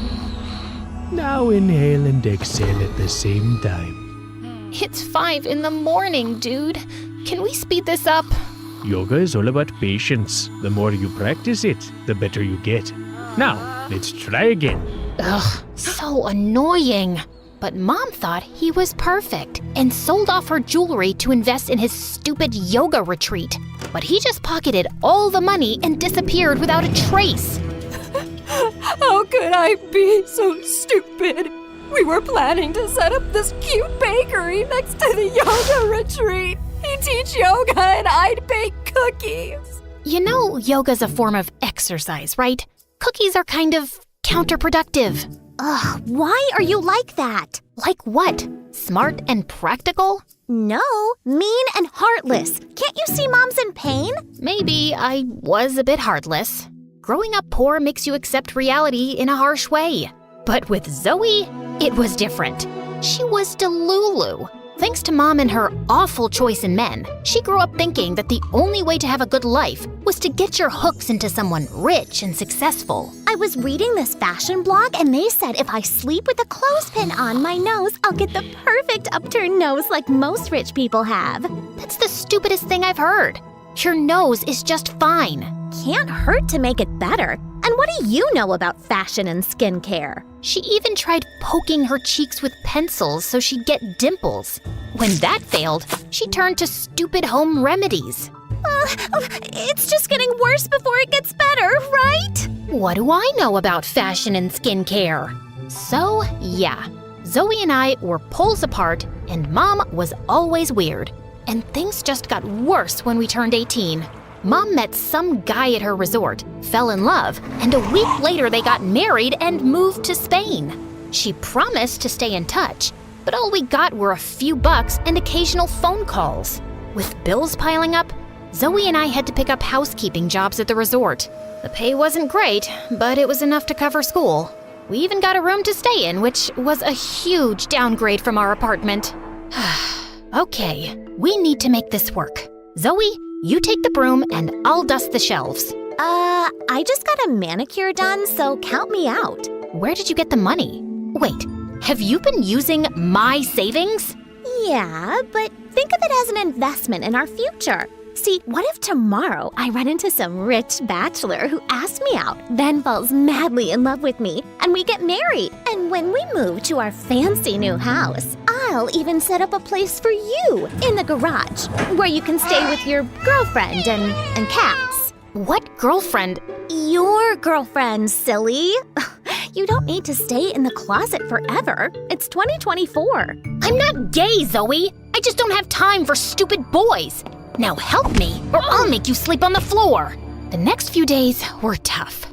I woke up extra early, worked my shift, went to school, came back, worked again, and passed out.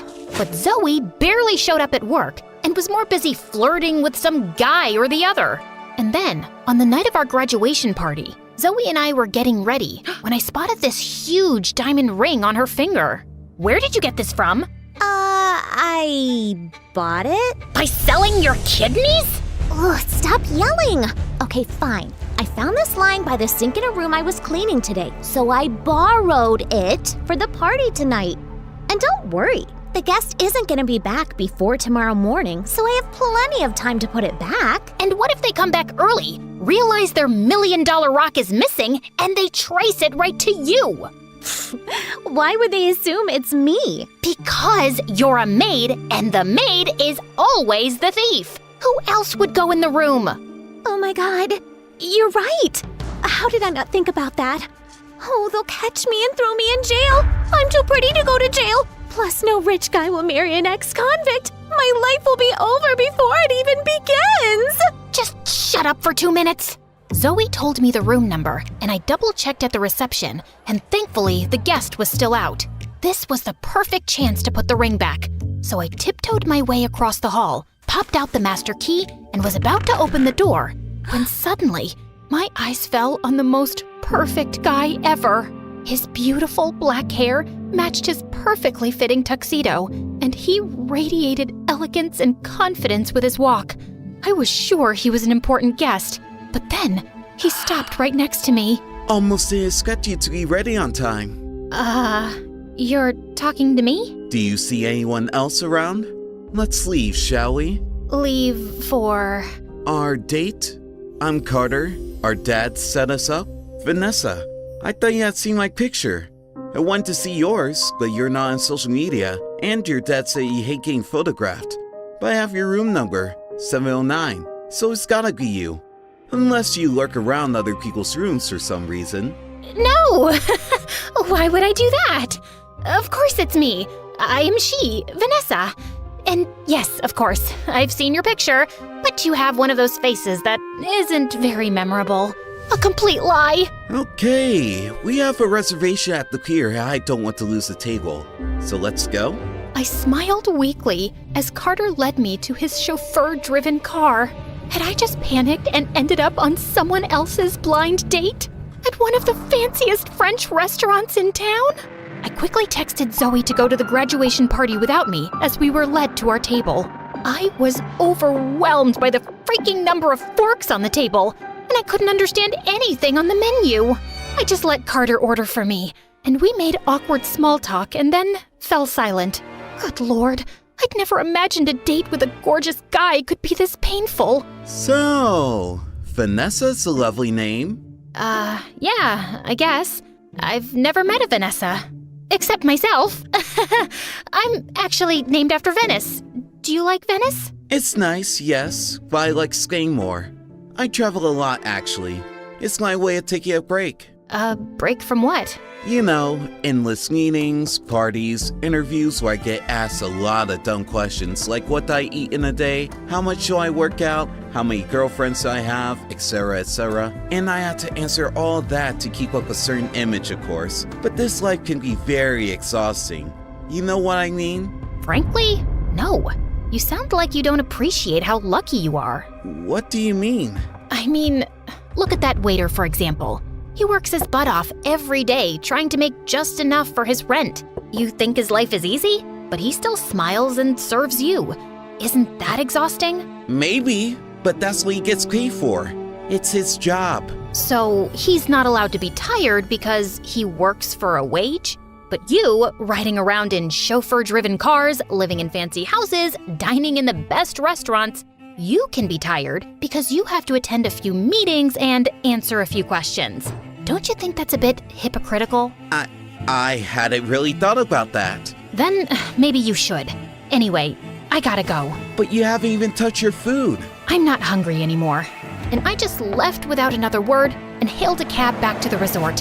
When I got there, I realized that I still had the ring on me. So I decided to give my luck a second chance and tiptoed my way to Vanessa's room, carefully avoiding all the cameras. I swiped the key, gently turned the knob, and walked in, when suddenly someone jumped on me and pinned me to the ground. Who are you? And why did you just sneak into my room? And why are you wearing my ring? Speak up! I will, if you just get off me. Thankfully, Vanessa agreed to listen, and I spilled everything about the ring, Carter, and the blind date. I thought she'd call security immediately, but instead, she burst out laughing. Do you have any idea how much I tried to get out of that date? Phew, you did me a huge favor. Does that mean you won't be pressing charges? That depends. You see, I moved to France with my grandma at 5 because my dad wanted to marry a kid-hating bimbo. But now she's left him, so he wants me to come back home. Problem is, I don't want to. I have my whole life in France, including my boyfriend Jean-Pierre, and Dad hates him. He wants me to date Carter or he'll cut me off. And since Carter thinks you're Vanessa, you'll just have to date him in my place. Wow, you rich folks are complicated. And I can't do that because it's stupid and I'm pretty sure that guy hates me. Really? Then why did he send me a text asking to meet him again? Listen, just make this Carter guy go away. What if I say no? Then your sister will rot in jail and you will lose this job. But what about my work? I'll pay you. Does $500,000 sound good? Sounds great. Vanessa and I shook on it, and that night, I couldn't sleep a wink thinking about how this money could change everything for me and Zoe. But I was pretty nervous about fooling some rich, powerful guy. I wanted to share my doubts with Zoe, but I knew she was a tattletale, so I kept quiet. And the next morning, Vanessa woke me up at 6 and told me that Carter was on his way to take me to a derby match. Is there a reason why I'm dressed like Mary Poppins' cousin? I get that you want him to hate me, but this dress makes me hate me. The idea is to make you look undateable, and this dress is perfect for that. Now remember, make this the worst day of Carter's life. He should be calling my dad and telling him that I'm a monster. Now go make me proud. I left the hotel and greeted Carter at the gate, half expecting him to say something about my dress, but he just smiled and complimented me. Was he blind? Sorry, I think we kinda got off on the wrong foot last night. Can we do this in the car, please? The heat is making me dizzy. Sure. For the rest of the ride, Carter kept trying to talk to me, but I just pretended to be busy on my phone. Soon after, we reached the derby stands and were about to take our seats when I put my plan into motion. Carter! Can you get me something to drink? I'm parched. But the race is about to start. You're right. I'll just go and get it myself. No, wait! I'll get it. Oh, thanks. Carter pushed through the crowd and came back with a massive cup of soda. I took one look at it and screamed. It has no ice. I want ice. Carter rushed through the crowd again and came back sweating with a new cup of soda. Thanks. Oh no. What now? This isn't diet. I can't drink regular soda. It makes me feel bloated and gassy. Get me a new one. Pretty please. Carter shot me an irritated look before running back into the crowd, and by the time he got back, the race was over. I did feel a bit guilty, but then I thought about how he must have made his servants run around 1,000,000 times, so he probably deserved a little payback. What an exciting game. Too bad you missed it. Yeah, too bad. Are you mad at me? You are, aren't you? I made you miss the game. You must really hate me now.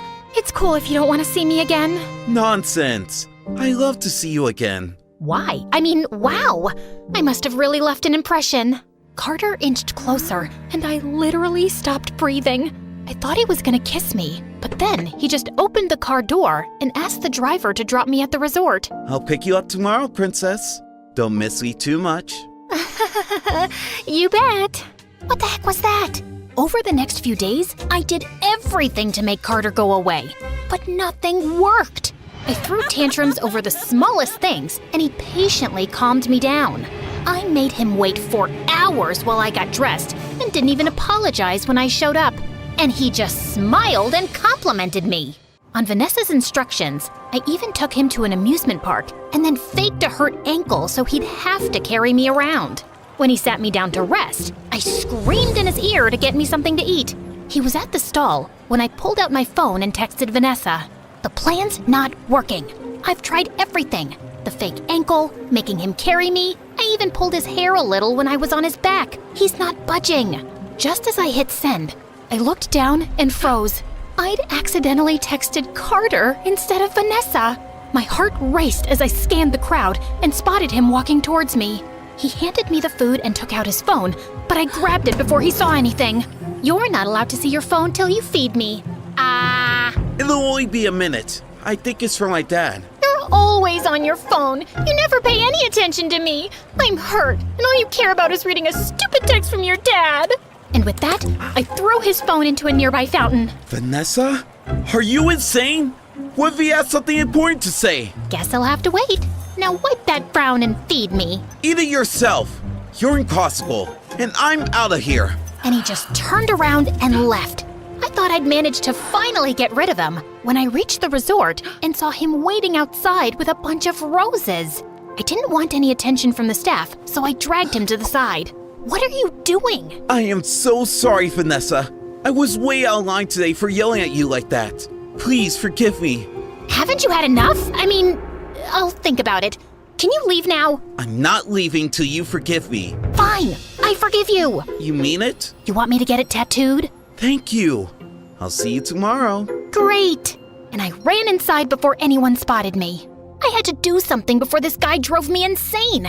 So I asked Vanessa for help, and we sat down and stalked Carter online everywhere. One of his Instagram posts said that he hated water. So the next day when I met him, I pitched the idea of scuba diving. Scuba diving? Why would you want to do that? Because it's fun. Imagine the two of us, hand in hand, exploring the depths of the ocean. So romantic. How about we explore the depths of my swimming pool instead? We can still hold hands, and it's a lot more convenient. It's funny how you're talking, but all I can hear are chicken sounds. Carter's a chicken. I'm not a chicken. Then prove it. Carter reluctantly agreed, but the next day when we were out on the water, he said he just couldn't do it. As we stood there with me trying to persuade him, the boat suddenly lurched forward and we both fell into the water. See? It's not so deep and scary, is it? Just then, I noticed that Carter wasn't swimming. He seemed to be struggling to stay afloat. And then he started sinking. I quickly swam to him and helped him back onto the boat, but he'd passed out. I shook him, gave him CPR, and was about to give him mouth to mouth when he opened his eyes and coughed up water. Oh my God, you're okay. Wait, were you about to kiss me? I can lie back down. This isn't funny. Tell me about it. I'm the one who nearly drowned. You didn't tell me you don't know how to swim. I know how to swim. I just panicked because we're in the middle of the ocean. I told you I couldn't do it. I'm so sorry, Carter. You should be. Now, where were we? Yeah, I had my eyes closed. You're about to kiss me? Shut up. Once we were back on the main shore, we went to a cute diner and ordered burgers. Carter spotted a jukebox and played some of his favorite songs, but when I played mine, he fell silent. You don't like this song? No, I love it. It reminds me of my mom. She used to hum this to me whenever I was feeling low. I know I never say this, but I really miss her. I miss my mom too. Guess we're not that different, huh? You're way better than I'll ever be. Carter pulled me close, and as we swayed to the music, I realized he'd never looked so perfect. Under that spoiled exterior was a boy who missed his mom, and all he needed was someone to talk to. I wanted to be that person for him, but I also knew it wasn't gonna last forever. So I just melted into his arms and decided not to think about it. That was until I reached my room and reality slapped me in the face. Care to explain why you have such an expensive dress in your closet? It's not mine. I borrowed it from someone at work. Uh-huh. Then why'd you hide it in your secret spot in the closet? You went through my secret spot? That's abominable. Who uses words like that? Also, I don't know what it means. And you've been acting really weird these days. Just last week I saw you sneaking into the room late at night. Where were you? I went out for a walk, Mom. Now, if you're done interrogating me, I've had a very long day. Obviously, that didn't stop Zoe from snooping around, and with time, she only got more suspicious. I had to put an end to everything soon, so I thought I'd go and talk to Vanessa. But her boyfriend was visiting, and she was always busy with him. And I decided to wait. But then one day during a date, Carter told me he wanted me to meet his dad. Why? I mean, don't you think we're moving too fast? We barely know each other. I don't know about you, but I think I know you pretty well. Really? Like what? Like I know you're pretty, you have the most gorgeous smile in the world, and that you play with your hair when you're nervous. And when you're thinking too hard, you make a weird face. Something like this. Stop it. Listen, please just come. It'll mean the world to me. Oh, and I have something for you. This necklace belonged to my mom, and it'll look beautiful on you. I don't think I can take this. I insist. Carter gently put the necklace around my neck, and I felt a million butterflies in my stomach. The entire ride home, I couldn't stop thinking about how I was deceiving him. I gulped down my tears as I kissed him goodnight, and then I barged into Vanessa's room. Carter wants me to meet his dad. And? What do you mean? His dad will spot my lie in a second. No, he won't. I've never met him. And even if I did, rich people have the memory of a goldfish. There's no chance he'd remember me. That's not the point. If Carter wants me to meet his dad, that means he's serious about me. It'll crush his heart when he finds out I lied. And why do you care about his heart? Listen, Carter clearly doesn't want to break up with you, but if his dad doesn't like you, he might convince him to dump you. All you have to do is make a horrible impression on the dad. I'm sure you can handle it. Handle it? I could barely walk in the ridiculous dress Vanessa picked out. I tripped getting out of the car on my way to Carter's mansion. Finally, I saw him waving at the front door, and I felt a bit relieved. But then his dad joined us, and he stared at me with an icy stare. Dad? This is... Vanessa, I know. You don't look anything like your pictures. Yeah, I'm not very photogenic. By the way, it's so good to meet you, sir. And what a wonderful house you have. These paintings and sculptures are really one of a kind. What an exquisite collection. And then I leaned onto one of the statues, and it started wobbling. The next thing I knew, it toppled over and shattered to pieces. As I backed off in horror, I accidentally bumped into a waiter carrying a tray of shrimp and landed right on my butt. Every eye in the room turned to me, and I quickly got up and bolted to the washroom. As I was cleaning up, a pretty girl walked in. It was Sophie, Carter's ex. I recognized her from my online stalking sessions. That was one heck of an entrance. I'm Sophie, by the way. Carter must have mentioned me. Actually, no, he didn't. Can I help you with something? Just wanted to see Carter's new catch. And also, there's something you should know.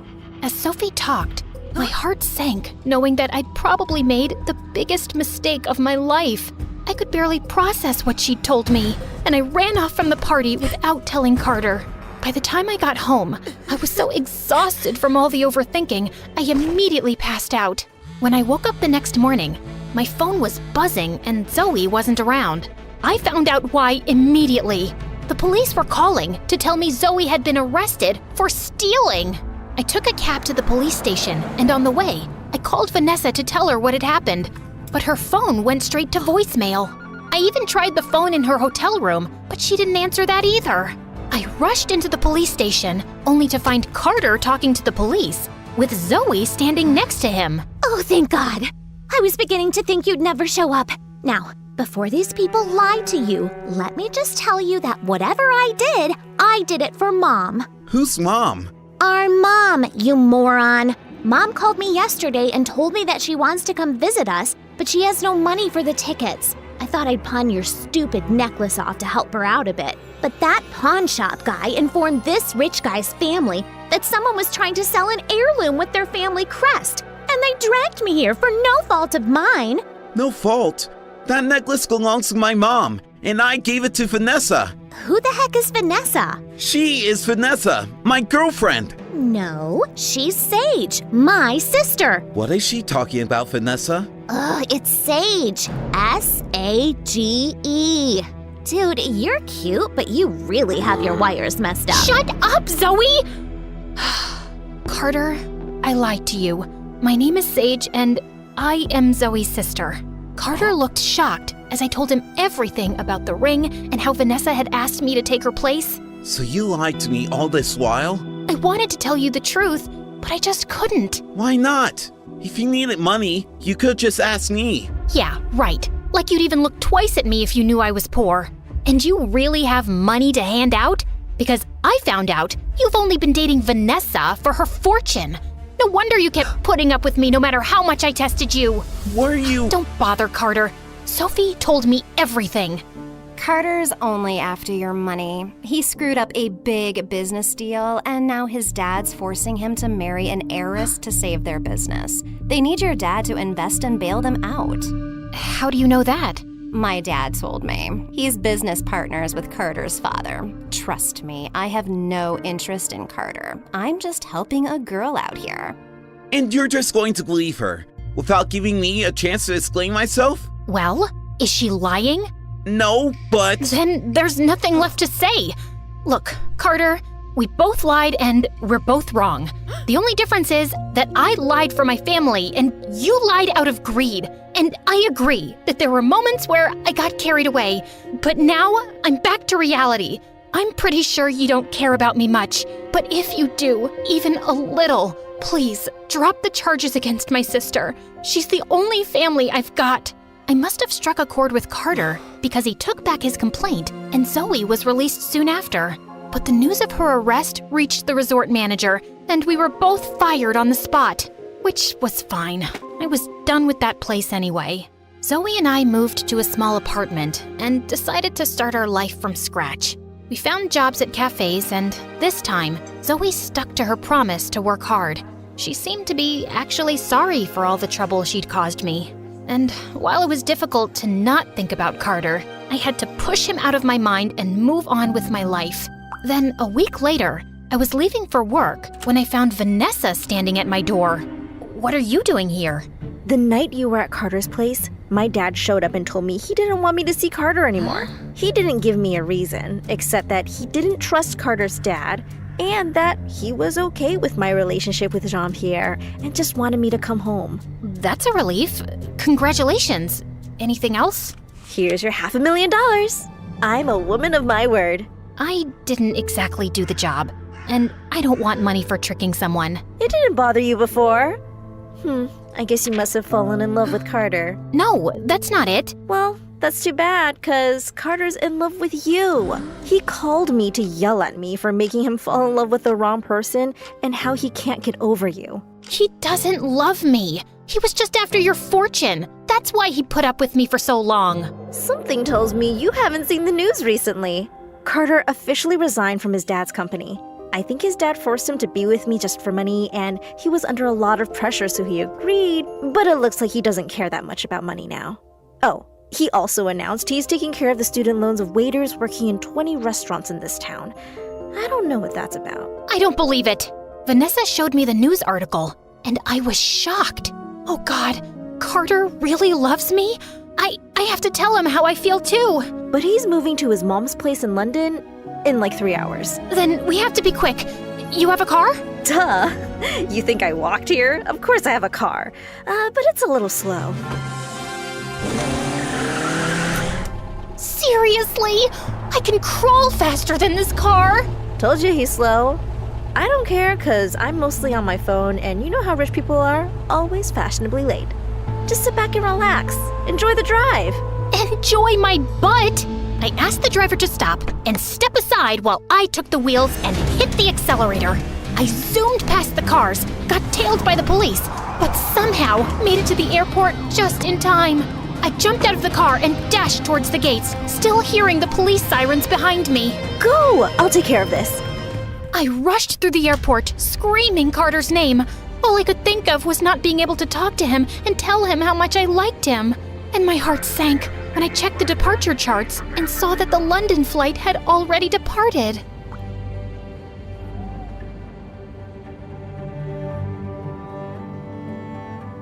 Hi.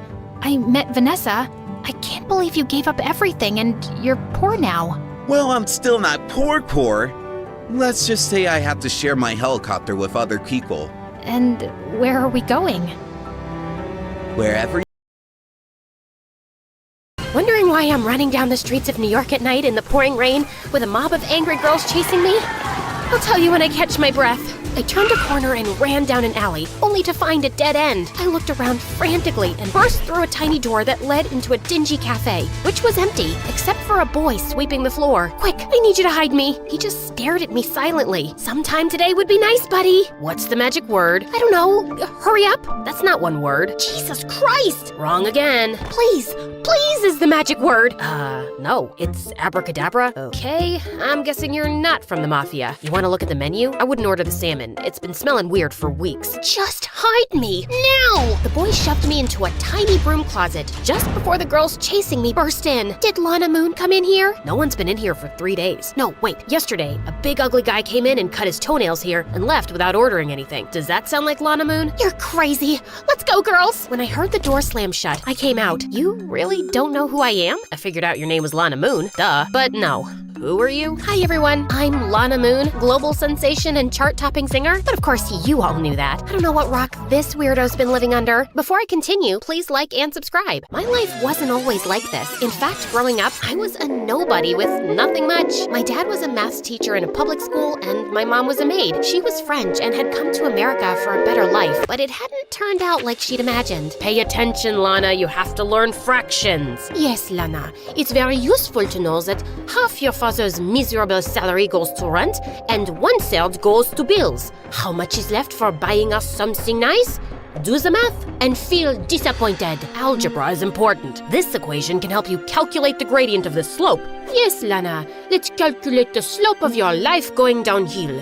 And it's a steep slope, baby. Clearly, my parents didn't get along. And even though I loved Dad, I was with Mom on how useless math was. I was actually obsessed with singing. But my parents were either too busy with their jobs or too busy arguing to notice. One day they were fighting when I put my headphones on in my room and started singing a ballad. All by myself. Don't wanna be all by myself anymore.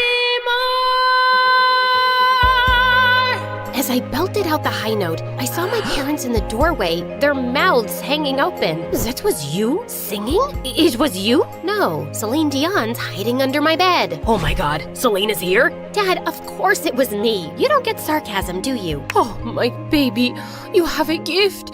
You're going to be a singer, a superstar. We'll talk about this after she finishes high school and college. Do you know how many singers fail? I'll run the numbers on the probability of success. Wait.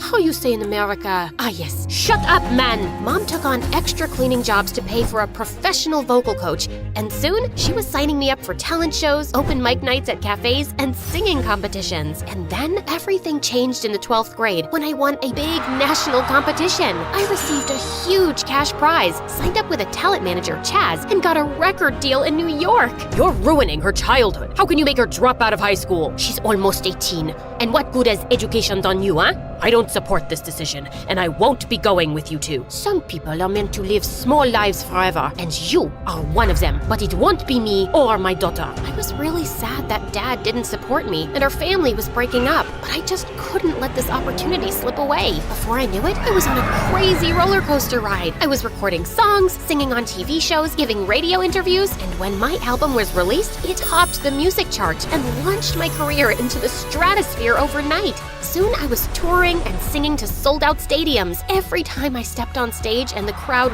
roared my name, I had to pinch myself. This was real. I was a star. But it turns out, a roller coaster isn't all that fun if you can't get off. 2 years later, I was getting tired and wanted a break. We've got concerts lined up for the next 3 months. We have TV appearances, brand endorsements. A small break. It's not possible right now. You're on top of the world, Lana, and we have to make sure you stay there. But one night, as I performed for a huge crowd, I found myself singing off-key, and I forgot my lyrics. Then, during my final number, this huge spotlight turned towards me, and suddenly, I couldn't stop blinking. I stumbled backwards in confusion and crashed into a bunch of dancers who crashed into the band. Chaz ran on stage with my bodyguards and whisked me off to a hospital. After a thorough examination, the doctor told us that my excessive blinking was triggered by exhaustion and stress, and I needed rest. Chaz had to cancel my commitments, and I went off to Hawaii for 3 months. One day, as I was sunbathing by the pool with Mom, Chaz came running. Have you seen the music charts lately? You're almost at the bottom. Relax. Have a pina colada. People love me. This is showbiz, Lana. You go from hero to zero in seconds. There's a talented new girl in town, and everyone's talking about how she's gonna be the next big thing. He wasn't kidding. The girl was some exotic foreign beauty who wrote her own lyrics and played 5 different instruments, and America was obsessed. I still had my fans, but my popularity was definitely taking a hit. What do you mean you found another face for your makeup brand? You're Lana Moon's backup singer. Ever heard of a thing called loyalty? Okay then, jump off a cliff. I returned to my work and started recording again. One day after my session, Chaz dragged me off to my dressing room, and I flipped out when I saw who was inside. I'm guessing I don't need to introduce myself. Oh my god, you're Xander,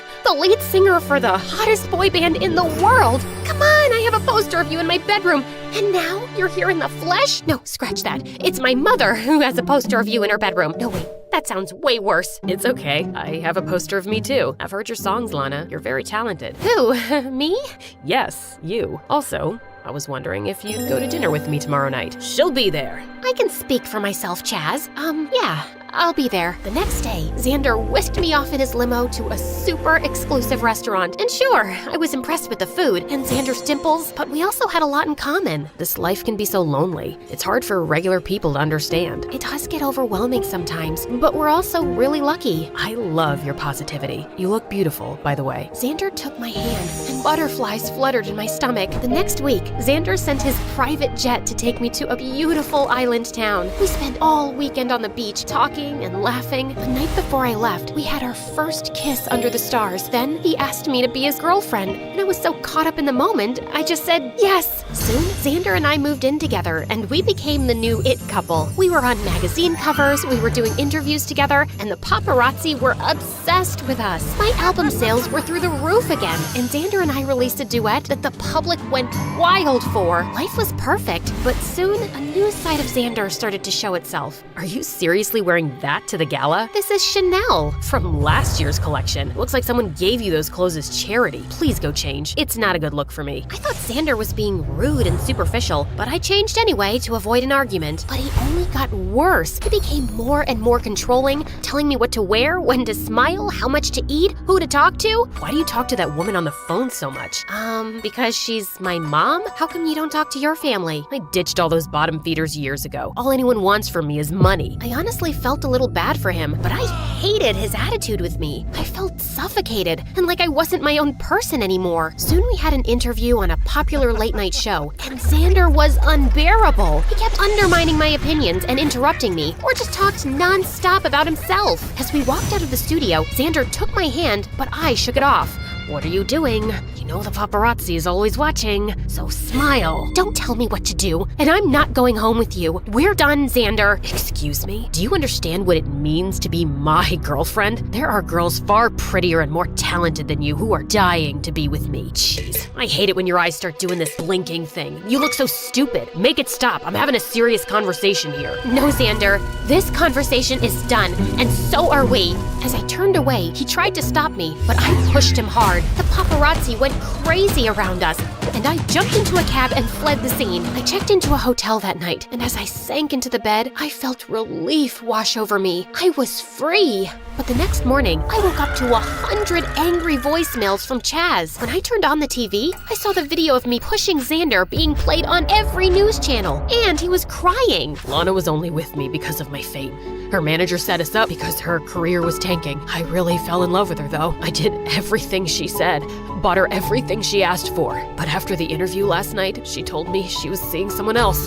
Lana Moon is a cheater, a liar, and a gold digger. That jerk! I checked Twitter and TikTok and found thousands of comments calling for a boycott of my album and tour. I moved back to my own place and released an official statement saying Xander was lying and just couldn't accept the relationship was over. My fans were supportive, but his fangirls were insane. They were camping outside my house, chanting protests and egging my windows. After a week of this nonsense, I slipped out one night, climbing over the back wall. But as I was sipping my favorite latte at a cafe, some of those girls spotted me. It's her. I can't believe you treated Xander that way. You need to apologize to that precious angel. That's when they started chasing me, and I ended up with the crazy boy in the weird cafe. His name was Kenny, and he offered me a dry sweatshirt and a cup of tea as I told him my story. He was fascinated, especially when he saw Xander's picture. Whoa, you were dating this guy? I don't think I've ever seen someone so proportionate. And those cheekbones, you could grate cheese off of them. Sorry, went off on a tangent. We hate this guy. He's a toxic piece of garbage. Thank you. How come you don't know about all this? I don't have any social media accounts. I'm a theoretical physicist in an advanced level university program. So between that and my multiple jobs, I don't have much time for stupid gossip. Not that your life is stupid. This was really interesting, and it's nice to meet a pop star. It's been nice to meet someone so ordinary. Wait, that came out wrong. No, I'm pretty ordinary, and I'm okay with that. Is it okay if I come hang out here sometimes? I'm always alone here. I could use the company. The noise created by Xander's fans started dying out, and I returned to work. work, but in the evenings, I started slipping out frequently to the cafe. And even though we were poles apart, I found Kenny the easiest person to talk to. He listened attentively and always gave the best advice. He was smart and funny and even cute, but clearly unaware of it, and he really seemed to love my songs. After I finished the new album, I decided to take a weekend break on an exclusive island resort where no paparazzi would be around, and I invited Kenny. Kenny was loving the resort, but he just wouldn't come into the pool. I could show you some disturbing statistics about how much pool water is actually just pee. There's no one here, and I'm not peeing. There's a lot of life-threatening bacteria in that water that can travel up your nose. You don't know how to swim, do you? Yeah, you caught me. I'm a loser. I'll teach you. I'm an expert. No thanks. Come on, just jump into the pool. I'll catch you. You jump into the pool. I'm already in the pool. Jump at me. You jump at me. I literally had to drag him in and force him to learn. When I thought he was ready, I pushed him towards the deep end. Kenny started flapping around like a crazy duck, but he was actually afloat. Oh my God, I'm swimming. You're doing so well. Keep going. Soon he was swimming around like a clumsy mermaid, and then he circled back to me laughing. Wow, this feels amazing. Thank you. Thank you. And then suddenly, he kissed me, and I kissed him back. We broke apart and stared at each other. But just then, Xander turned up at the pool. What are you doing here? Are you stalking me? Maybe. Is that a crime? Yeah. When I found out you were coming here with a +1, I had to see for myself. You were cheating on me all along, just as I'd suspected. Why else would you break up with me? 'Cause you've been acting like a jerk for months. So you decided to cheat on me? With skinny, pasty nobody? Hey, that's rude. What do you want, Xander? Just some pictures to prove my claim. I got one of you two kissing. That'll work. You're invading my privacy. I want you to delete it. Sure, after I posted it. What's happening to your eyes, Lana? Is that the first time you're seeing Miss Blinks a lot? Listen, dude, if you don't stop bothering Lana right now, I will punch your face. It won't hurt that much because I'm not that strong, but it'll still be embarrassing for someone like you to get punched by a pasty physicist. Give it your best shot, chicken legs. No one is doing anything. As I stepped forward to stop them, I suddenly slipped on some water and hit my head, and then I blacked out. When I finally came around, I was in a hospital with Chaz and Mom beside me. Oh, my baby, you're awake. Where am I? You were taken to a hospital on the island, but we had you transferred to the city. You've been unconscious for 3 days. We kept the news quiet, though. How are you feeling? I think I'm okay. Then take a look at this. Chaz shoved a phone in my face, and the picture of me kissing Kenny was everywhere. Xander was claiming it was taken by a private investigator while he and I were still together. This isn't true. And that maniac posted this when I could have been in a coma? Who is this boy you're kissing? I'm entitled to some privacy. No, you're not. You're a public figure, Lana, and I'm your manager. I need to know everything about this boy before I decide how to handle this story. He's a nobody, okay? Just an ordinary guy I randomly met. A distraction. I only invited him to the resort because I didn't want to be alone. Don't drag him into all this drama. He's no one important. Of course I lied to get Chaz off my back. Kenny meant a lot to me, and I wanted to talk to him about us before I made anything public. I texted Kenny, but he didn't reply. Soon after I was released from the hospital, I went to the cafe, and sure enough, he was there. Hey, why haven't you replied? You didn't want to know how I was doing? I knew you were fine. Okay then. Kenny, we need to talk. Yeah, and I'll go first. Lana, I don't think you should come around here or keep in touch with me. Oh, so you don't want to see me anymore? Yeah, 'cause I'm just an ordinary guy you randomly met and hung out with. So you wouldn't be alone, right? I came to see you at the hospital and I heard you and Chaz talking. Listen, it's fine. I am ordinary, and I have a lot on my plate. I don't want to be in the public eye, and I don't need distractions. You and I belong to 2 different worlds, and they're never gonna intersect. So let's just back off before anyone gets hurt, okay? If that's what you want, okay. I felt kinda heartbroken, but maybe it was for the best. He didn't want this life, and perhaps it was better for me to not be in a relationship right now. But on the bright side, karma hit Xander soon. He started dating the exotic foreign singer who recorded him acting crazy jealous and screaming at her, and she made it public. Xander got dropped by his label, and the same fans who'd hated me brought out their pitchforks for him instead. I got a lot of support, and my new album did amazingly well. But my success felt hollow, and I called Dad one day. Maybe you were right all along, and I should have never become a singer. I never said that, Lana. You're very talented, and I never expected you to become a mathematician. I just wanted you to have a balanced life. You should have fought harder to stick around, Dad.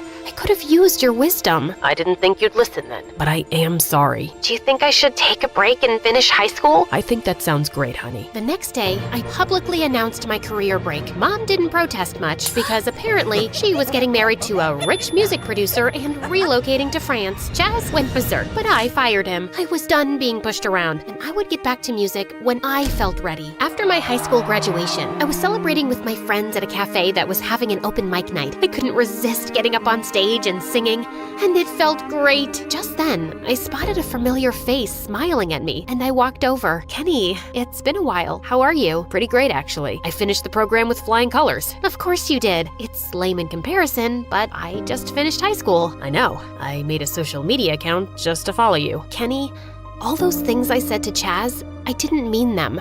You weren't a distraction or a rebound, and you're not at all ordinary. Not to me. Anyway, I'll see you around. Are you free for dinner? I know this shady cafe that's great if you want to get food poisoning. And good tea. We could talk more? Sounds good to me.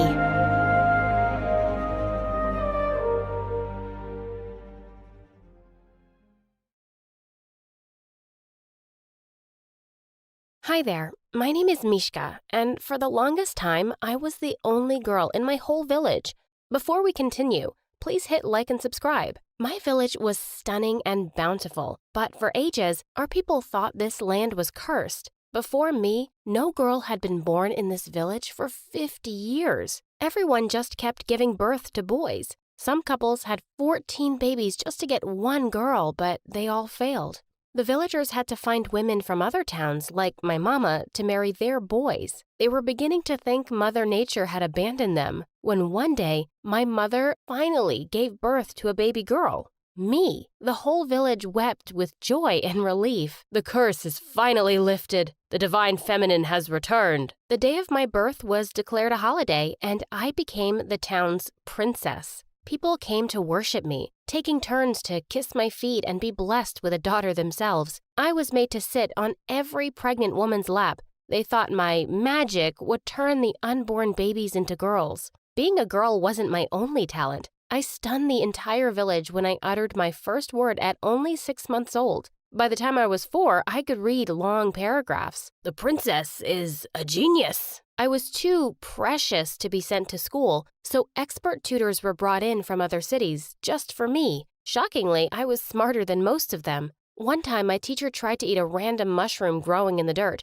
I slapped it right out of her hands before she could take a bite. There's white stripes on the stem. That's poison. She ran through the town screaming, "The princess is an angel! She saved me! She saved my soul!" The entire village worshipped me even more now. If I was spotted, everyone would fall to the ground and start bowing. People showered us with gifts and jewels that filled our vaults to the ceiling. One man even gave away his sons to become our servants for free. Take 2 of my boys to serve our precious princess. I don't need these 2. I have a lot of them. At first, I kind of enjoyed the attention, but as I grew, I became more beautiful, and that's when things started getting crazy. One day, my teacher told me about a special new library full of books. I can take you there. Jump into my cart. I want my mama to come with me. She grabbed my wrist. Come on, princess. You don't need mama anymore. She tried to cover my mouth, and I bit her. Ah! Mama!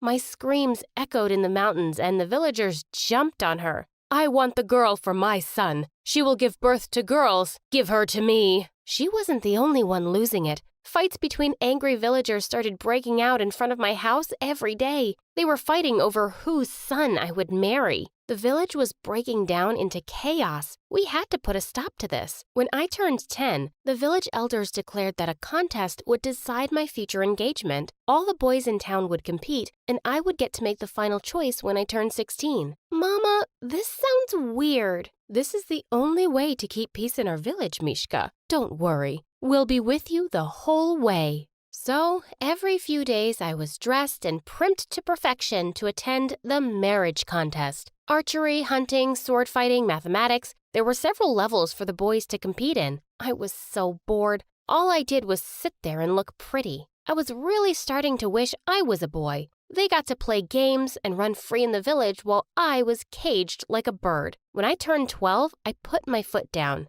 I want to go to school, Mama. It's too dangerous, Mishka. I'll dress up as a boy. I'll wear a wig. Please, Mama. I need a life. After a lot of begging, she accepted my request. She bought me a wig and helped me pick out boyish clothes. Soon enough, I was ready to start my second life as a boy. I was so nervous on my first day. What if someone found out about me? I should have been more worried about the school bully, Carl. Once he saw me, he said, "Do everything I say, or we'll throw you in the lake." What? I refused his orders, and he actually threw me in the water. He was horrible, not just at school, but also during the marriage contest. He said, "My stunning princess, if you choose me, all of my lands will be yours, and all of my body." Ew! I would never choose a horrible bully like him. One day when he threw me in the lake just for fun, again someone came to help. It was Ren, the son of the village chief. He was really quiet and aloof,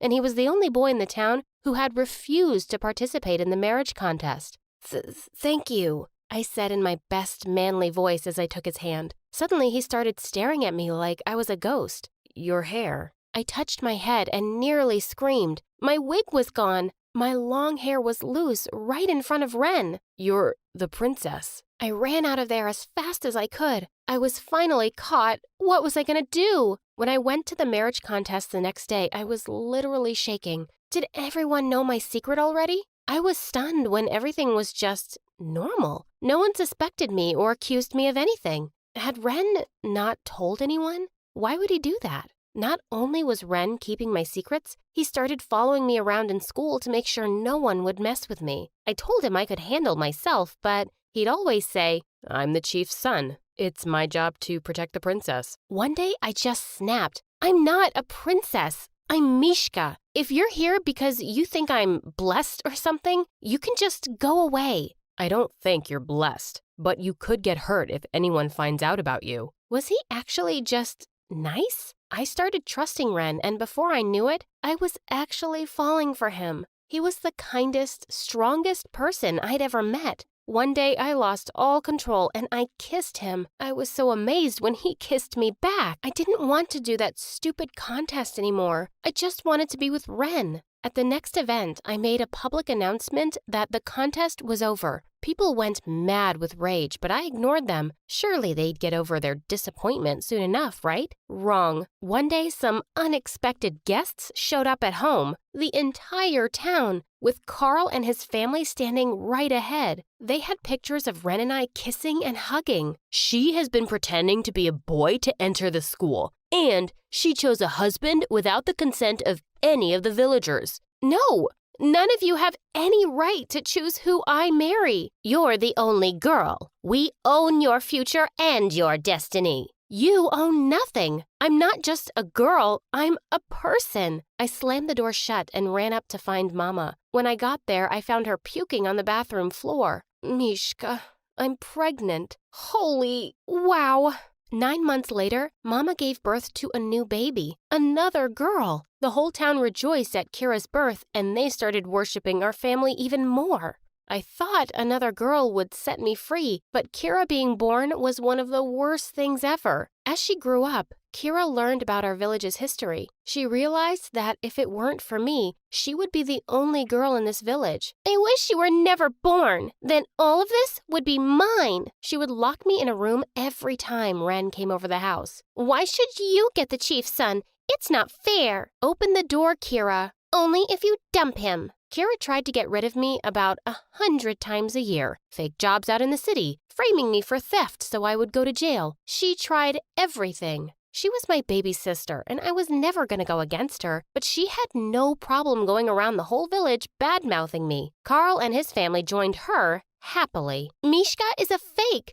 She wasn't even born in this town. People actually believed her lies. My parents got threatening letters asking them to remove the fake princess. One day, Kira broke all her limits. She showed up to our house with a whole crowd of angry people carrying torches who demanded that I leave our village forever. I told them to eat dirt, and my sister tried to drag me out of the house. That's when the rest of the town showed up. What are you doing to our princess? She's a fake. She's adopted. And she needs to leave our village. We saw her being born, you idiot. You're the idiot. You... Before I knew it, the entire village was at war. People pitched tents in our yards to sleep there so they could protect me the entire day. The chief tried to settle the dispute, but they refused to calm down because Kira would keep riling them up. I will not live with this fake. We need to split the village in half. What? Draw a line through the village. You take one half, I take one, and we never see each other again. No matter what I tried, I couldn't change her mind. It took months of deliberation, but we finally managed to create the line, white chalk that divided our land's resources. I took the people that trusted me and began my own village. We are going to do things differently from now on. We will learn and improve our village. While I took an oath to change things, Kira wanted things just the way they were before. She restarted the marriage contest in her village. She loved being the judge. She could dress like a queen and have men fight over her. While my home stayed the same, Kira built a castle just for herself. She made the boys do it to prove their love. I focused on building schools, playgrounds, and filling up our libraries. One day, a little boy came to me and said, "Princess, I want to see the stars." "Sure you will. I promise." So I bought them a telescope. "The princess brought us magic." Wow! My people loved me because my work showed results. They became happier, wealthier, and had more comforts in their life. Unfortunately, things on Kira's side were really bad. One day, Kira chose the same boy twice for a date. The other boys got really mad. "If this is really happening, I'm gathering my family to fight your family, and I will bring more people to kick your butt." "What did you say?" And a war broke out between the families. One time I woke up to the sounds of people screaming. When I ran out, I saw a cloud of smoke on top of Kira's crops. They were burning. If the fire spread, her whole village could go hungry. I moved my people to put out the fire as much as we could, but we had to stop once Kira showed up. "Get back to your side. I'm helping you, you idiot. If I ever see you on my side again, I'm throwing you all in jail." She didn't care about the fire one bit. If we don't have crops, we will have fish. She made her villagers fish the lakes dry. By next year, they had totally run out because none of the fish had survived that season. This was a disaster, and her people were the ones suffering while she sat in her castle. I had to do something. I started sending grain and fish to their side secretly. I sent them tools, books, clothes, really anything my village could spare. One day, we were shifting a huge box of bread to the other side when suddenly a dozen people surrounded us with bats and sticks in their hands. "I thought I told you to stay away, sister. I'm trying to keep your people alive." "You were stupid to do this, Mishka. Now I'm going to throw you in jail and the rest of the village will be mine." "We don't think so." Kira's villagers were here. They pushed her men away from us.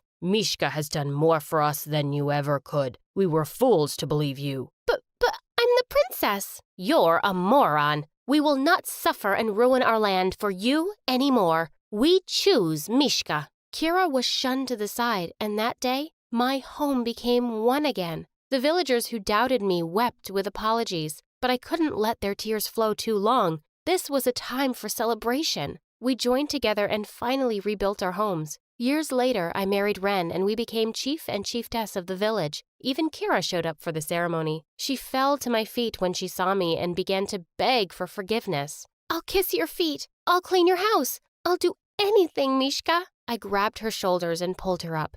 "I don't know if I can trust you, Kira, but lucky for you, I believe in second chances. Home will always welcome you back." She began to cry and joined our people in celebrating their new leaders. I finally had full power to improve my home and my family, with true love by my side.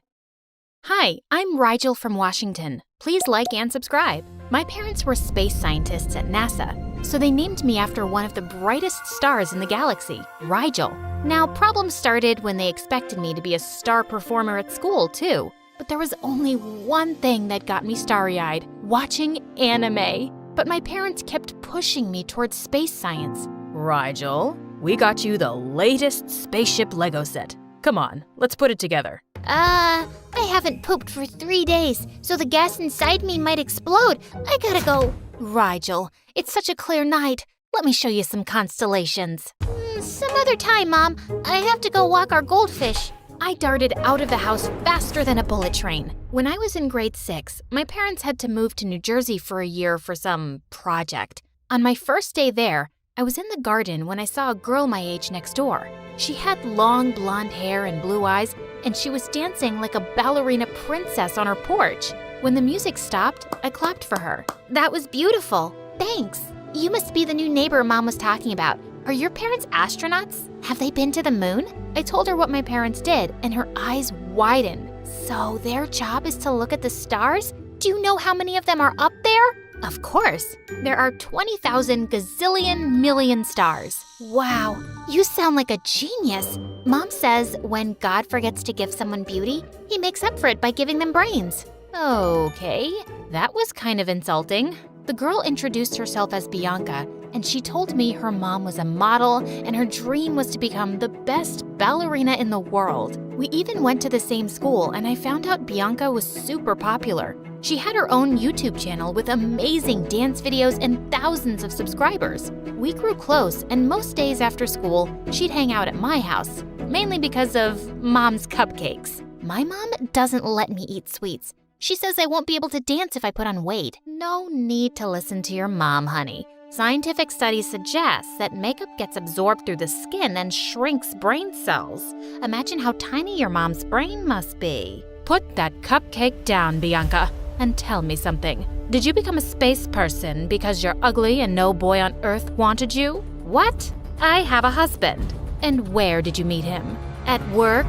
Exactly. But we don't work in space. Then why do you keep telling people you're a space worker? Liar. Come, Bianca, let's go. Clearly, our moms couldn't stand each other, but that didn't stop Bianca and me from being friends. Once in class, our math teacher, Mrs. Watson, was giving a really boring lecture, so I started sketching her. Suddenly, Bianca grabbed my notebook, scribbled something, and handed it back. She'd made Mrs. Watson's butt bigger and labeled the picture Mrs. Butson. I giggled loudly, and just then, Mrs. Watson walked up and snatched my notebook. Who made this? I did. No, I did. We were both sent to the principal's office, and our moms were called in, and they went crazy. My daughter would never do such a thing. She's an angel. Then why don't you take her to space with you next time? And don't bother coming back. I'm a space scientist, not an astronaut, but a bimbo like you wouldn't understand. Bimbo? As if counting the stars is really a smart job. And at least I'm gorgeous. Your looks could make onions cry. Suddenly, Mom lunged at Bianca's mom and pulled her hair, and her wig came off. She pounced on Mom's face and broke her glasses. The principal had to call 4 teachers to pull them apart. That evening, I was on my way to the market when I heard loud noises coming from Bianca's house. Stop hanging out with that girl. She's a good-for-nothing loser just trying to get you in trouble. No, Mom. Rigel's my best friend. Bianca, you're too innocent. If she was the one who made the sketch, why did she let you take the blame too? Bianca fell silent, and I quietly walked away. Why didn't Bianca say she'd drawn something too? I tried to avoid Bianca after that day, but it was hard since she kept following me around like a lost puppy. One day, she was at my place when she saw my bicycle and said no one had ever taught her how to ride one. Well, I can teach you if you want. Woohoo! This is so much fun! Suddenly, Bianca's mom came out running and started shouting. Get off that thing right now. You'll hurt yourself before your big ballet performance next week. And you, stop teaching my daughter stupid things. Riding a bicycle isn't stupid, but you wouldn't understand because when God gives you beauty, he forgets to give you brains. Did you just call me stupid? No, I called you beautiful. Bianca's mom refused to let her go out after that until the day of her ballet performance. But one night, I got a text from Bianca saying she was super bored, so I asked her to sneak out of the window where I was waiting for her with my bike. We both had so much fun taking turns riding it.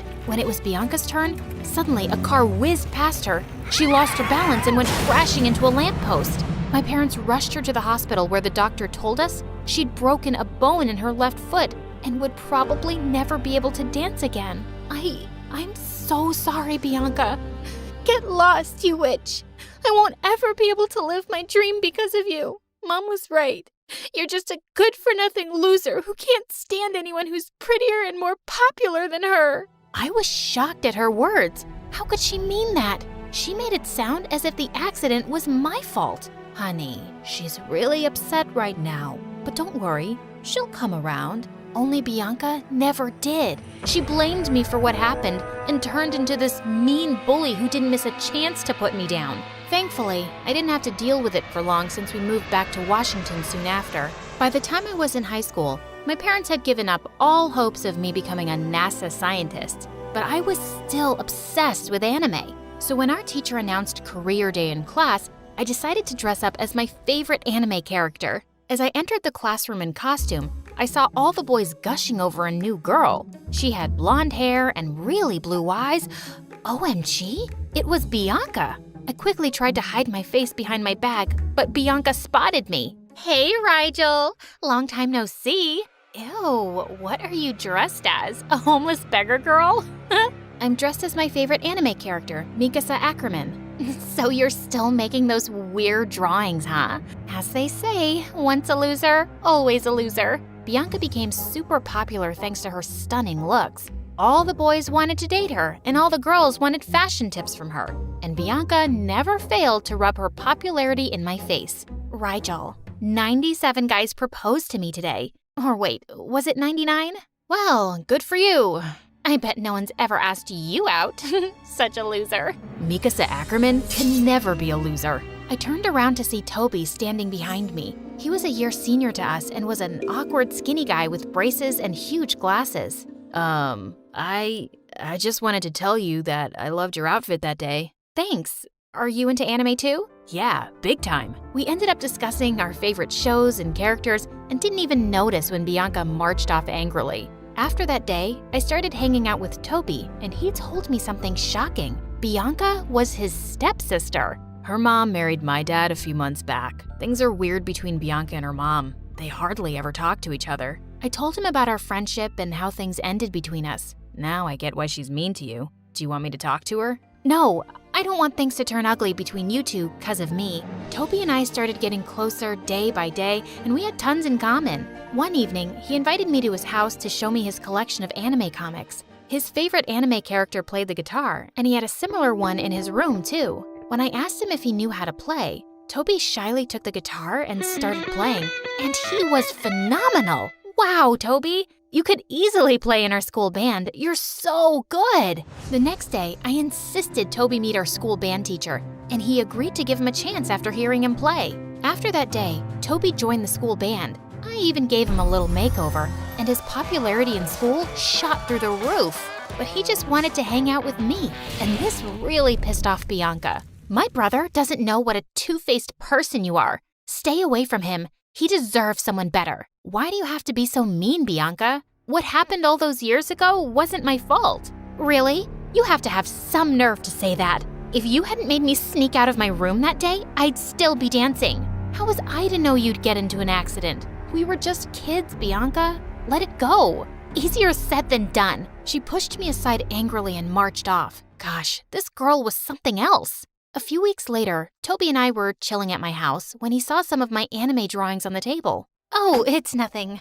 Just a hobby right now. I tried hiding my drawings, but when Toby insisted, I showed him the anime series I'd been sketching. Wow, these need to be published. You have no idea how amazing you are, Rigel. Can I show these to my dad? Toby told me his dad's friend owned a big publishing house and he could actually get my series published. I was super excited by the idea, so I put my sketches in a folder and gave them to him. The next day, I reached school early and waited anxiously for Toby when a girl from my class told me he was waiting for me in the auditorium. But when I got there, it was completely empty. I was about to leave when the stage lit up and Bianca walked onto it. And she was holding the folder Toby took with him. Surprise, surprise. So what were you saying that day about letting things go? Well, today, I'm gonna do something, and you're gonna have to let it go. Okay, Rigel? Just then, Bianca pulled a lighter from her pocket and set my folder on fire. I watched in horror as years of my hard work got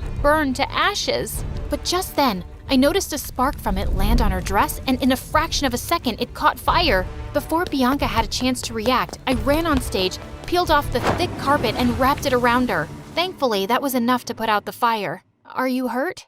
No, I'm okay, I think. Bianca, what did you just do? Are you insane? Toby told me he'd been looking everywhere for the folder this morning, and a maid told him she'd seen Bianca take it from his room last night. Yes, I stole the folder because I wanted to show Rigel how painful it is when something you've worked so hard for is snatched away from you. Bianca, I'm so sorry for what happened to you, but it was an accident. Yeah, but it ruined my chances of becoming a ballet dancer. It's everything Mom ever wanted. After I stopped dancing, Mom basically lost interest in me. And then she got remarried and got busy with her life. I felt so lonely. I was always there for you, Bianca, but you never warmed up to me. Because every time I saw Mom being nice to you, I felt jealous. And then you started hanging out with Rigel, and that just made me angrier. Life always gives us a choice, Bianca. We can choose love or we can choose hate. You chose hate today, but I choose love. I forgive you for burning my drawings. With that, I walked out of the auditorium. A few weeks later, it was my birthday, and I'd thrown a small party for my friends. I was in my room getting ready when I heard Mom talking to someone. It was Bianca. Rigel, you never told me Bianca had moved to Washington too. It just slipped my mind. Just like it slipped your mind to invite me to your birthday party? Well, I'm here anyway. Happy birthday, Rigel. I don't want anything from you. Just open it. My jaw dropped when I saw it was a book of my anime series. But you'd burned all my drawings. I tried, but I couldn't. I just burned the empty folder that day, Rigel. When that accident happened, Mom kept blaming you for it, and I started believing her. And when I saw you after all these years, the hurt came back. I'm sorry for what you went through, Bianca. Believe me, if I could turn back time, I'd be on that bike instead of you. I know. When I saw you being so nice to Toby and encouraging him to play in the band, I realized maybe I was wrong all along. I know you think of me as this evil person, but I'm not as bad as you think. No, you're not. I hugged Bianca, and she hugged me right back, and it felt great. Okay, now I'm feeling a little jealous. Bianca and I laughed as we pulled Toby into a hug too. My anime series soon became a huge hit. With success came money, and my parents were shocked that what they considered a waste of time could actually be a full-time career opportunity. So, do you guys still want me to be a space scientist? Yes, but only in an anime.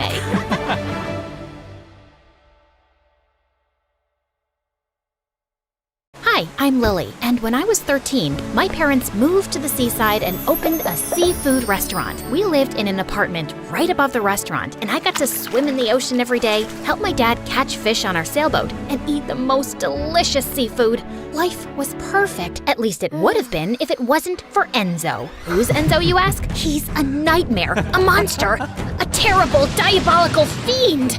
Oh man, I need a moment to calm down.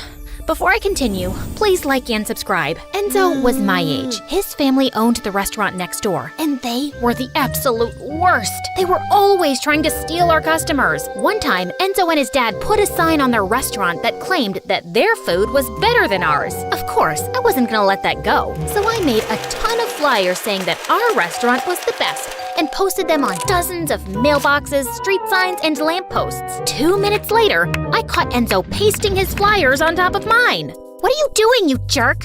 What does it look like, pea-brain? I'm saving the people of this town from eating your lame food. Take it down or else. Enzo laughed in my face. I got so mad I ripped off his flyer, he ripped mine, I pushed him, and he shoved me back. Then I slipped and scraped my knee on the ground. Sorry, I didn't mean to push you so hard. Are you okay? I grabbed a cold fish out of my dad's cart and hurled it at Enzo's dumb face. Enzo ducked, and the fish hit Enzo's dad in the head, who lost his balance, fell down, and broke his arm. For a week, Enzo's restaurant was closed because his dad was their only chef. At first, I felt really bad, but the next day at school, I opened my locker, and a bucket of sardines fell on my head. The stench was so bad, I had to sit outside during class, and all the kids started calling me Fish Face. And if that wasn't enough, during our dinner rush, I caught Enzo creeping around behind our restaurant. I chased him off, but a few minutes later, our power went out. All of our customers left and went to Enzo's restaurant, and we couldn't get the lights back on for a week.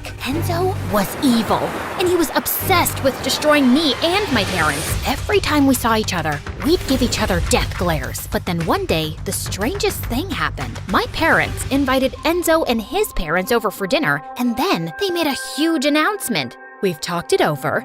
and we've decided to go into business together. I couldn't believe we were joining hands with the enemy. Enzo and I begged and pleaded for our parents to change their minds, but they didn't budge. After the restaurants merged, Enzo worked at the restaurants on the weekends, just like me, and I tried avoiding him as much as I could. But things at school were worse. The kids loved making fun of me thanks to Enzo and his stupid prank. So I kept to myself and focused on my studies. But then one day, a new girl named Yasmin sat next to me in history class. She was beautiful and wore the most fashionable clothes, and everyone wanted to be her friend. The teacher partnered us up for a huge assignment that was almost half our grade, and we met at the library to work on it.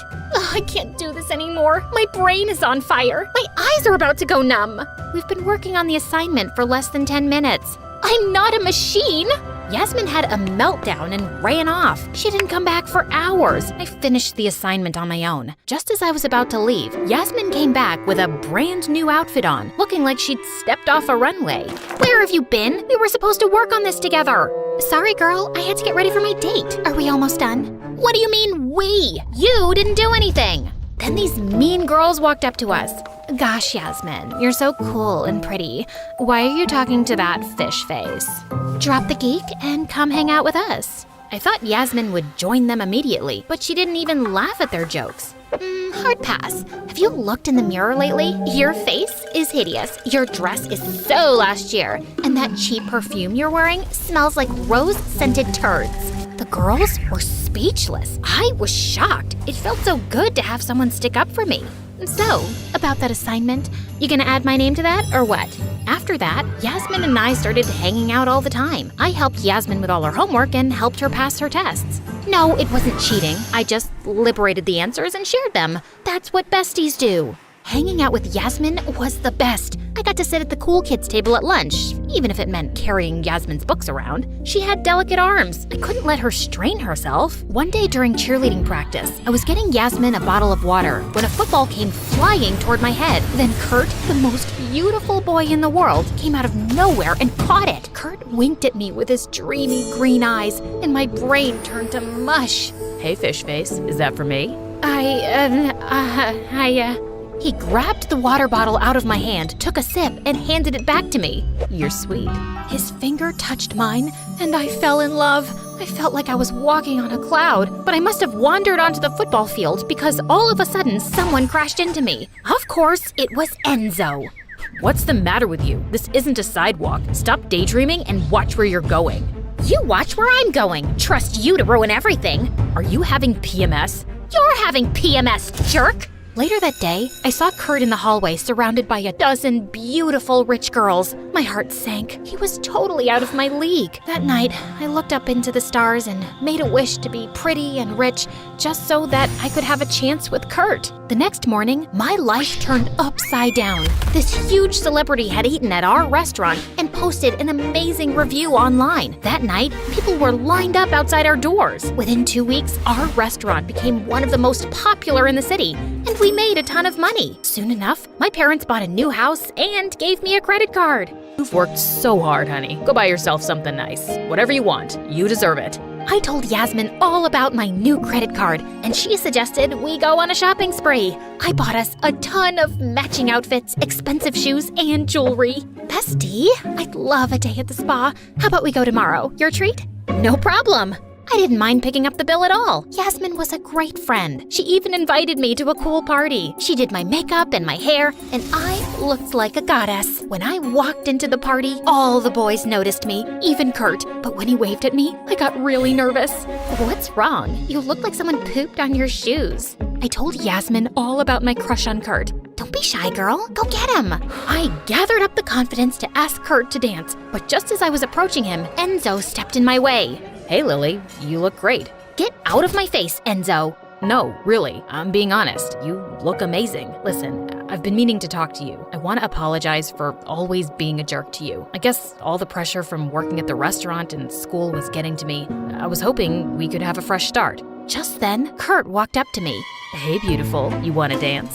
Excuse me, we were in the middle of a conversation. Actually, we were at the end of it, and I'd love to dance with you. I I ditched Enzo to dance with Kurt. After the song was over, I asked Kurt out, and he said yes. On our first date, we went to a really nice restaurant, but when the bill came, Kurt asked if I could pay. Sorry, babe. I forgot my wallet in my other pants. Oh, so embarrassing. But no big deal, I'll handle it. I paid the bill, then Kurt pulled me close and kissed me. That kiss was so magical, I couldn't stop smiling for days. Soon, we were a couple. Kurt loved it when I bought him nice gifts and took him and his friends to concerts. But after a while, things didn't feel right, so I talked to Yasmin about it. Oh, don't be so shallow. Kurt's the boy of your dreams. Girls buy their boyfriends gifts all the time. By the way, can I borrow $500? I've had my eye on this Gucci purse. Yasmin and I went shopping, and I felt so much better. For a while, my life felt like a fairy tale, with the perfect boyfriend and the best friend in the world, though Enzo was still a troll. Ever since the party, he's been acting so strange. Whenever he saw me and Kurt, he'd shake his head and walk the other way like he was disgusted. He even had a problem with Yasmin. Like this one time, he saw her leaving my house with a bunch of shopping bags from our latest shopping spree, and he lost his mind. Are you an idiot? Kurt and Yasmin are using you. You're wrong. You don't even know them. You're Yasmin's personal ATM. Yasmin's parents cut her allowance. She's accustomed to a certain lifestyle. I can't stand by and watch her suffer. Kurt flirts with every girl on earth. No, he's just a nice, friendly guy. He likes giving hugs. Jeez, you really are a moron. I got so mad I slammed the door in Enzo's face. I refused to let him drag me down. So I decided to avoid him forever. But my plan failed because later that night, Enzo and I had a meeting with our parents. We're opening up 3 new locations. We'll need you two to manage the restaurant while we're away. No problem, whatever you guys need. This is awesome. Enzo and our parents were so excited, but all I could think about was how much I'd miss hanging out with Kurt and Yasmin. Sorry, that won't work for me. I have plans. Well, you'll need to change them. I tried arguing with my parents, but they insisted that I help out or they'd take away my credit card. That would be a nightmare. So I agreed to their terms. I got so busy with school and work that I hardly saw Yasmin and Kurt, and I really missed them. So one day, as I was taking a cash deposit to the bank, I decided to stop at Yasmin's house to say hello. But when I got there, I saw Yasmin and Kurt kissing on the porch. I felt someone had stabbed me in the heart. Suddenly, I lost my balance and fell back into a trash can, which caught Yasmin and Kurt's attention. What's going on? I saw you kissing. Lily, it's not what you think. Yeah, we were just practicing. Practicing for what? That play, Romeo and Suzette. You mean Romeo and Juliet? Right, that one. When did you guys join the drama club? Oh, silly. We told you weeks ago. You must have forgotten. You know my heart belongs to you. Kurt hugged me and I started crying like a baby. I do. It's just, I'm tired of working all the time. And Enzo is the absolute worst. He's been saying all these mean things. Forget about Enzo. We've got us. Yasmin and Kurt spent the rest of the afternoon cheering me up. They even walked me to the bank. From then on, Kurt and Yasmin joined me at the restaurant to protect me from evil Enzo's mind games. It was really nice to have their support. But one time, Kurt and Yasmin were hanging out with me in the back office as I was doing some accounting when Enzo burst in like a crazy maniac and pulled me to the side. You can't have them in the office. It's for employees only. All our cash is in the safe there. I told you, they can't be trusted. Neither can you.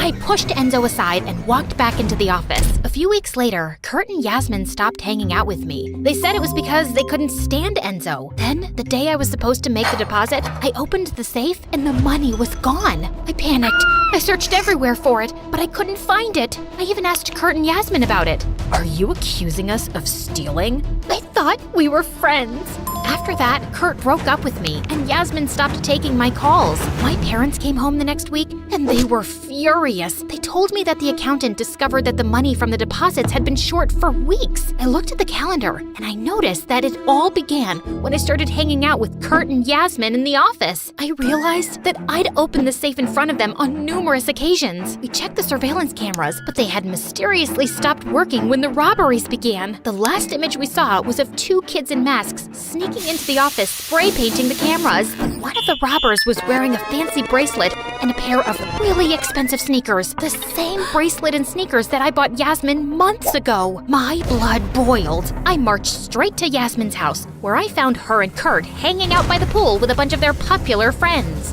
Hey Lily, what's up, girl? How could you do this to me? I didn't do anything. You and Kurt stole from my parents' restaurant. I showed her the footage of the robbers. Ooh, that girl's got style. She's rocking those shoes and that bracelet. I know it was you. Admit it. I called the police. Hello? I'd like to report a robbery. My friends Yasmin and Kurt. Before I could finish my sentence, Kurt ran away and Yasmin snatched my phone. Yasmin and I fought for the phone like a pair of wildcats. I slipped on a towel, hit my head, and fell into the pool. The next thing I knew, I was in the hospital. Enzo was sitting by my side, holding my hand. Please, Lily, you have to wake up. I miss you. I never got to tell you that. He paused, then looked away. I should have let Enzo know that I was awake, but I was so curious to hear what he had to say, so I pretended to be asleep. I love you. I was an idiot before. I should have just told you earlier. If I had, then maybe none of this would have happened. Enzo started to cry. I squeezed his hand. It's not your fault. I was the idiot. Then Enzo kissed me, and it was so sweet. As for Yasmin and Kurt, they fled the party after my accident, but they didn't get very far. The police arrested them at a bus stop and hauled them off to jail. Our family's restaurant eventually recovered from the robbery and got 10 times more popular. Enzo and I started dating, and after college, we started to run the business, got married, and lived happily ever after. So, yeah, I was wrong about Enzo. He wasn't an evil monster after all. Wait, what now? It's a long story.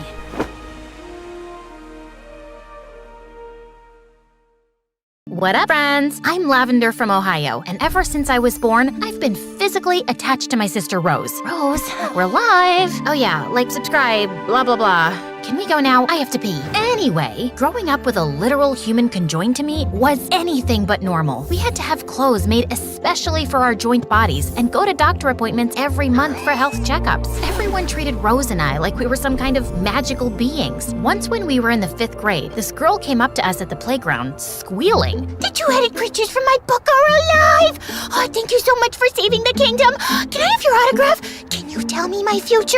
I can give you a mouthful of fist. Rose, what have I told you? Punching children is not polite. Also, it's borderline assault. You're right. I'm sorry. We'll tell you your future, but first you have to drink a potion to ward off any evil that might come your way. Wait here while we get it for you. It's from a magical fountain called La Toilette. Rose gave the poor girl a bottle of toilet water every day that week until another kid caught her and reported her to the principal. My sister had an awful temper and messed with everyone who pissed her off. Eventually, my parents decided to homeschool us. Then one day when we were 16, our lives took a total 360. Mom and Dad had gone bankrupt and we could barely afford to pay rent. So, Rose and I decided to get jobs to help our parents out. Except there was one problem. Rose's anger problem kept getting us fired from everywhere we worked. Sorry to keep you waiting. Enjoy your buckets of greasy, chemically processed poison. What kind of demon are you? You run a movie theater and you're not showing the new MSA movie? You might as well just murder a kitten. There was only one way I could cope with all the insanity, by talking to my secret online friend, Bryce. We'd met on a video game platform, and every night when Rose went to sleep, we'd talk on the phone for hours. My sister had ruined all my friendships, my school life, and job, but my relationship with Bryce was untouchable. And one day, he gave me some advice to go back to a regular school so I could get to socialize and try to live a normal teenager's life. I just needed to teach Rose how to control her anger issues. So after I convinced my parents to send us back to school, I had a talk with Rose. We're starting 11th grade next month, and we're probably gonna be the only pair of conjoined twins.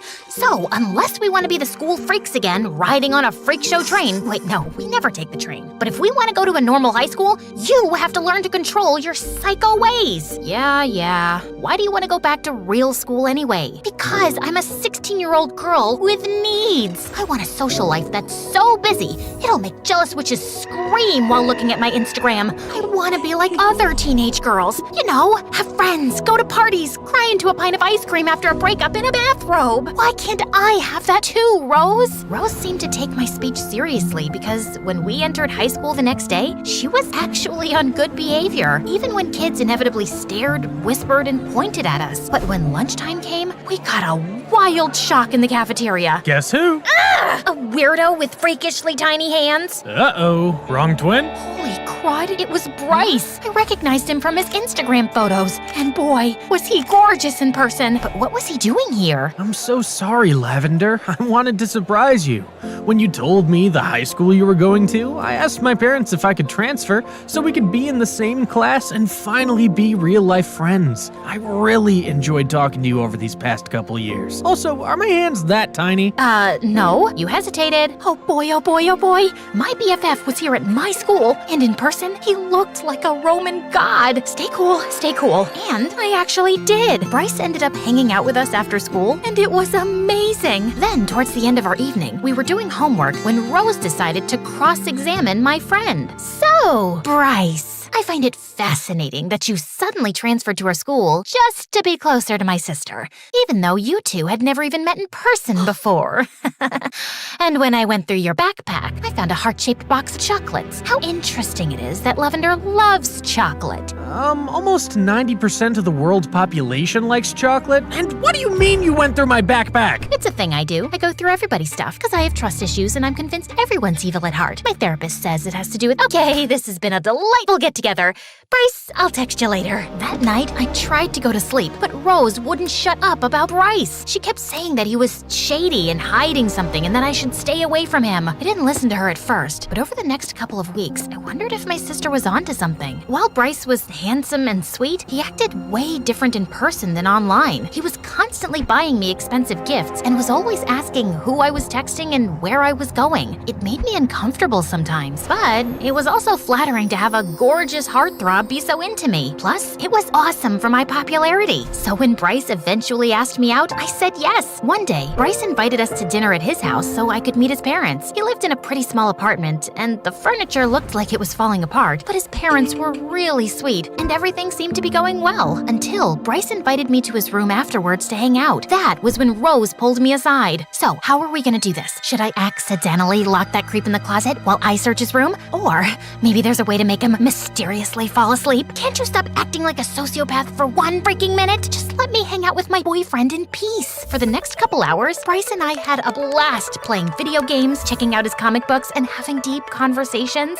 He was so lovely, and more than anything, I wanted Rose to be wrong about him. Finally, Bryce passed out in front of his Xbox controller, and Rose insisted we dig up some dirt on him before leaving. We searched his room for evidence of anything suspicious, but just as we were gonna give up, Rose found a hidden folder, and when she opened it, my heart dropped. It was a restraining order. Well, look at that. Your boyfriend got a restraining order last year for stalking another girl. Everything makes so much sense now. Why a total stranger transferred to your school all of a sudden and immediately asked you out? I knew this guy was a sleazebag. This has to be some kind of mistake. I don't believe Bryce would do something like this. But Rose just told me I was in denial. And the next day, before I could even confront Bryce, she did the unthinkable. She brought a megaphone to school and made a huge announcement in the hallway. Attention, all ladies. You all know Lavender's mega hot boyfriend Bryce, that yummy smoke show you all wish you could date? Well, I have bad news. We discovered last night that Bryce is actually a criminal who got a restraining order for stalking.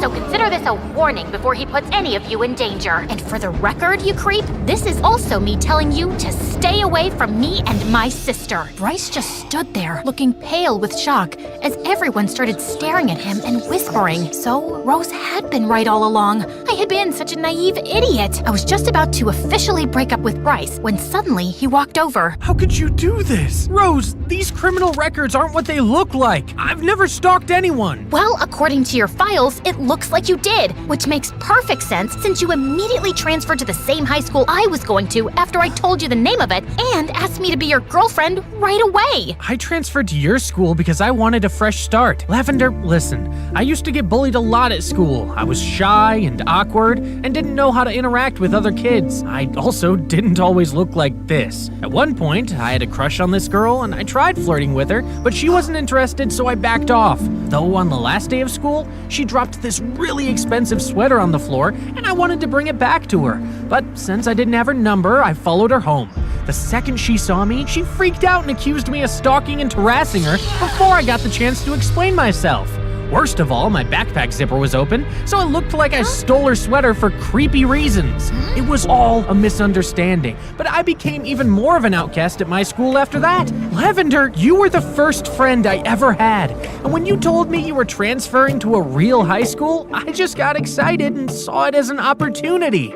And yeah, I kind of had a crush on you, and I know I went over the top with the expensive gifts and stuff, but I never meant to make you uncomfortable. I just have never been good at talking to girls I like. I was speechless as Bryce told me all this. I had no idea he had suffered so much. I just threw my arms around him and started apologizing, begging him not to transfer schools again. But it was too late. Rose had already ruined his life here, even though she had just been trying to protect me. I was certain Bryce was going to break up with me. Days went by, and he didn't call or text or anything. Come on, how many times do I have to apologize? I know. We'll watch MSA together, but on YouTube, not on TikTok. I'm not letting you turn your brain to mush, sis. Thankfully, a few days later, Bryce came by and decided to give me a second chance since the criminal record drama hadn't been my fault. I thought everything was gonna work out, except it didn't. I couldn't hang out with my boyfriend for 2 seconds without him and Rose fighting. Bryce accused her of messing with his life. Rose argued that she'd just been trying to protect me, and there was a lot of name-calling. You're just jealous because Lavender can get a boyfriend and you can't. Maybe it's because of your awful personality, or the fact that you chew your food like a horse. At least I don't have biceps that look like photoshopped soccer balls. Seriously? Looking at your muscles gives me a stroke. Lavender, get up so I can make an important announcement. Who's that ugly dummy that my crazy sister loves? His hair's kinda crummy, his weird biceps hurt my tummy. He's little baby Satan from above. Enough with your freaking public announcements. Yeah, Rose's tabletop rap got us kicked out of the restaurant, and that night, after our movie date, Bryce and I had a difficult talk. I don't know how much longer I can do this. I'm not happy in this relationship anymore because of your sister. Why does she have to be so— Look, the two of us have been through a lot. Being conjoined twins and all, I've always been able to be positive and keep my head up, but Rose took the trauma much harder. Bryce, if you really love me, you have to learn to love my sister too, because she's literally part of me. Lavender, I'm sorry, but as long as she's here, I can't be with you. We're over. And just like that, Bryce broke up with me. I was devastated. Once again, Rose had unintentionally ruined my relationship and my happiness, and I felt nothing but anger towards her. Then, several months later, things got worse. Rose and I started having serious health issues, and the doctors didn't know what to do. My parents had always been too scared to let us get the separation surgery, but as time passed, it was looking like we didn't have much of a choice. We had to take the risk. We were sitting in the hospital room an hour before our surgery when suddenly Rose started to cry. I immediately asked her what was wrong, but she was almost too upset to speak. Lavender, I am so sorry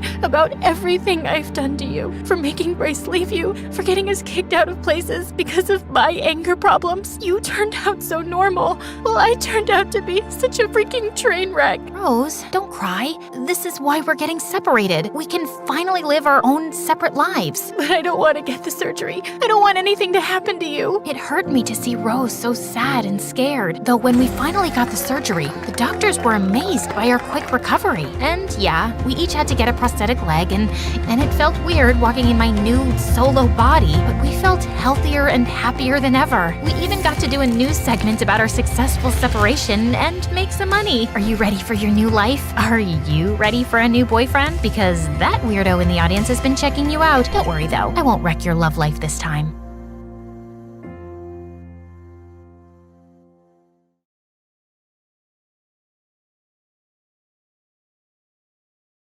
You know those stories about the sons and daughters of famous people? Well, that's not my story. I mean, I am the daughter of an Oscar-winning actress, yes, but my story is far crazier. My name is Layla, and I live in a huge mansion in Beverly Hills with my mother. It had always been just the two of us. I never knew my dad, and Mom never spoke of him. I didn't have siblings because Mom said pregnancy ruined her perfect body once, and there was no way on earth she would let that happen again. But Mom was delighted to have me. You see, I had my perks. I was a beautiful baby, so much that by the time I was 3, Mom had me cast hundreds of ads and made sure my face was everywhere. Magazines, TV commercials, formula, even diapers. But I didn't care much for it. On my 4th birthday, she woke me up saying we were late for a photo session. Mommy, I don't want any more photos. I want to watch Cinderella. It's my birthday. She rolled her eyes and tossed the CD aside. Cinderella is poor and filthy. You have nothing to learn from her. We did not watch Cinderella. But while Mom was super proud that I had started my career so early, I just thought feeling lucky was a pretty crummy feeling. I was always tired and so bored. We were always traveling, and Mom only paid attention to me to explain how important beauty creams and lotions were.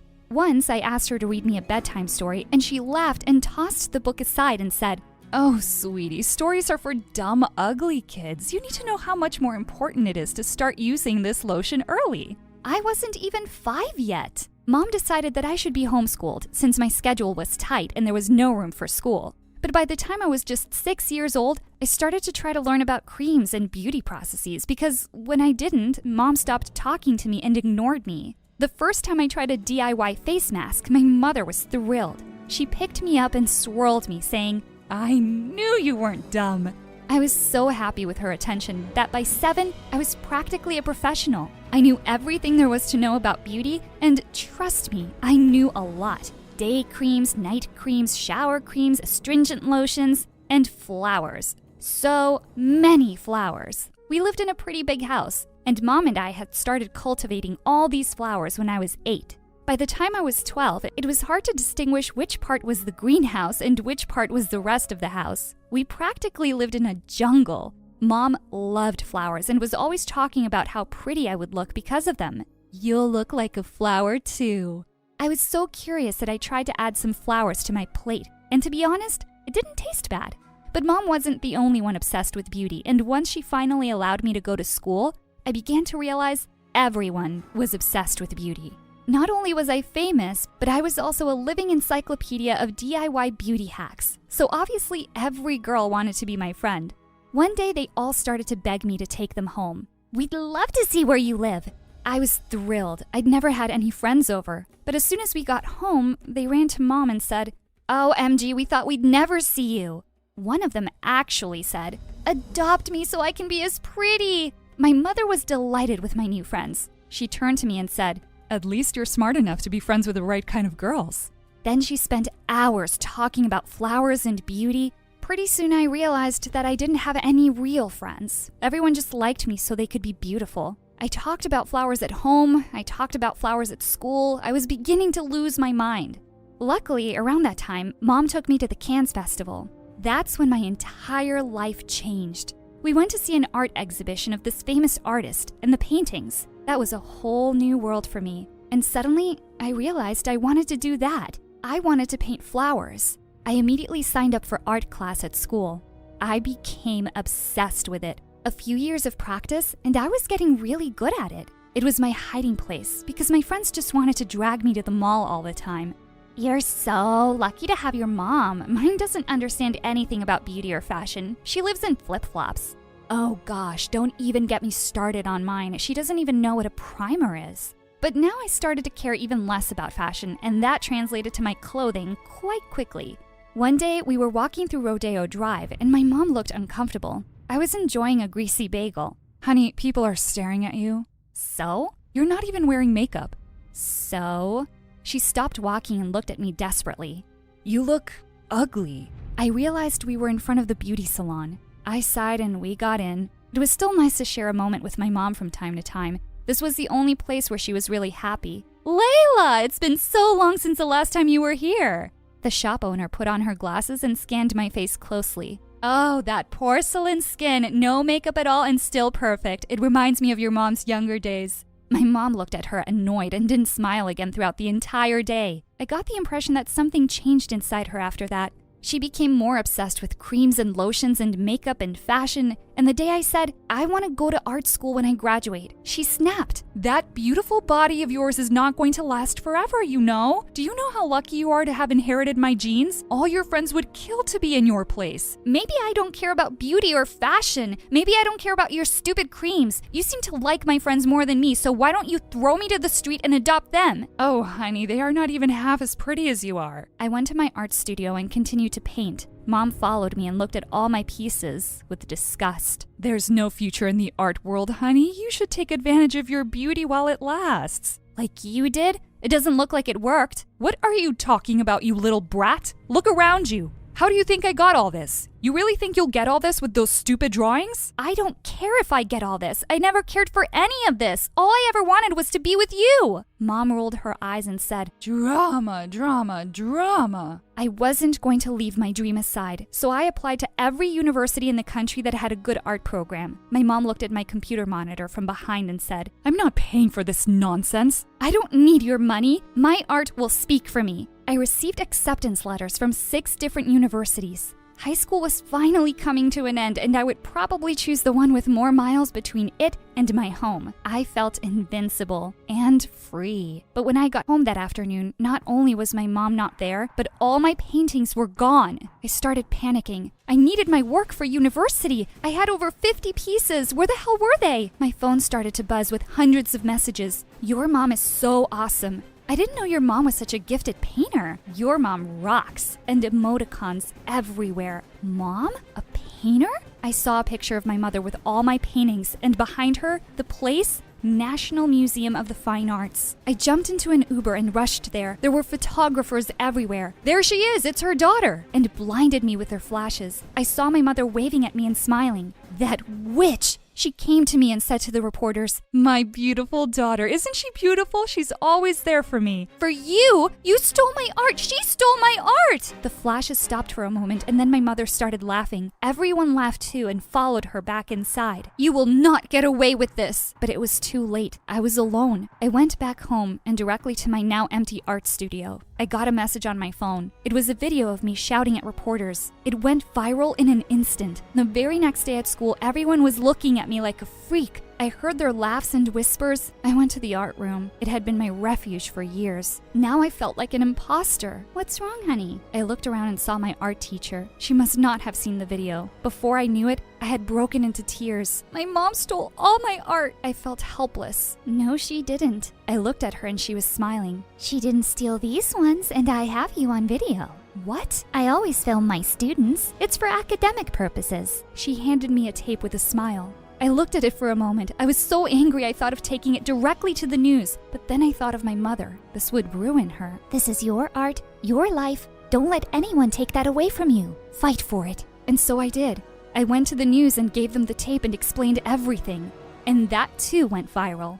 And it did ruin my mother. I didn't want to see her again, but I had no choice. I went home and saw her sitting in the dark. But that woman wasn't my mother. The container was the same, but her spirit was gone. I felt awful. She looked at me and said, "You did the right thing." She had tears in her eyes. Huh? I got scared. What? You're leaving for college. You have your whole life ahead of you. I'm so proud of you, but I don't know how to live without you. I got scared. Oh, Mom. I hugged her. I'm not going anywhere. I already decided to go to USC. It's 10 minutes away. Okay, yes, that was a lie. The night after she stole my work, I wanted to go as far away from her as possible, but then I realized I don't need to leave her to paint. I can do that from anywhere. I was happy on my first day of college. USC was huge. Some people knew who my mother was, but nobody knew me, and that was okay. A few months later, I did my first art exhibition, and it was a huge success. I sold all my paintings, and my mom was there for me. She stole a few flashes, but I was happy to know that now we could share time without any makeup or fashion involved.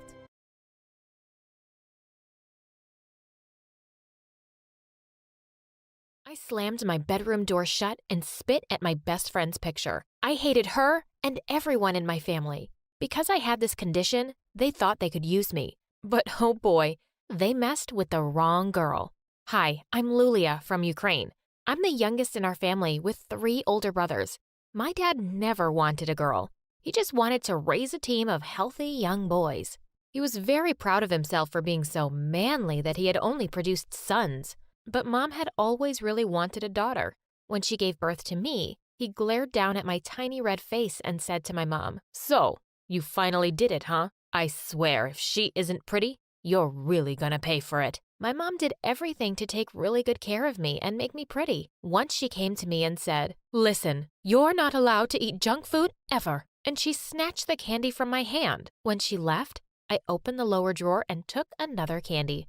I ate whatever I wanted behind her back. Mom started taking me to salons when I was 5, and she would leave me there. I would regularly get manicures and pedicures. Every day I'd have a routine of face masks and visits to the hair salon. But no session would go on for more than 10 minutes before I interrupted it. One time, I pushed the ladies away and yelled at them. I took out my stories. Read this for me, and I will tell Mom you did a great job. They loved it. One day, I also asked them to start teaching me how to read. They said I was too young, but I said, try me. I never knew I was going to learn how to read and write in a hair salon. Dad was delighted that I turned out to be so pretty. He used to carry me around on his shoulders all over the neighborhood to show me off. One day, when I was in the 5th grade, my teacher gave me the role of the princess's dad. When Dad heard about it, he came to the school the next day and yelled at the teacher and insulted her. He made her make me the princess or else. When he left, I told the teacher, I apologize for Dad's stupidity. I'm going to play the role of the princess's dad because I love it. And I hugged her. There was nothing Dad wouldn't do for his favorite child. But suddenly, all that changed. When I was in the 7th grade, I came back home one day feeling really itchy all over. I looked at the mirror and saw my skin was as red as a rotten tomato. Dad came in, of course without knocking, and saw me. He freaked out and quickly took me to the best skin doctor in the city. After examining me, the doctor said I had a rare condition called dermographism, which means skin writing. That's because I could etch my name into my skin using only the pressure of a fingernail. He said there was no reason for why it might flare up at times, and there was really no cure for it. When we left the clinic, I told Dad, don't worry, Dad. I will read about this disease and find ways to fix this. Dad looked at me with disgust and said he didn't want a daughter like me. I wished Mom would just slap him, or one of my brothers would tell him he's being a complete jerk, but nothing happened. Dad just turned away and left the house. Why was Dad a terrible piece of ugh? I swore to always keep my condition a secret. I couldn't trust anyone with it, except my best friend Monica. You should come over tonight so we can read about this disease together. When Dad saw her, he hugged her. Your parents must be so proud to have such a beautiful daughter. My brothers were even more ridiculous. They knew she was really rich, and my youngest brother kept asking her how many servants she had. The eldest kept hitting on her, and when she told him to stop, he said he would if she paid him $100. I threw my shoe at him and told him he was a pig. I told them all to shut up and took Monica's hand and led her to my room. We both read about the disease for days and found nothing. When I got to middle school, I had eyes only for one boy, Elon. Once, we were sitting in the library. I noticed my hands had started to turn a little red. Feeling alarmed, I let go, but suddenly, Elon pulled me in by the waist and kissed me. Just then, I saw Monica. She was standing there staring at me with the most hateful expression. She came to me with a manic look and suddenly grabbed my wrist. Instantly, big red welts started to appear. She snatched the friendship bracelet she'd given me, sending beads flying everywhere. How could you even think of going out with Elon when you knew he's my dream? I hate you. I just stared at her, stunned. How could I possibly know? You've never said a word. You need to stop seeing him or I'll tell him about your secret. Oh, how could she? I said, fine, I will stop seeing him. She instantly smiled and hugged me tight, like a psycho. Of course, I wasn't going to stop seeing Elon. Monica wasn't the boss of me. I started dating him in secret. In the school hallways, I would simply walk past him like he didn't exist. But we would meet up outside later every day, and I was fast falling in love. One day, Elon and I decided to skip gym class and meet at the big tree in the schoolyard. Elon had just pulled me in for a kiss when I felt someone drag me away by my shirt. I turned around to see Monica, and this time, she just went insane. She kept shouting, liar, liar, as she pinched and poked my arms. Thick red rashes were popping up like crazy all over my skin. Elon stepped back, looking horrified. Look, Elon, she's a complete freak. I felt helpless at first, but then I felt a wave of fury rise inside me. I slapped her hard across the cheek and ran off. Elon kept texting me and said he couldn't care less about my allergies. All he wanted was to see me. I didn't reply to any of his calls or messages. One night, I heard a gentle tapping on my window, and I pushed back the curtains to see that it was Elon. Please, leave me alone, Elon. You deserve someone much better. I'm not leaving until you talk to me, Lulia. He just wouldn't go away, no matter how hard I tried. I was afraid he'd wake someone up, so I let him in. He took my hands and looked at me earnestly. Lulia, there isn't a thing about you that could make me love you any less. My heart completely melted, and I let him stay with me for the night. Suddenly, we heard some noises downstairs, and Elon quickly snuck out.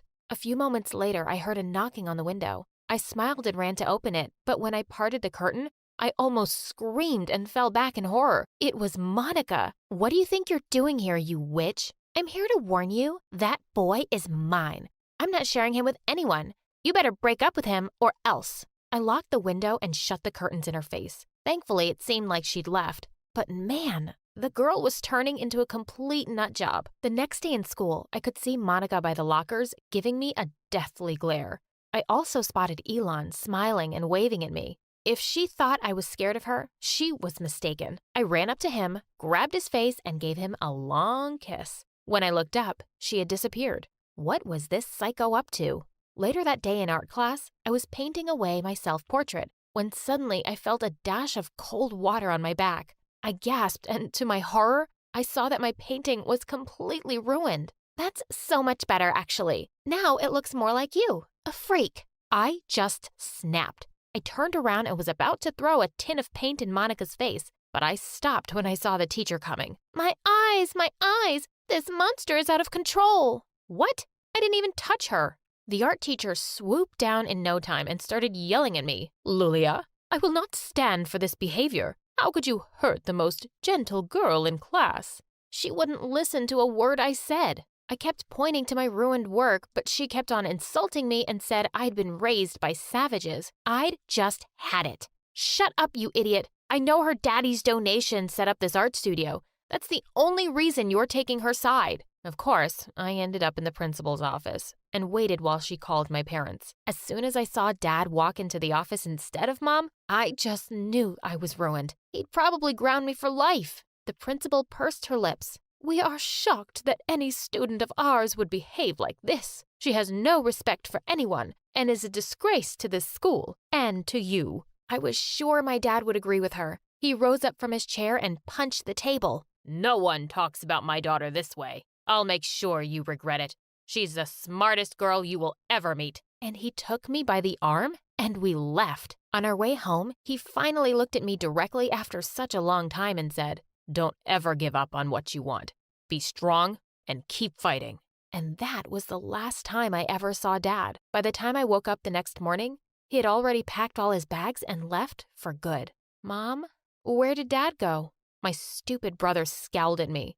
"You finally drove him away. It's your stupid condition that made him so depressed. He couldn't handle having a broken daughter anymore." Mom banged her glass on the table. "Shut up and stop treating your sister that way.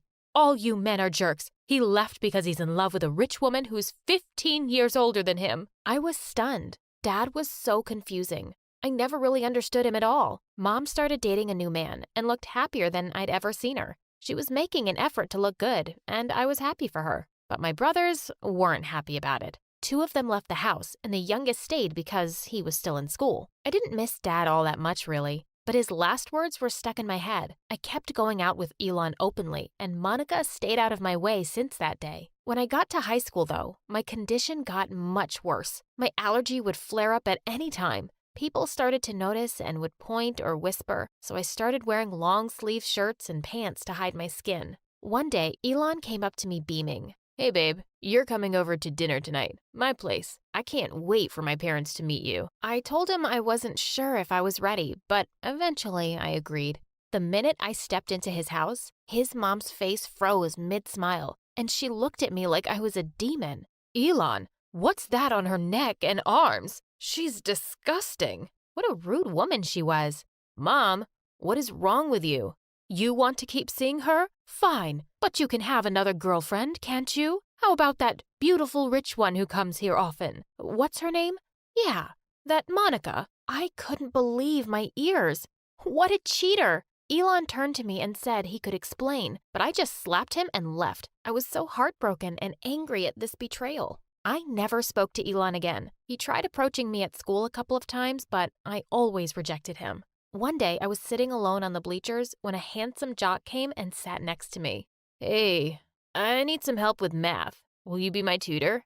I knew exactly who he was, even if he didn't know me. "Yes, of course. It's the best revenge ever." "What revenge?" "Oh, never mind. Let's start now? We got closer over time and started going out. One day, Sean invited me over for dinner at his place. As soon as I entered the house, I spotted Monica on the stairs, staring at me in complete shock. This was priceless. What are you doing here? Oh, didn't your brother tell you? I'm his girlfriend. You can't go out with her. She's a big freak. Break up with her now. Luckily, Sean's parents walked in just then and seemed horrified by Monica's behavior. Her dad told her to shut up and go to her room. She stormed off in a rage. Sean's parents were so lovely. I had no idea how they'd raised a witch like Monica, but I decided to try and mend things with her and went to her room after dinner. Monica was lying on the bed and didn't even turn around to look at me. I sat down and said, "Look, Monica, you and I used to be best friends once. Can we just start over? I forgive you for everything you did to me." Who asked for your forgiveness? And in a flash, she'd turned to pounce on me like a wildcat. Before she could hurt me, Sean barged in and pulled her away from me. "Thank you for saving me from your crazy sister." And I started kissing him just to make Monica angry. She screamed in anger and left her own room. Weeks passed and I graduated from high school with honors. I'd never meant to fall in love with Sean, but I had over this time we'd been dating. One day, my youngest brother came to me and asked me to ask Sean for money. What? I won't do that. I'm not a gold digger, you moron. We got into an argument for an hour until he tried to attack me. I threw a plate at him, but it missed his face by inches. Fine, I know what I'm going to do. The next day, Sean called me to tell me that my brother was caught last night trying to steal Sean's car. Oh my God, that was so embarrassing. He told me he wasn't going to send him to jail for me. When my brother came home, I yelled at him. He said that he'd had enough of me and Mom, and he left to live with Dad. Whatever. At least I had Sean. We were headed to different colleges, and we promised that we would make a long-distance relationship work.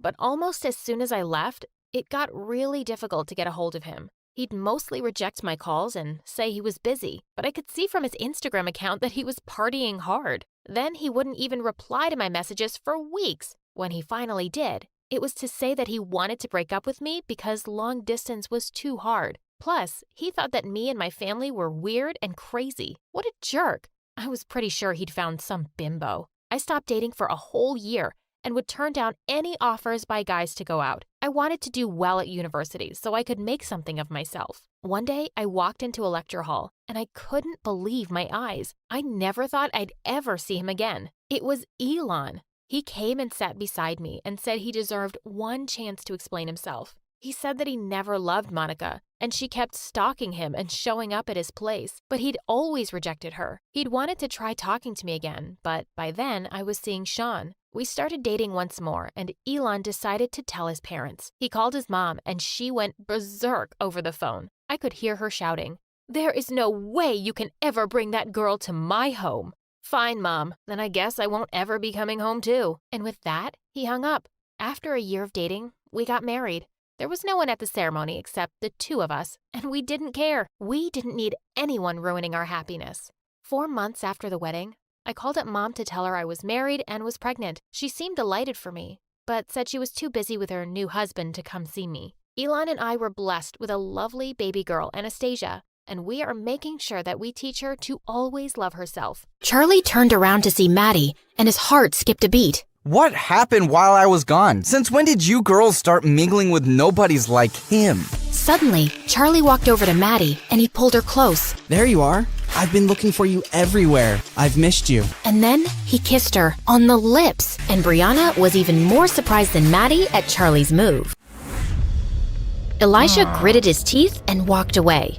Wow, what was that about? I've been wanting to say it the whole week, but not on the phone. I do feel the same way. I care about you too, Maddie, a lot. Madison hugged him and smirked at Brianna. Once everyone knew that Maddie and Charlie were dating, his life in school took a 360-degree turn. People stopped to smile at him, say hello, crack jokes. Why does it feel like even the teachers are nicer to me? The other two Barbie angels welcomed him into their gang, and being with Madison was a dream. They went on long walks, watched sunsets, ate ice cream, and kissed on top of a Ferris wheel. But later that night, Brianna and Amber cringed hearing Maddie throw up. Is Charlie trying to kill me? That gross ice cream at the amusement park made me sick, and my feet hurt from the long walks. And What is so fascinating about freaking sunsets? I think it's sweet. Yeah, 'cause you're not the one suffering. But there is one thing about Charlie. He sure can kiss. Makes you feel like you're the only girl in the world.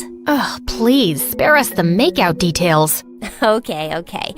Listen, Brianna, try giving him a hint about planning fancier dates for me. I know he's poor, but come on, he's dating me. The next day, while Charlie was watching football practice, the ball suddenly came in his direction, and he gave it a strong kick back. Hey kid, you play football? I used to, but I don't have time now. Come on, grab some shoes and join for a game. Just then, Charlie caught Elijah looking at him like he was a bug, and that motivated him. Elijah was coming at him aggressively, but Charlie dodged him and kicked the ball straight into the goalpost. Charlie, you're a natural. You have to join the team. Sir, I really don't think I can commit to practice. Kid, just try it out for a month and see if it works, okay? Elijah, you better watch out. He's gonna give you a run for your money. Charlie ran off to the locker room to put back the cleats. But when he walked out, someone had pushed him to the ground. What the heck, dude? I just don't understand why a low-class idiot like you is in this school. I'm here on scholarship, which means I earned my spot here. But that doesn't mean you belong here. Well, Maddie doesn't think so, and the coach. Don't let the coach's stupid words get to your head. And as for Maddie, gosh, you're a moron. Do you really think... Just then, someone pushed Elijah away hard. Dude, seriously, what is wrong with you? Why are you jumping to his defense? Because he's my friend. And what, are you threatened by a little competition on the field? Oh, please. This loser just had beginner's luck today. I'll crush him next time. And he won't have mommy out there to defend him. Elijah and his friends went out laughing as Charlie picked up his bag and fished out a broken snow globe. Great, this was for Maddie. She's so excited about her Vogue photo shoot coming out, and I wanted to give her something thoughtful. Maybe you could do something a little extra? Rent a car, get some flowers, go out for a nice dinner? Girls like being pampered. Wow, yeah, that sounds nice. Thanks, Brianna. Also for saving my butt. Also for calling me your friend. You're welcome. This is the place you were raving about? And why don't you have a reservation? It's walk-ins only, but it's so worth the wait. After 30 minutes, when they finally got a table, the place was dirty and loud. Isn't the energy of this place something else? Yeah, it's something. Oh my god, I just felt something on my foot. Maybe it was my foot. But just then, a mouse jumped onto Maddie's lap. She screamed and started jumping around like a maniac. Then she tripped on her dress and went crashing straight into another table. Ah! Oh my god. Madison, I am so sorry. Why would you bring me to this horrible place? And did you see all those people who were making videos of me? This is gonna be all over the internet. I get why you're upset. But you know, today's video is tomorrow's old news. No one remembers these things. Excuse me? Are you gonna explain to me how fame works? People don't forget anything. Once something's on the internet, it stays there forever. People can pull it out anytime they want. Ugh, this is officially the worst day of my life.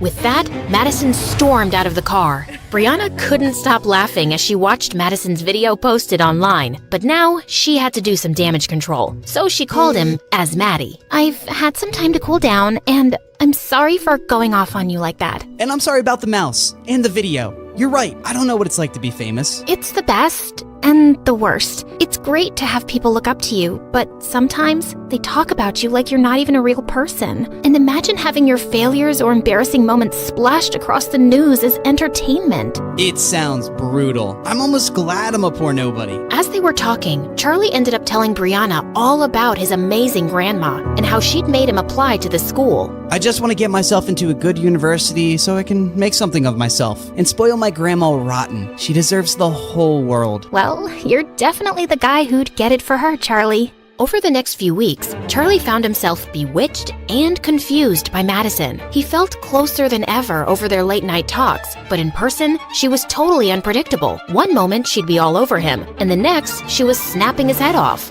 Charlie, do you think I'm fat? No. Why did you pause before answering? What? No, I didn't. Yes, you did. You said, no. You even looked at me before replying. I shouldn't have looked? Why would you look? Don't you just know? Maddie, you're being irrational. Now I'm crazy, am I?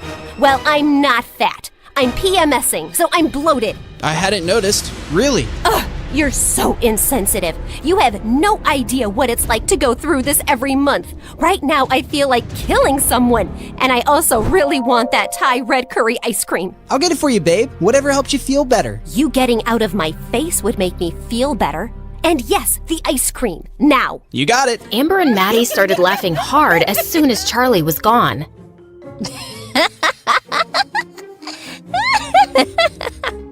I really hope he gets a few tubs of that ice cream. Sounds delicious. I'm pretty sure there's no Thai red curry ice cream, but let's see what he does. Anyway, for Christmas, my parents and I are going to our ski resort as usual, and I'm inviting you girls with your parents. Should I invite Charlie? You have to, right? He's your boyfriend. Yeah. And at least 3 of my exes will be there. And I'd rather not show up single, but I'm gonna have to give Charlie a makeover before I take him. On his first day at the resort, Charlie slipped out of his room at 5 in the morning and found Brianna waiting in the kitchen. Oh, you're here. I almost thought you wouldn't come. I almost thought that too. I don't know why I agreed to this early morning skiing lesson. Because you're a good person and you like me? I'm just saving Maddie some embarrassment, because you'll definitely make a fool of yourself without my help. Couldn't agree more. They headed out to one of the smaller slopes, and she explained skiing techniques to him. I think you're ready. Well, as ready as you'll ever be. If I die, please break the news gently to Grandma. You play football against Elijah. You'll survive this too. Now don't be a wuss. Time to go! Brianna whizzed down the slope, and the cold wind in her face made her feel alive. She turned around to look at Charlie, who looked like a baby goat learning to walk. Charlie, just loosen up! Come on, I'm racing you down to the end! Charlie took a deep breath and relaxed. He was gaining momentum and actually starting to enjoy it. Brianna was flying ahead effortlessly, but he was catching up. But then suddenly, he was going too fast. He tried to slow down, but he just couldn't. And moments later, he felt himself crashing straight into Brianna, and they went tumbling into the snow. Oh my God, Brianna, are you alive? Is your neck broken? Please don't die. Say something. Oh, can you shut up for just 1 second? Yes, of course. Oh, I thought I'd killed you. Charlie pulled her into a bear hug. You're really okay? Yeah, I just got the wind knocked out of me. Imagine the headlines if something had happened to you. Stupid, worthless nobody injures beautiful teen goddess. You think I'm beautiful? Well, duh. That's not even opinion. It's just a scientific fact. The sun rises in the east, water boils at 100 degrees, Brianna's beautiful. You got some snow on your face. As they started making their way back, Brianna felt her heart racing. Oh, shake it off, Brianna. You cannot be attracted to your best friend's fake boyfriend. After an exhausting day of skiing, Charlie wanted to crash, but he had to dress up for a fancy dinner instead. The seats next to Maddie were taken, so he quickly took one next to Brianna. Please tell me, why are there 6 forks in front of me, and which one can I use to stab myself in the eye? Oh, definitely the meat fork for a quick death. Madison watched the two laughing, and she didn't like it. I don't want her getting more attention than me, even if it's from stupid Charlie. Hey, Charlie, could you sit next to Amber, please? Her parents couldn't come, and she, broke up with her boyfriend. She could use some cheering up. Charlie nodded reluctantly and took the seat next to Amber. So, Amber, you want to talk about your breakup? Okay, sure. Why not? It happened 3 years ago, and his name was Leo. And that's what you're sad about today? That's a bit offensive. I'm not sad. Do I look sad to you? Just then, Brianna's mom, who was sitting opposite him, spoke. So, Charlie, where were you studying before? Well, I was in public school in another town. I got a scholarship here, so I moved with my grandma, who raised me. And what does your grandma do? She's an amazing healer. She cures people with herbal medicines and different techniques. So she's not a real doctor? No, not in the typical sense. And this healer thing, it makes her enough money? Mom, stop! It's okay. Yeah, she earns enough. And I work at the cinema, and I also DJ on the weekends. We manage to take care of each other. There was an uncomfortable silence, and Charlie felt his face turning hot. Then, Maddie's mom spoke with her country accent. That's sweet, honey. You seem like a brat kid, and I'm sure you'll go places one day. It's funny how life turns around. I mean, look at me.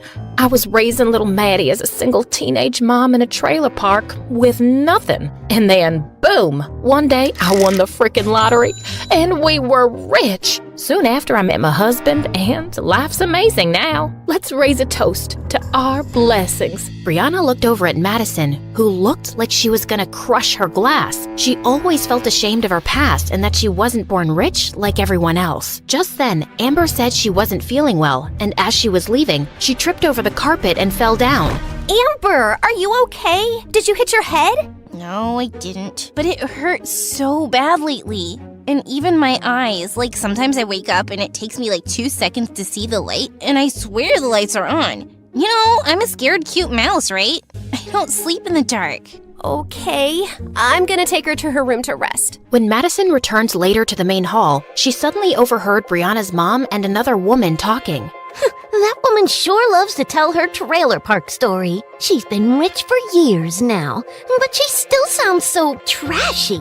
Money can't buy class. And now look at Madison's choice of boyfriend. I mean, he's sweet, but no amount of designer clothes can hide where you really come from. Madison's ears burned as she stormed off and ran straight into Charlie in the hallway. Hey, I was looking for you. How's Amber? Why did you say all that nonsense at dinner? What? Oh, I'm on scholarship, and I work at the cinema, and my granny does voodoo. It's not voodoo, and why would I hide all that? It doesn't embarrass me. And even your mom was poor, and she's not ashamed of it. Well, she should be. I don't know why she keeps telling that story so proudly. No one respects her for it, and I don't want to be reminded of the cheap start of my life. She said all that stuff because of you. I've been trying to please you all day, Maddie, but I'm really tired now. I hate skiing, these clothes are pretentious, and I don't like talking about my grandma like that. Charlie stormed off to his room, packed his things, and called a cab. Charlie didn't speak to Maddie for a few days, but he gave in after all her apologies. I'm really sorry, okay? I just wanted my stepdad to like you, and he is a bit difficult. But I shouldn't have asked you to act differently. I like you, just as you are. Well, if you really want to make it up, you'll have to spend more time with my family now. Of course. I volunteer at the community center for old people and take grandma there every Saturday. You should come. Can't wait. Madison had begged Brianna and Amber to accompany her. Eek. Oh, this place smells like disease and something rotten. Shut up, Maddie, and just act normal. After they'd all met, Charlie asked Maddie to help him set up a game of musical chairs, while Brianna joined his grandma. I'm so glad to meet you girls. Charlie was certain he wouldn't make any friends at his new school. You've raised a pretty nice guy. Oh, trust me, I didn't do much. That kid was born with a heart of gold. Once when he was 8, he came home saying he'd lost his bicycle somewhere, and I was so mad. Well, a week later, I found him 3 streets down, teaching a little girl how to ride that bicycle. He told me that she'd lost her brother recently, and the cycle made her happy. She needed it more than he did. That's what he said. At 8. He's always been special. Later that night, Brianna's heart felt heavy when she got Charlie's text. Thanks for today, Maddie. It meant the world to me, and I love you. I love you too, Charlie. The next day, when Brianna showed Maddie the text, she was ecstatic. Finally, the 3 golden words. It's time for phase 3 of Project Plaything. Dump his sorry butt. Yay! Then sushi in Tokyo. But Maddie, he really cares about you, and dumping him out of the blue feels cruel. Can't we think of an easier way to let him down? But this was always the plan. Are we supposed to care about his feelings now? Well, yeah. We've gotten to know him, and I just think he would take this really hard. You know what? You're right. He is a bit oversensitive. Maybe I can be really difficult the next few weeks, and then he'll just get sick of me and be happy to break up. That sounds better. Thanks. After Brianna walked away, Madison turned to Amber. Who does she suddenly think she is? Mother Teresa? I'm tired of Charlie, and I want to pay him back for the times he was rude to me. I have the perfect plan to dump that loser. But don't say anything to Brianna, okay? Oh, I love it when we have secrets. Just the 2 of us. 3 days later, it was Madison's birthday, and she was having a big party in a dance club with Charlie as DJ. Then suddenly, she climbed onto a table with a mic. May I have everyone's attention, please? I have something to say to our resident DJ. Everyone fell silent, and Brianna suddenly had a horrible feeling. As you all know, I've turned 17 today, and I just want to start this year fresh. So Charlie, I'll start with you, 'cause I just can't fake things anymore. You were just a game to me, okay? To us. I got bored, so my girls and I decided to make you fall in love with me as a challenge. Actually, Brianna was the one who brought you to my attention. It's been fun messing around with you, but it's just made me realize that dating below my league isn't for me. I don't relate to you and your third world problems, dude. But thanks for a few fun weeks, and I'm sure you'll find a nice average girl soon. Ciao! Charlie just stared at her, frozen in his place.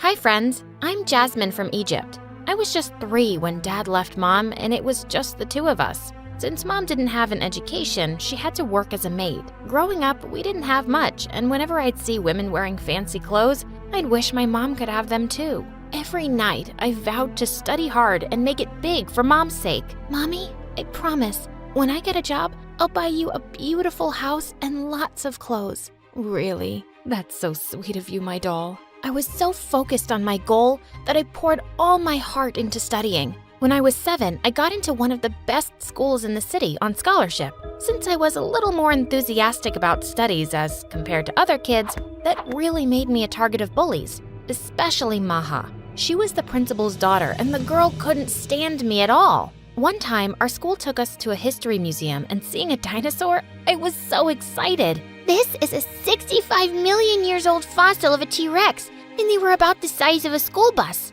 Isn't that cool? Fine, Miss Know-It-All. You don't need to brag about it. Brag? It's a fact. You would know it too if you'd ever opened a book. Okay, this really got to Maha, and the witch all of a sudden pushed me, and I went crashing into the dinosaur skeleton. It was a mess. Maha accused me of crashing into the skeleton on purpose, and I kept telling the teacher that she was lying. In the end, Mom was called, and when asked to pay the damages, she went mad. Pay damages? For some bones? Who do you think I am? I am a maid. Where do you expect me to get all this money from? Hearing her, all of the kids started laughing, and I felt my ears burn. It wasn't like I was ashamed of what Mom did for a living, but I didn't exactly go around announcing it. Why did she have to say that? I just grabbed Mom's hand and dragged her out of there. After that day, Maha made it her life's mission to always remind me of what my mom did. Hey, Jasmine, you missed a spot here. Jasmine, pick up the trash. Oh, Jasmine, how about helping the janitor? The girl was constantly on my nerves, and though I really wanted to punch her in the jaw, I had to ignore her. I was on a scholarship, and I couldn't ruin my chances. So every day, just to avoid Maha, I would go out to the school's park and sit on a swing to have lunch. It sort of became a ritual, and I loved the alone time. One time, when I was in 8th grade, I went to the park and saw a girl my age on my favorite swing. It was Azra. She was a new student, and we were both in the same class. Everything was fine until she stood on the swing. You idiot! You stood on it with shoes! One shoe has like 421,000 units of bacteria. So many. Come on, Jasmine. I know you're making it up, aren't you? Making it up? I read it in a science magazine, duh. Oh, yeah, got it. So, about the swing,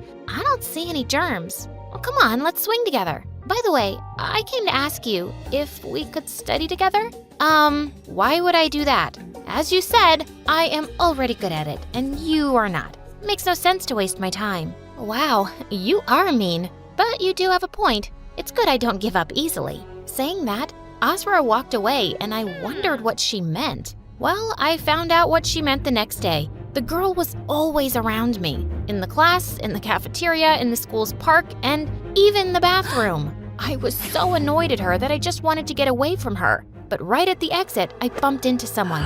It was Maha. I am so... Look where you're going. Ew.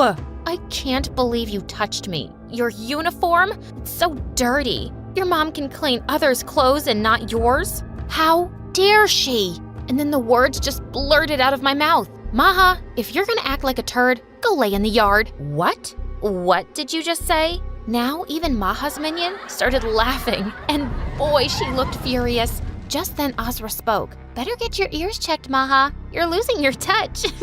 Oh, really? Says the dumbest girl in class. Call me dumb one more time, and I'll introduce my foot to your butt. Got that? Maha glared at Azra, and just when I thought they'd get into a fight, a teacher entered the bathroom and everyone pretended like nothing happened. But the entire incident left me stunned because no one had ever stood up for me before. Like, ever.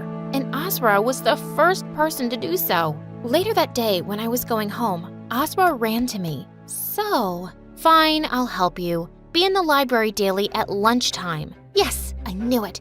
I know, I have this charisma. I kind of grow on people. Gosh, I really need to get my act together. Mom says she'll get me married off if I don't do well in my studies. Can you imagine? While Azra kept talking and talking, I walked away. As I started studying with Azra, I learned that she wasn't exactly the brightest crayon in the box. Like one time, we had to do a history presentation, and Azra told me to leave it to her. We ended up explaining about the Berlin Wall, except that the wall was in China and built to keep the Mongols out. When I asked why she made such a huge mistake, she was so chill about it. So what? Both were walls and really famous ones. Oh God, what had I gotten myself into? There was this one time when we were having swimming lessons, and Azra thought it would be really fun to throw some yellow food coloring in the water and scream that someone had peed in it. Well, we both ended up in detention, and we were caught yellow-handed, because the food coloring was all over our hands. Though it annoyed me how much trouble Azra was, I had to accept the girl was fun. Soon we became best buddies. We were total opposites, but like a puzzle, we were a perfect fit. I helped Azra with her studies, and she helped me by actually showing me how to have fun. I did my first cliff dive with Azra. She gave me my first makeover, which was really bad, and I looked like a clown. Azra was not just fun, but so compassionate. Every day while going home, she had this habit of feeding stray cats her lunch. This was something common in both of us. We both loved animals. You know, Jasmine, when I grow up, I'll open a pet salon. It's gonna be so fun. Pet salon? It's not even a thing. I'll make it a thing, and you know what? I'm gonna name it Azra and Jasmine's Pet Salon. The girl lived in her own little world, and I loved her. One time, we were in the queue getting lunch, and Maha came in the front and shoved us to the back. I'll teach her a lesson. Let it go, Azra. She's a brat. Yeah, brats need to be taught a lesson. Saying that, Azra threw her juice box and it hit Maha on the head, and when she turned, Azra gave her the most innocent smile ever. I am so sorry, Maha. It was a total mistake. What? A mistake? My hair extensions. Do you even know how much these cost? No, I don't, 'cause I have my own hair. I could see Maha boiling with anger, and before things could get ugly, I wanted to be out of there, so I grabbed Azra. Come on, Azra, let's go. But right when we were at the door, Maha threw a handful of mashed potatoes at Azra, which hit the girl behind her. And then an epic food fight broke loose. It was chaos. I felt like I was in the jungle and all the wild animals were fighting around me. Things got pretty crazy.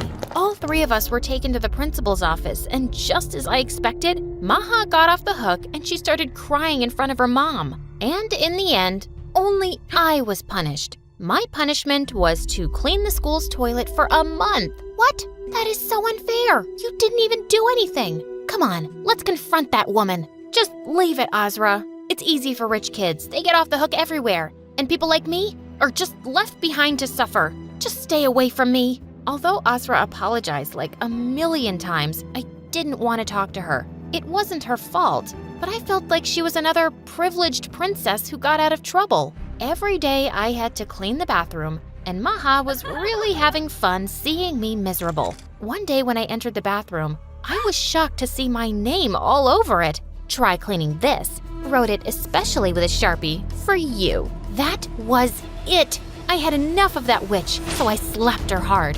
The witch looked at me like she'd kill me, but right then, someone grabbed and shoved her out of the bathroom. It was Azra. How dare you touch me? I told you, my extensions are expensive. Oh, these extensions? Saying that, Azra ripped off her extensions, and in seconds, both of them were fighting like lunatics. Once again, all three of us were taken to the principal. Just when Maha acted all teary, telling how I had picked on her, I just blew up. Oh, shut up, Maha. Everyone knows it was you who wrote with that Sharpie in the bathroom. You are a witch. You just get away with it because your mom is the principal. Both mom and daughter looked shocked seeing my outburst. The principal then went on to tell me how I'd pay for being a brat. But a few moments later, a man walked in, and Azra went running to the man. What happened next left me shocked. Turned out, Azra's dad was the school district superintendent. Azra had told him about the principal's impartial behavior towards me.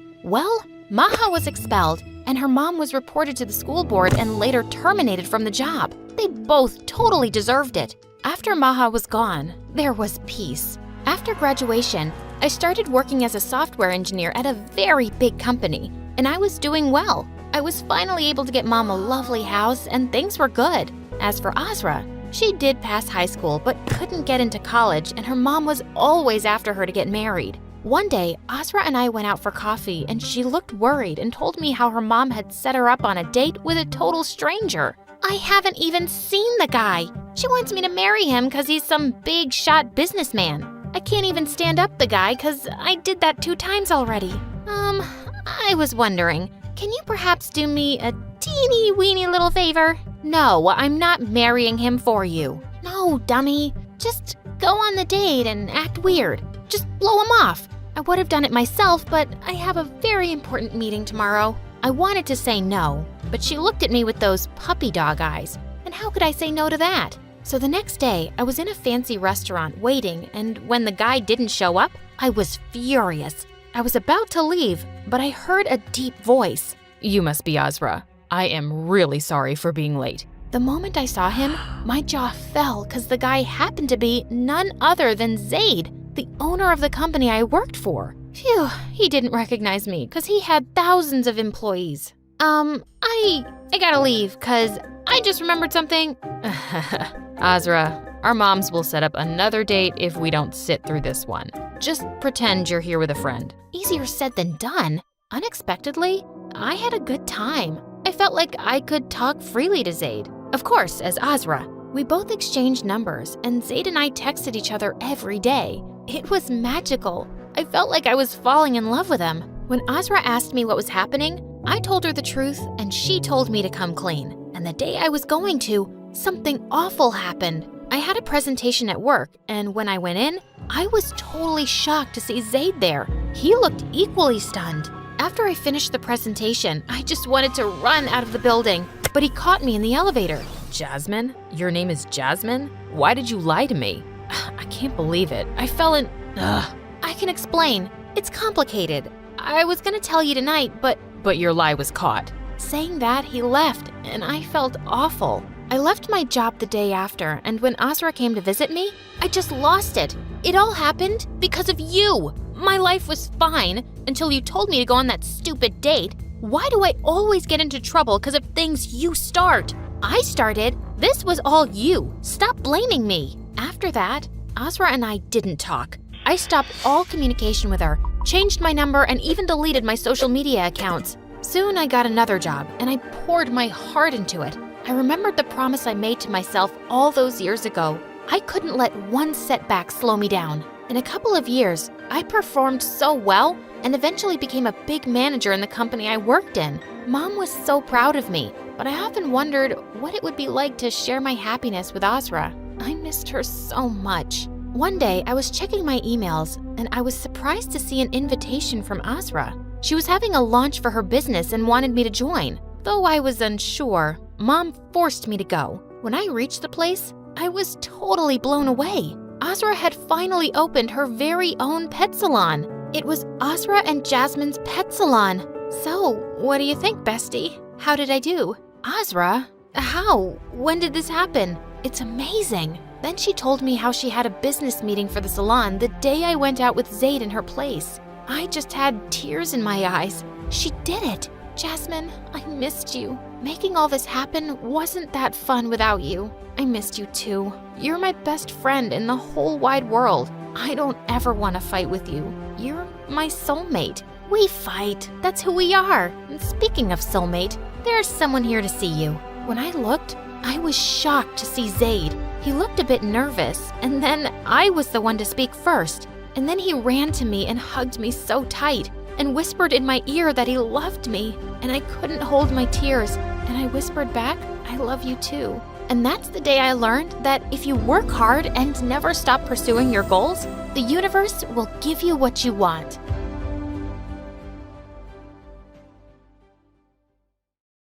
Hey, look at that weird monster man. That's my dad. Watch your mouth. Well, he looks like a freak, and so do you. Why are you wearing that mask anyway? Do you have ugly, crooked witch teeth? I kicked her in the leg and ran off. What was the point of explaining my dust allergies to an idiot? And how dare she make fun of my dad? Hi, my name is Daisy, and I go nuts around sand, dust, dirt, you name it. I can't even smell a flower without all those tiny things making me sneeze like crazy and making my skin itch. I'd been homeschooled for a really long time, but I just wanted a normal life. I insisted on going to high school, and Dad reluctantly agreed. Sweetheart, you've missed the bus. Let me drop you off today? No, I'll just walk, Dad. I knew I was going to be so late, but I didn't want the other kids to see him. I knew how people looked at him, and I'd heard the hurtful things they said. I was a little ashamed to admit that I was afraid everyone would make fun of me too. My life was hard enough at school. Ow, watch where you're going. Eat dirt, termite. Lana. She'd had something against me since the day I got here. Why did all the mean girls have to be so pretty? Every boy in our class probably had a crush on her, including Keith.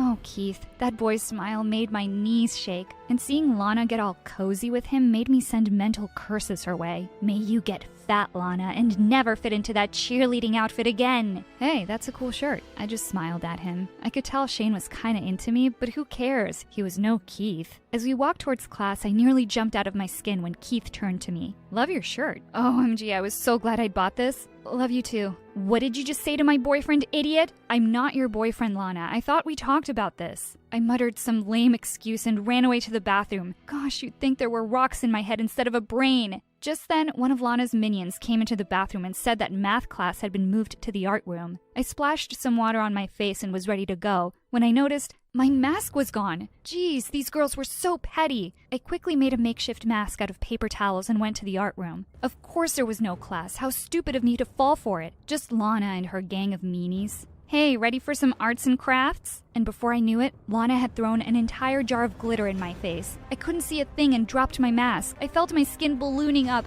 Oh God, I could barely breathe. Keith grabbed my hand and rushed me to the nurse's office. This would have been such a Dear Diary moment if I didn't feel like I was dying. The nurse gave me an anti-allergy shot and a cream for the rash. I felt drowsy after the shot. Keith offered to drop me off at home. My hero. I couldn't believe I was inside Keith's car. What? Why was he slowing down? I just wanted him to drive on and on. We're here, sleepyhead.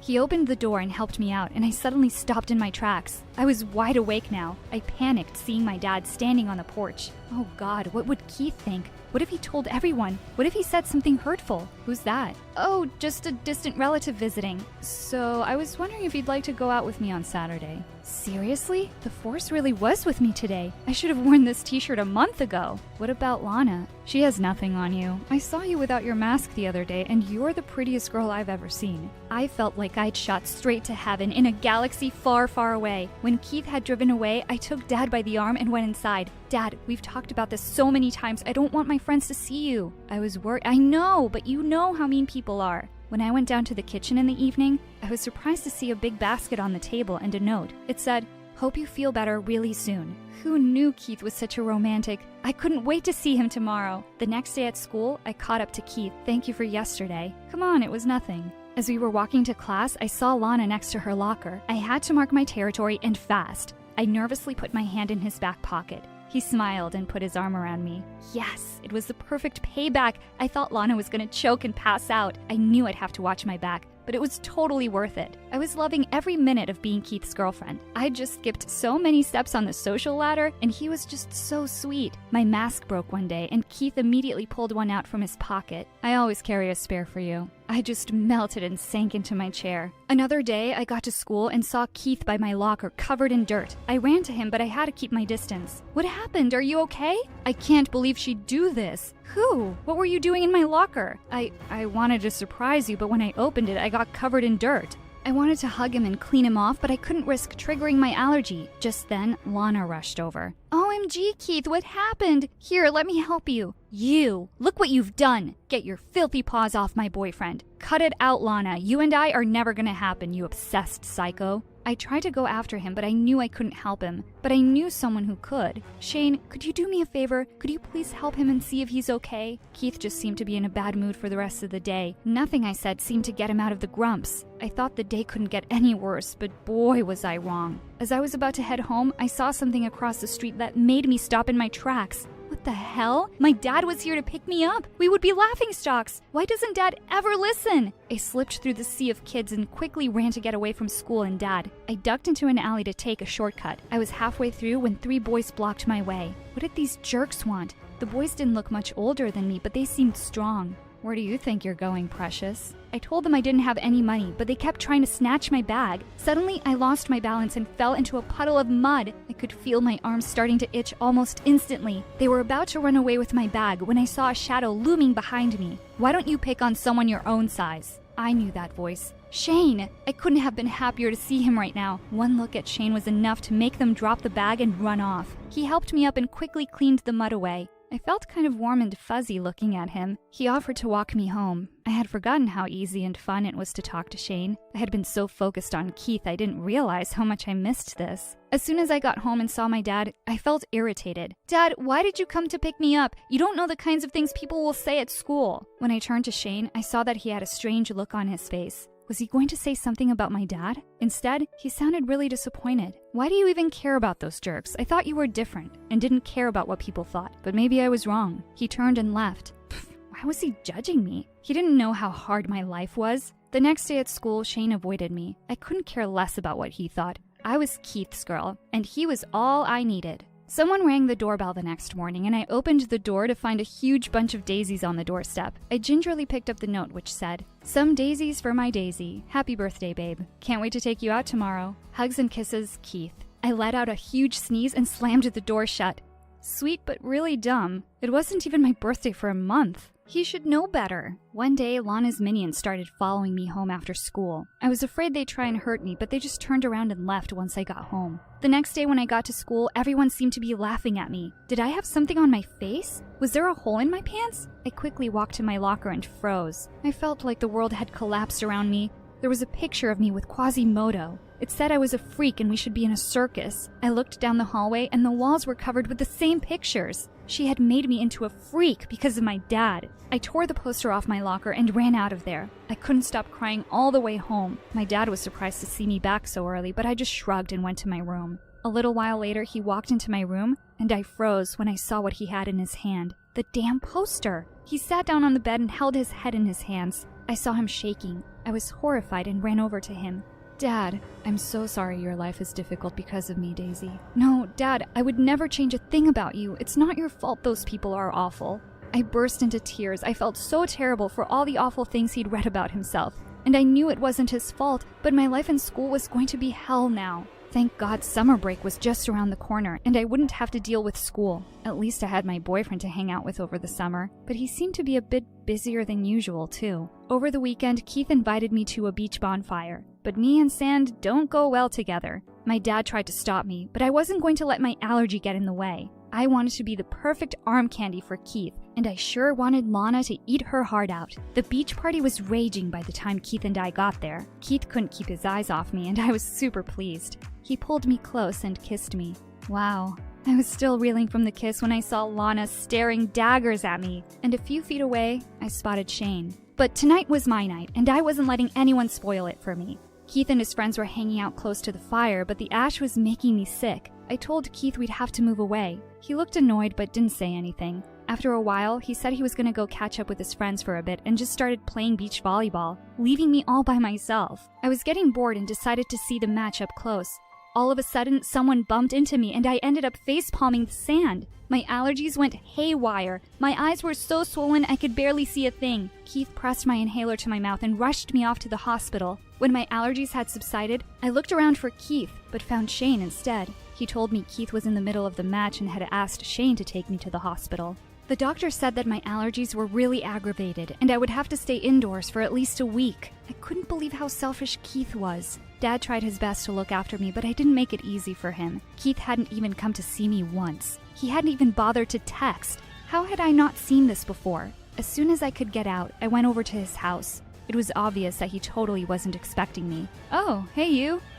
What are you doing here? What kind of boyfriend are you? If I'd known how selfish you were, I'd never had gone out with scum like you. We're so over. He paused. Whatever, if that's what you want, babe. It's kind of exhausting being your boyfriend anyway. You suck the fun out of everything. Just then, I heard a girl's tinkly laughter from inside. Lana, you two deserve each other. I turned around and left. I wasn't going to lose any sleep over this relationship. Over the next year, my allergies kept getting worse and worse, to the point that I had to wear a hazmat suit to avoid contamination. Good thing was that nobody cared. I was back to being invisible. Dad decided it was time for a fresh start. He moved us to the countryside where the air was much cleaner, and I could focus on getting better. I didn't really miss anyone from back home, except Shane. He'd always been there for me, and I'd taken him for granted. I wrote him a letter and said I was sorry for everything. One day when I got home from school, I was surprised to see some people at our house. They told me they were from Child Protective Services and were there to take me with them. What do you mean, take me?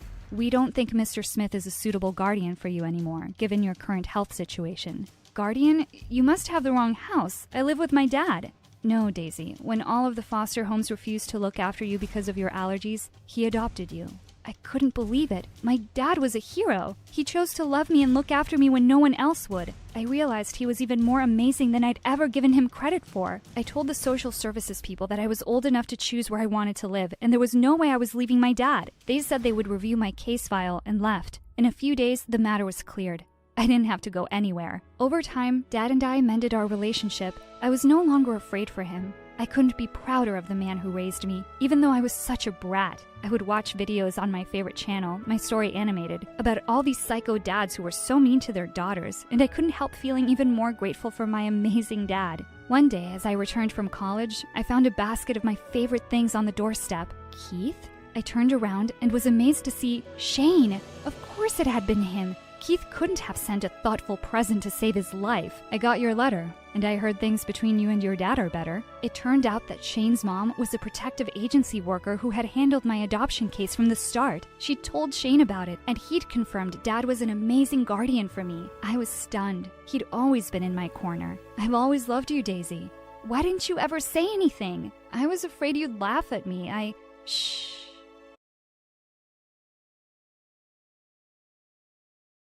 Hi, I'm Miranda, and I can guarantee that you've never heard a story as crazy as mine. But before I continue, click like and subscribe, and follow us on Facebook and Instagram.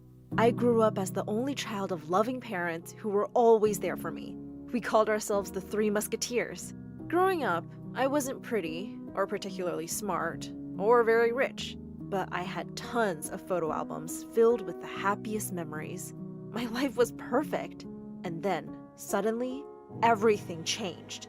One day when I was in the 8th grade, there was a big thunderstorm rolling in, but my dog kept whimpering to go outside. I decided to take him for a quick round, and a few minutes later, it started raining. Just as I was diving under a tree for cover, I heard a loud crack and saw a blinding light right before something hit me. I'd been struck by lightning. I felt a sharp pain through my whole body, and then everything went blank. When I opened my eyes, I saw that I was in a hospital bed with my parents' worried-looking faces around me. I felt fine, but as I looked around, I could sense something wasn't quite right. Mom, that wall is 13 degrees off the grid. The ceiling will eventually crack. Everyone looked at me in surprise.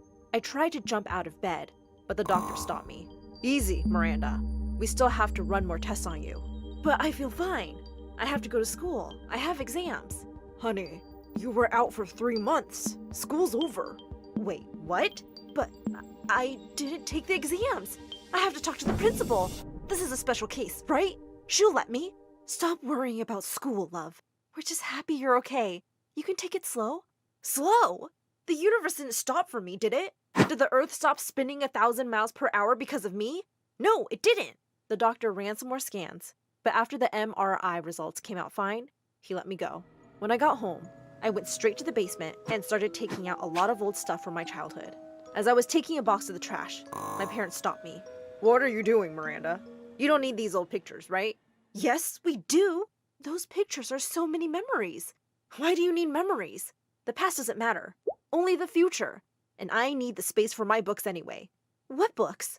Just then, the doorbell rang. It was the delivery guy with all my new books. How did you pay for these?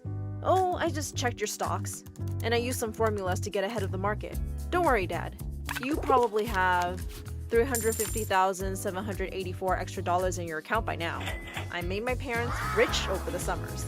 I also took my 8th grade exams, and then I started taking advanced calculus and physics courses online because I was getting really bored. Soon after I joined school again, the teachers realized that I was a genius. They recommended that I join a private school for high achievers, Hill Valley. The admission exam was really tough, but I got in on the first day. I just put my stuff in the locker when I turned around and bumped headfirst into someone. I looked up to see the cutest guy in the world. Sorry, I was just walking up to you to say hello. I'm Byron. Byron showed me around the school, and he was really fun to be around. I was already imagining my wedding with this guy. The next day, I was late for a class in the science lab. After I'd sneaked in quietly, I realized that the kids around me weren't from my class. Just then, I heard a boy say, "If Einstein was a DJ, you know what his name would be? MC squared!" Get it? It looked like no one got it, but I giggled. This boy was funny. He turned to look at me and he smiled. We became friends that day. His name was Kyle, and he was really smart. He knew everything about everything. Now this was getting confusing because I was also imagining my wedding with this guy. The next few days were a bit crazy. I thought I would be busy studying day and night here, but instead, I was busy taking turns hanging out with these boys. One day after Kyle and I had just solved a complex math problem, he suddenly took my hand. "How come I know the 20 digits of pi, but I don't know the 10 digits of your number?" What now? "I'm asking you out, Miranda." "Oh my god! But what about Byron?" "Oh, I'm really flattered, but let's take it a little slow." He said he totally understood that, and I felt relieved. Later that day at Byron's football game, he scored the winning goal and came running over to me after. "Wow, Miranda! You're like a lucky charm for me. Can I ask you out?" "But what about Kyle?" "Oh, I'm really flattered, but let's take it a little slow." He said that was completely fine, but now I was worried. How was I ever going to decide? But then, unexpectedly, a solution presented itself. One day I walked into school to see a large crowd gathered in the hall. To my horror, I spotted Kyle and Byron wrestling each other. "Why'd you tell Dad I flunked math, huh? You told Dad I didn't make it to the swim team first. You're such a jerk. You're such a geek." Wait, they had the same dad? Just then, a teacher walked in and took them both away. I turned to Bertha, a girl in my class, who was the biggest gossip ever. She was the ears and eyes of the school hallways. "So, what's the deal with those two?" "Oh, Kyle and Byron are half-brothers. Their dad is this really big politician who's always making them compete over everything. So they basically hate each other. They mostly pretend like the other one doesn't even exist, but they went kind of bonkers today." Great! I liked two half-brothers who were arch enemies. But then, it struck me. This was kind of convenient. If they didn't cross paths much, I could date both of them without the other finding out. Obviously, I had to keep it a secret from Snoopy Bertha, which was even harder because she was super chummy with me. I told both Kyle and Byron that I'd love to go out with them, and they were so happy. But I said my parents were very strict and wouldn't let me date. So we had to keep a very low profile. Kyle had classes in an entirely different building, and I started to wear running shoes because I was literally sprinting all the time. And I was lying. A lot. I'd be running across campus every day for my 11 o'clock date with Kyle in the janitor's closet. I really wish we could spend more time together, babe. Oh, me too. But I told Bertha I'd tutor her during recess. She's really bad at math. Poor thing. And then I was running back to meet Byron in the empty school auditorium.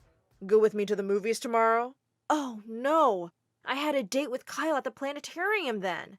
Why wait until tomorrow? Let's just go today, babe. And in the middle of all this drama, I also had to study.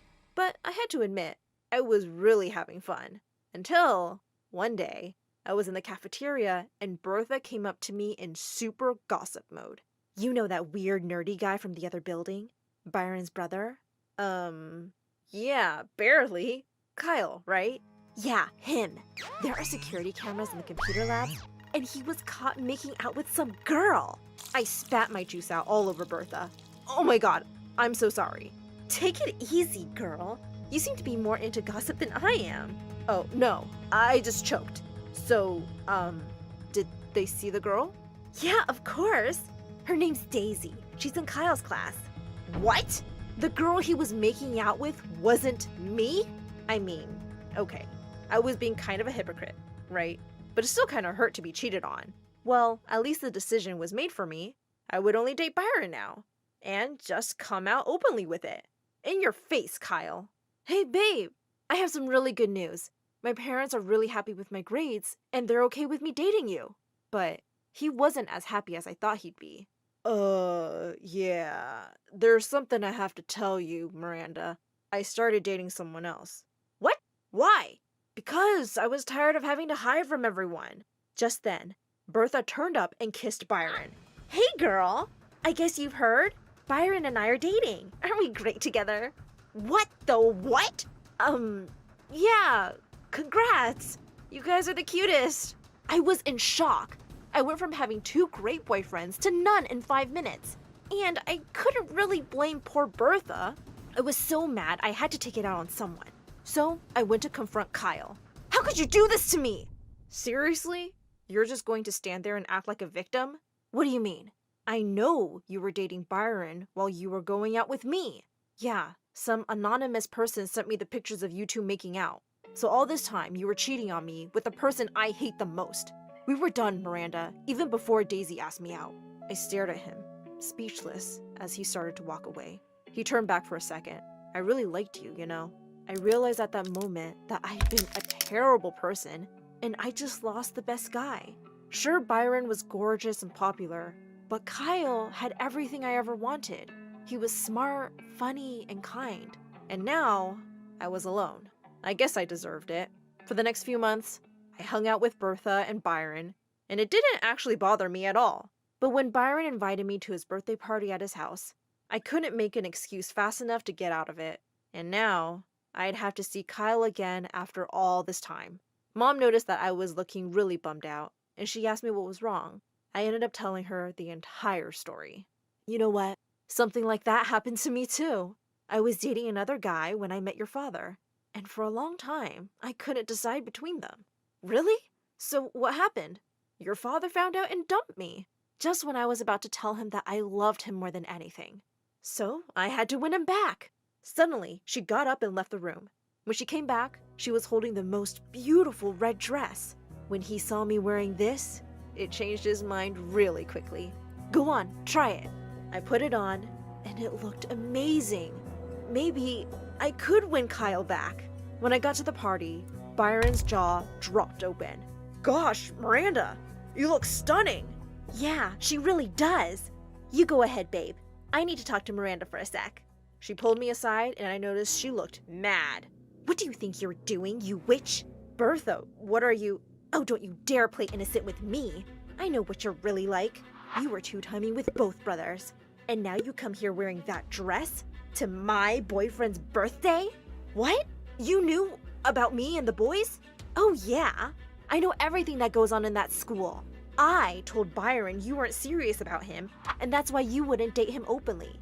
And I sent that picture to Kyle. I suggest you turn around and go home, boyfriend stealer. Oh my god. You took away both my boyfriends. And I'm not here to steal Byron. I don't trust you. And with that, she pulled my dress by the shoulder and ripped it. I lost my temper and attacked her. Before I knew it, everyone had gathered around for our full-blown catfight. Suddenly, I felt myself being pulled away by someone, and I saw that it was Kyle. Byron was holding Bertha back as she kicked and screamed to have a go at me. Kyle took me out to the garden, and I realized I must be looking terrible. What was that all about, Miranda? Nothing. Just some stupid girl stuff. You can go back to your girlfriend. Oh, we broke up months ago. My heart soared with hope. That's so sad. Why? I guess she just wasn't the one for me. As he started walking away, I suddenly took his hand. Kyle, I came here for you today. Give me another chance. I realized almost instantly that I'd made such a mistake. You're the one for me. You're more special than the theory of relativity. Kyle's face broke into a huge grin. You're such a nerd. And you look amazing in that dress. But then you look amazing in anything. And with that, he pulled me in for a kiss, and sent me flying to the other end of the universe.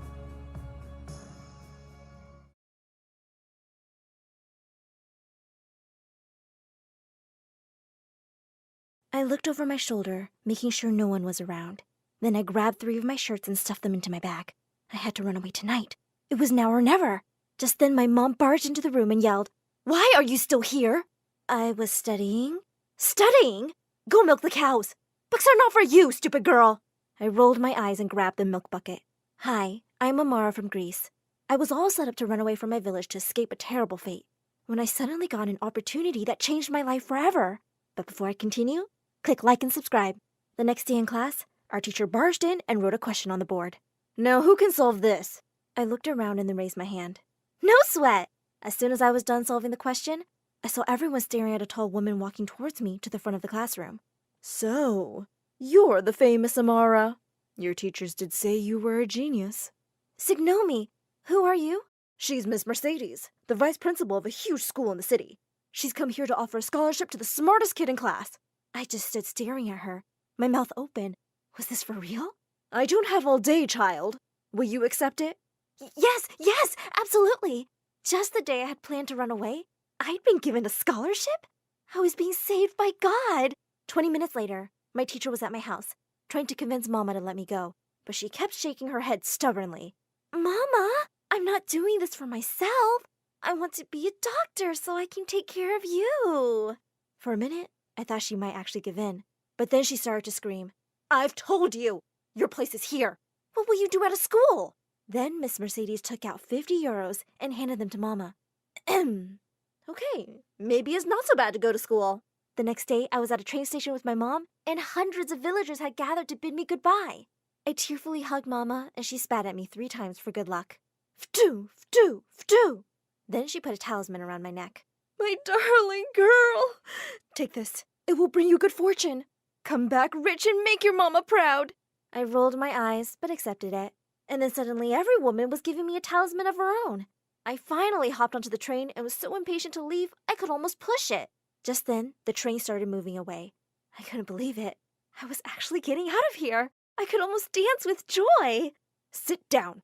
I will be watching you constantly. One wrong move, and I'll have your stupid villager butt back here in no time. When we finally got to the house I'd be staying at, I was spellbound. Lots of servants were waiting for us outside. At the front was a man with kind eyes. Oh, I'd seen guys like him in movies. You must be the butler. Please take my bag. There was a pin-drop silence for a moment, and everyone looked horrified. Then the butler burst out into laughter. You stupid girl! Does he look like a butler? He's the owner of this house and your benefactor, Mr. Armitage. What? Sir, I'm so sorry. Oh, never mind.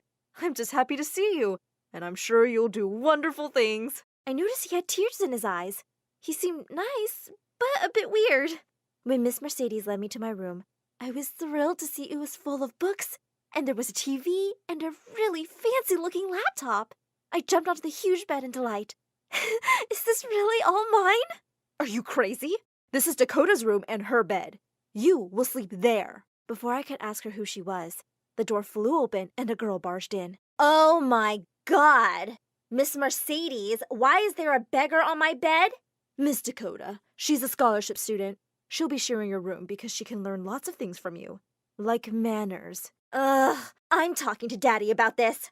And with that, the girl stormed off. That's Dakota, a real girl of the city. Later that evening, as I roamed around the house, I was walking past the library when I heard Miss Mercedes' voice. I don't see why you needed to bring that girl here. We have so many other smart kids in our school. I've told you, I have my reasons. I held my breath as I listened closer. I wanted to know why he'd chosen me. Just then someone whispered in my ear and I nearly screamed. Are they talking about something interesting? There was a handsome boy next to me, with his ear pressed to the door. I quickly walked off and he followed me, introducing himself as Gavin, Miss Mercedes' son. He said he and his mom lived here. Are you a new maid? Do I look like a maid to you? Oh, I'm sorry. Save it, city boy. You're all alike. Proud city people. I joined school after a couple of days, and I was so excited. When the first math lesson was about to start, a girl whispered to me, Psst, you can tell me if you don't understand stuff. I'll help you. I was about to thank her when she continued, I'm sure the only math you know is counting cows. Why were these people such jerks? Just then, the teacher walked in and started writing a word problem on the board. There are 85 people in a warehouse. Some of them had turned into zombies, some are still alive. If the ratio of zombies to humans is 2 to 3, how many zombies are there? Seriously? This was so easy. My pet goat could solve this. But I was shocked to see that everyone in class was just staring blankly. I quietly said, 34. The teacher turned to me. What did you say? I believe the correct answer is 34 zombies. He immediately sat down on his desk and started working out the problem. 10 minutes later, he looked up at me in complete shock. It is 34! How did you do that so fast? And before I knew it, I was being rushed off to the principal's office and the maths teacher was insisting that I was a genius and should be bumped up a grade. That night, Mr. Armitage couldn't stop raving over dinner about how smart I was, and I could see that both Miss Mercedes and Dakota were not happy. A few days later, Miss Mercedes came to me and dumped a pile of dirty clothes on me. You lazy girl. From now on, you'll be doing the laundry. I picked up the clothes and walked to the laundry room. The washing machine with all its buttons was making me feel so nervous. I never used one. But then I told myself, you're Amara. You can do anything. I held my breath and pressed one button. Nothing. Another. Nothing again. A third, and the machine began to roar. Foam and water shot out, and I screamed as I tried to stop it. Then I heard someone laughing. I turned to find Gavin leaning against the wall. What are you looking at? Nothing at all. I was just wondering why they brought you here. But for now, you just need to know that you're pretty cute. Move aside. I'll show you. And he unloaded the first batch of laundry. As he unloaded the first batch of laundry, he said, and that's how it's done. He wiped a soap bubble off my nose, and my heart skipped a beat. He was looking right into my eyes. Wait, was he about to kiss me? Just when his face was just inches away from mine, Dakota burst into the room, and she looked crazy mad. What do you think you're doing, village witch? You live under my roof, and this is how you repay me? By stealing my boyfriend? Dakota, we're not dating. Oh, are you dating her then? Maybe I am. It's none of your business. She screamed and stomped out of the room. Before Gavin could say anything else, I ran out of there. I really didn't need all this drama. The next few days, I tried to avoid Gavin, and Dakota pretended like I didn't even exist. But then one morning, as I was getting ready for school, she threw something on my bed. It was an iPhone. Daddy wanted you to have my old one, so whatever. If you have questions, ask Siri. Who's Siri? A girl at school? Dakota turned to me. No, but she's a nerd like you, and you guys will get along really well. Here's her address. You can meet her there. After school that day, I decided to pay Siri a visit. I followed the directions and was confused when I ended up in the creepy parking garage of an abandoned mall. I immediately decided to leave, but just then, someone put a hand on my shoulder. What you doing here, kid? Did the cops send you? I turned around in horror to see 3 huge men behind me. I tried to make a dash for it, but I tripped over something and fell. Ow! Are you hurt, little girl? You will be if you don't step away from her this minute. From behind the goons stepped out Gavin and some police officers. As the police took them away, he helped me walk to the car. Later at home, Mr. Armitage was extremely distressed. It's so lucky Gavin tracked your phone's location when you didn't come home. But why would you go to such a place, child? I guess I just got lost. I was only looking for Siri at the address Dakota gave me. Everyone suddenly froze and looked at me like I was crazy. Then Mr. Armitage turned to Dakota and started shouting at her. I can't believe you would play such a horrible prank. You put Amara's life in danger. But Dad, I didn't think she was stupid enough to actually go. Not another word. I'm really disappointed in you. Just go to your room. Dakota burst into tears and ran away. Gavin helped me to the guest bedroom and gave me a goodnight kiss on the cheek. Just as I was drifting off to sleep, I suddenly sat up in bed, startled. There was a shadowy figure standing in the doorway. It was Miss Mercedes, staring right at me. Amara, you listen to me very carefully. Stay away from my Gavin. He's supposed to be with a rich girl like Dakota. If you want to keep your little secret, you won't mess with me. And with that, she walked away. I was horrified. Could she really know? I couldn't sleep. Later that night, I got up to get water when I saw a light coming from the study. I peeked in to see Mr. Armitage at his desk, looking worried. He spotted me at the door and told me to come in. When I asked him if something was wrong, he sighed. I don't know why we're making losses. It's just all a mess. Mind if I take a look? He looked really surprised, but nodded. As I started to go through the accounts, I began spotting some problems and gave him a few suggestions to fix them. He looked stunned. Wow, what a gifted young girl you are. I can't wait for you to be part of my company one day. Wait, me? A part of his company? That would be such a dream. Listen, Amara, I'm going away on a business trip, but once I'm back, There's something really important I have to talk to you about. You should go to bed now. But I woke up the next morning to the most horrible news. We found out that Mr. Armitage had been in a bad car accident on his way to the airport. We rushed to the hospital and waited for hours for the doctors to give us some news. Dakota couldn't stop crying, and I put my arm around her. The doctors finally told us that he'd suffered head trauma, but was conscious now. Dakota went rushing to him. "Daddy!" And she hugged him and cried on his chest. He stroked her hair and said he was just fine. He smiled at everyone, and then his gaze fell on me. "And who is this young lady?" We all looked at him in shock. "It's me, Mr. Armitage. Amara." He looked confused. "I'm so sorry, but you're not familiar to me at all." When we told this to the doctor, he said that it was possible the head trauma had made him lose his short-term memory, and he couldn't remember recent events. There was no way to know for sure if it would come back. I was devastated that he didn't even remember me anymore, and now I would never even know what he wanted to talk to me about. A few days after Mr. Armitage had been moved back home, Miss Mercedes walked into the dining room and dumped a bag on the floor. "It was my bag. I've made a decision. I'm sending you back to your village, Amara. Mr. Armitage doesn't even know who you are anymore, so I don't see any point of keeping you here." I stared at her in horror. Oh my god, I couldn't go back. Suddenly, Dakota got up from the table. "She's not going anywhere. I don't exactly love her, but my dad wanted her here, so she'll stay." "Yeah, Mama. Why would she go now? Besides, we really like having her here." The vein on Miss Mercedes' head looked like it was gonna pop, but she just pursed her lips and walked out of the room. A few weeks passed peacefully. Mr. Armitage was recovering well, but still didn't remember me. I was doing really well at school, though, and Gavin and I had started going out. Little did I know that this was the calm before the storm. One night at dinner, there were 2 extra plates at the table. When Gavin asked his mom who was coming, she just said excitedly, "Oh, you'll see. There are some very special guests." A few minutes later, the butler came into the room, followed by someone. When I looked up, I nearly fainted. The whole reason I'd run away from the village was standing in front of me, my fiancé Dimitri, and there was Mama right behind him. "Oh, Amara, my love. I came back to the village when you stopped writing to me, and I found out you were gone." Gavin spat out his food. "What is going on here?" "Oh, this is Amara's fiancé. She just forgot to tell us about him." I rose from my chair. "No, I can explain. I was forced into this engagement because Mama owes his father money. I don't love him. Gavin, you have to believe me." Gavin just looked at me and walked away. I was about to run after him when Dimitri grabbed my arm. "Can you please pay some attention to me, your future husband?"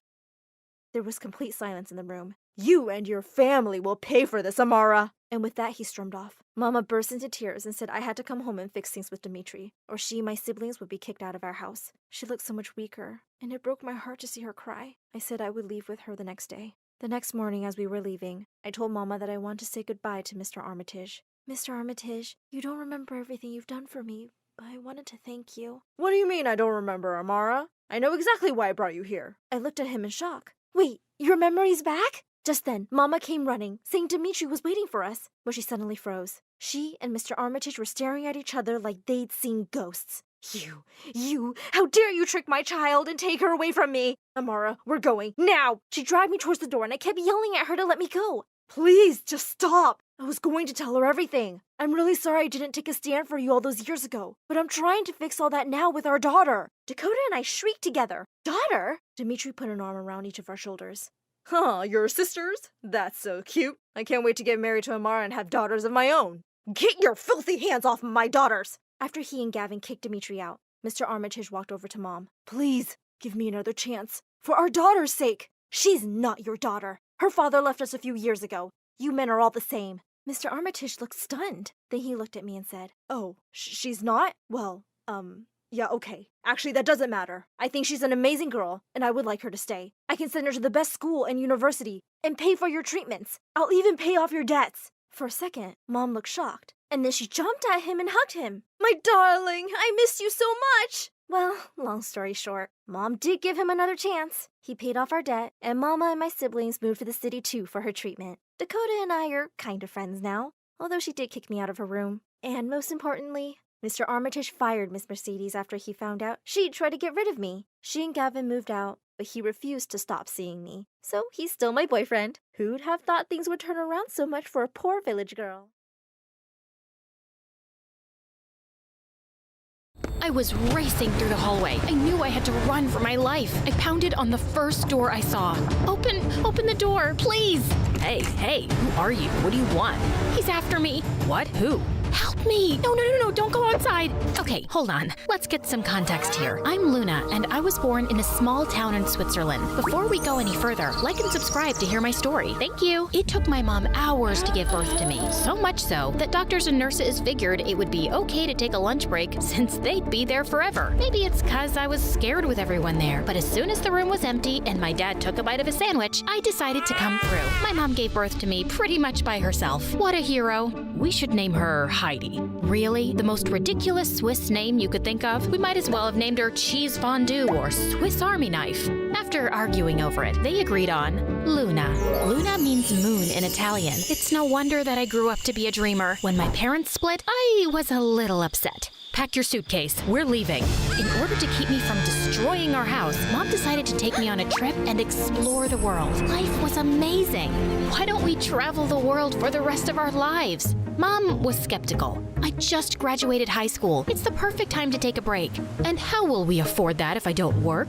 Ugh, see, the Lunas of this world, the dreamers, we aren't made for sitting in classrooms for hours. So we're not gonna travel the world? I'm not saying we won't. I'm saying I won't. And with that, she just gave me a wink that could have meant two things. Either she was giving me the green light to go on this trip alone, or she had something in her eye. Either way, I was left feeling confused and a little nervous. I had never traveled without her before. I mean, she was the one who packed my bags and reminded me to put on clean undies. But there was no turning back now. I ran out of things to break in the house, and Mom was starting to look at me like a caged animal. I needed to get out of there before I started gnawing on the furniture. When I told my mom I planned to go to Australia, she looked at me like I had announced I was joining the circus. Australia? That's on the other side of the world. Yes, because I got the best deal. I used my student card to get the cheapest package to Australia during peak season, and there were no other countries available. So I had to act fast since there was only one spot left. Do you know how big the spiders are in Australia? Of course I knew, but I had refused to Google anything about Australia out of fear I'd get too afraid to go. I had to do this. It was now or never. Obviously, she wasn't thrilled, but I went to grab my suitcase from the attic, feeling excited for my trip until I saw a spider. It wasn't a horror movie spider, just a tiny one that I could easily crush with a tissue, but my phobia of spiders caused me to panic, and that tiny one looked like a giant 8-legged beast. I wanted to scream and run, but my legs were frozen in place. I swear, I could hear the Jaws theme playing in my head as I slowly reached for the door, trying not to alert the spider that I was there. I managed to shut the door without letting out a scream, but as soon as I was back downstairs, all hell broke loose. I started hyperventilating, my arms flailing around like some sort of demented windmill. The next day, Mom dropped me at the airport. I'm gonna miss you. You can still change your mind and come with me. You know I can't. The trip to Sydney took forever, like at least 40 hours. I was daydreaming about my future. What if I fell in love with a handsome, sun-tanned Australian? What if the universe had this planned for me all along? As I made my way toward the airport exit, I realized I had no idea where my ride was supposed to pick me up. Frantically checking my phone, I noticed that my battery was almost dead.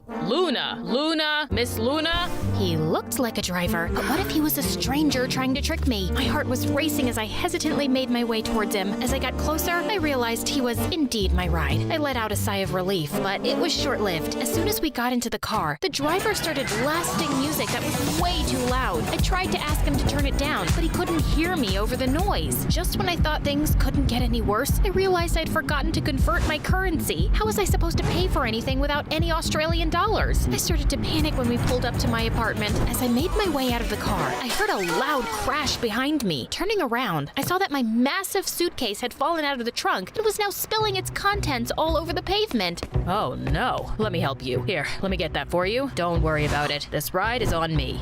He drove away, and I was stunned by how nice Australians were. As I reached for my wallet to check my funds, I realized with horror that it was missing. That sneaky driver must have swiped it while I was distracted by the chaos of my spilled suitcase. I couldn't couldn't believe it. I had just been robbed by the same guy who pretended to help me. I had only a little food left and chump change in my bag. I had to find my thief immediately, or I would starve. That day had been a total dumpster fire. But then I saw something that caught my eye outside my apartment window. There was the driver, standing by the beach with a surfboard. I immediately ran downstairs and headed towards the beach. I looked around frantically, trying to spot my driver. After a few moments, I saw him in the water riding a wave. Without a second thought, I decided to steal a surfboard and join him in the water. As I made my way into the ocean, ready to catch my thief, wham! What the heck just happened?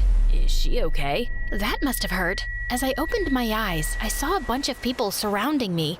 Ouch! My face was hurting. So after I got up, the lifeguards told me that you should never enter the water holding your surfboard in front of you. Waves will hit the board and slam it right into your face. But I didn't care about any of that. My thief was gone, and I still had this board that I had borrowed and wasn't sure where to return it. That's Adam's board. Huh? Adam? He lives in that building. The girl was pointing at my apartment complex. Great. I grabbed the surfboard and headed back to my building. I mentioned that my apartment was located on the 40th floor. The surfboard didn't even fit in the elevator, so I walked up 40 floors with the heavy board to make it back home. The next day, I woke up sore, but ready to find my thief and, well, give this Adam guy his surfboard back. I grabbed the board and headed for the elevator. I wasn't going near those stairs again. The surfboard would most certainly survive the fall, right? I shoved the board through the window and let it fall. I mean, who was gonna notice? Ouch! I scanned the beach like a hawk trying to spot my thief, but I couldn't see beyond the waves. I needed to get everyone out of the water to identify the culprit. Shark! Shark!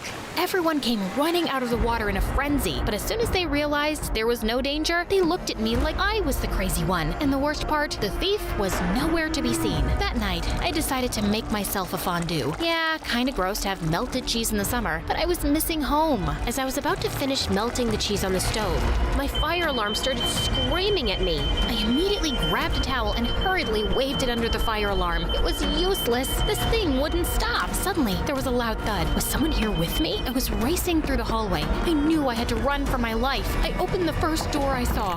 Hey, who are you and what are you doing in my apartment? He's after me. What? Who? Help me!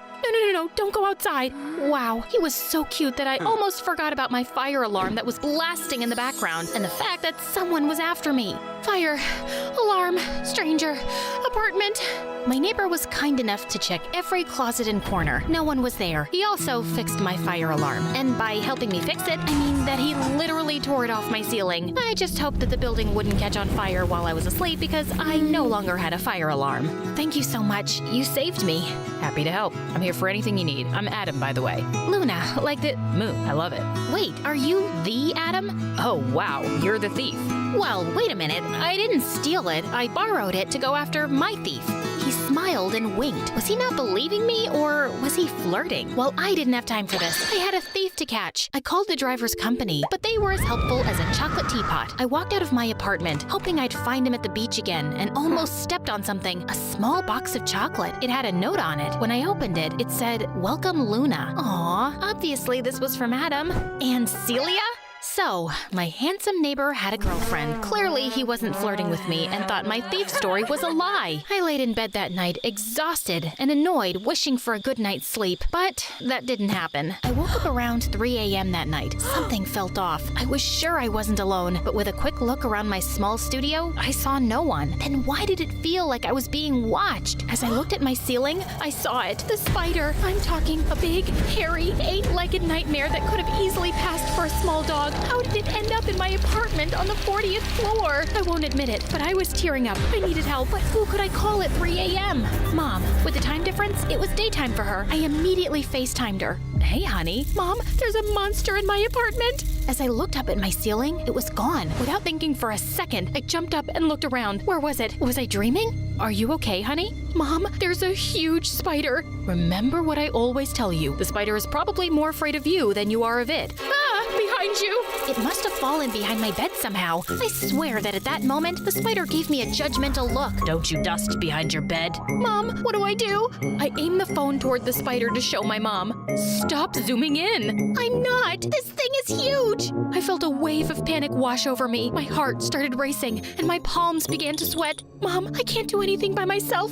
I'm useless alone. Someone stole my wallet, and now there's a huge spider, and I can't achieve anything without you. That's not true, Luna. When Dad left, I thought I was never going to be able to do anything alone, but I was able to. I survived. You can make it through anything. And just then, the screen went black. My phone died at the worst time. The spider was still there, and I was alone. I grabbed the nearest object I could find, which happened to be a travel guide. But as I raised it up to strike the spider, I started to have second thoughts. What if I missed and it crawled on me? Or worse, what if I missed and it called for all its spider friends to come and get me? There was no one to save me. I considered calling the police, but I was afraid they'd lock me up for disturbing them over a spider. I stood still watching the spider. It was looking back at me like we were in some Western movie scene. Eventually, I made a move toward it, hoping I could scare it away, but it wasn't scared. It lifted its legs, ready to attack. Okay, the spider wasn't going anywhere, so I did what anyone would have done. I slept on my doormat. A few hours later, I was woken up by my neighbor Adam. Luna, what are you doing? Spider, huge. Oh, you must have met a huntsman spider. They're great. They eat mosquitoes. Mosquitoes? I'm surprised this thing doesn't eat cows. It's huge. Adam was laughing. He helped me up and looked me in my eyes. You could have knocked at my door. So I wasn't wrong. He was hitting on me. I didn't want to wake up your girlfriend. My girlfriend? Oh, Celia? That's my sister and current roommate. Oh, and just then, he pulled out my wallet from his back pocket. How? My dad owns the building. I told him about what happened with your driver, and he mentioned that a tenant found a wallet on the floor outside. It must have fallen when you walked out of the car. I suddenly felt terribly embarrassed. I was running after my driver, thinking he stole my wallet, when in reality, he truly was a kind local who gave me a ride for free and helped me with my suitcase. Adam gave me one of his perfect smiles. Want to go surfing? As the universe was handing me my wallet back and a handsome Australian, I felt compelled to decline. I think I'm good. I'm gonna pack my stuff and go home. He was surprised, but nodded respectfully. I packed in record speed to avoid another encounter with Dracula Spider and headed for the airport. As much as I appreciated Adam's gesture of returning my wallet, going surfing with him sounded like a disaster waiting to happen. I mean, the guy lived in his dad's building. Talk about dependent behavior. It was like looking in a mirror and realizing I needed to stop relying on my mom so much. The truth is that ever since Dad left, I was running away from my problems by traveling. But if I ever wanted to grow up to be an independent adult, I needed to confront my fears head on, even if it meant facing spiders the size of cars. For the first time in my life, I felt like I was able to weave my way out of this tangled web of fear, and it felt good. I was going back home, and I'm not running away from my problems ever again.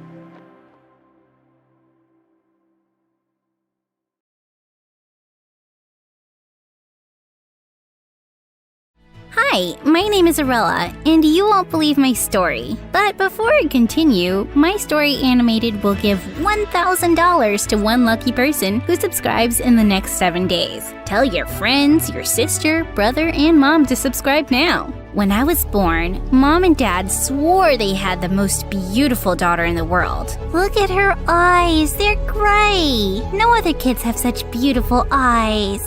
And her hair is great too. She's so unique. She looks like an angel. That's how I got my name, Arella, which means angel in Hebrew. All my life, people went crazy over the way I looked.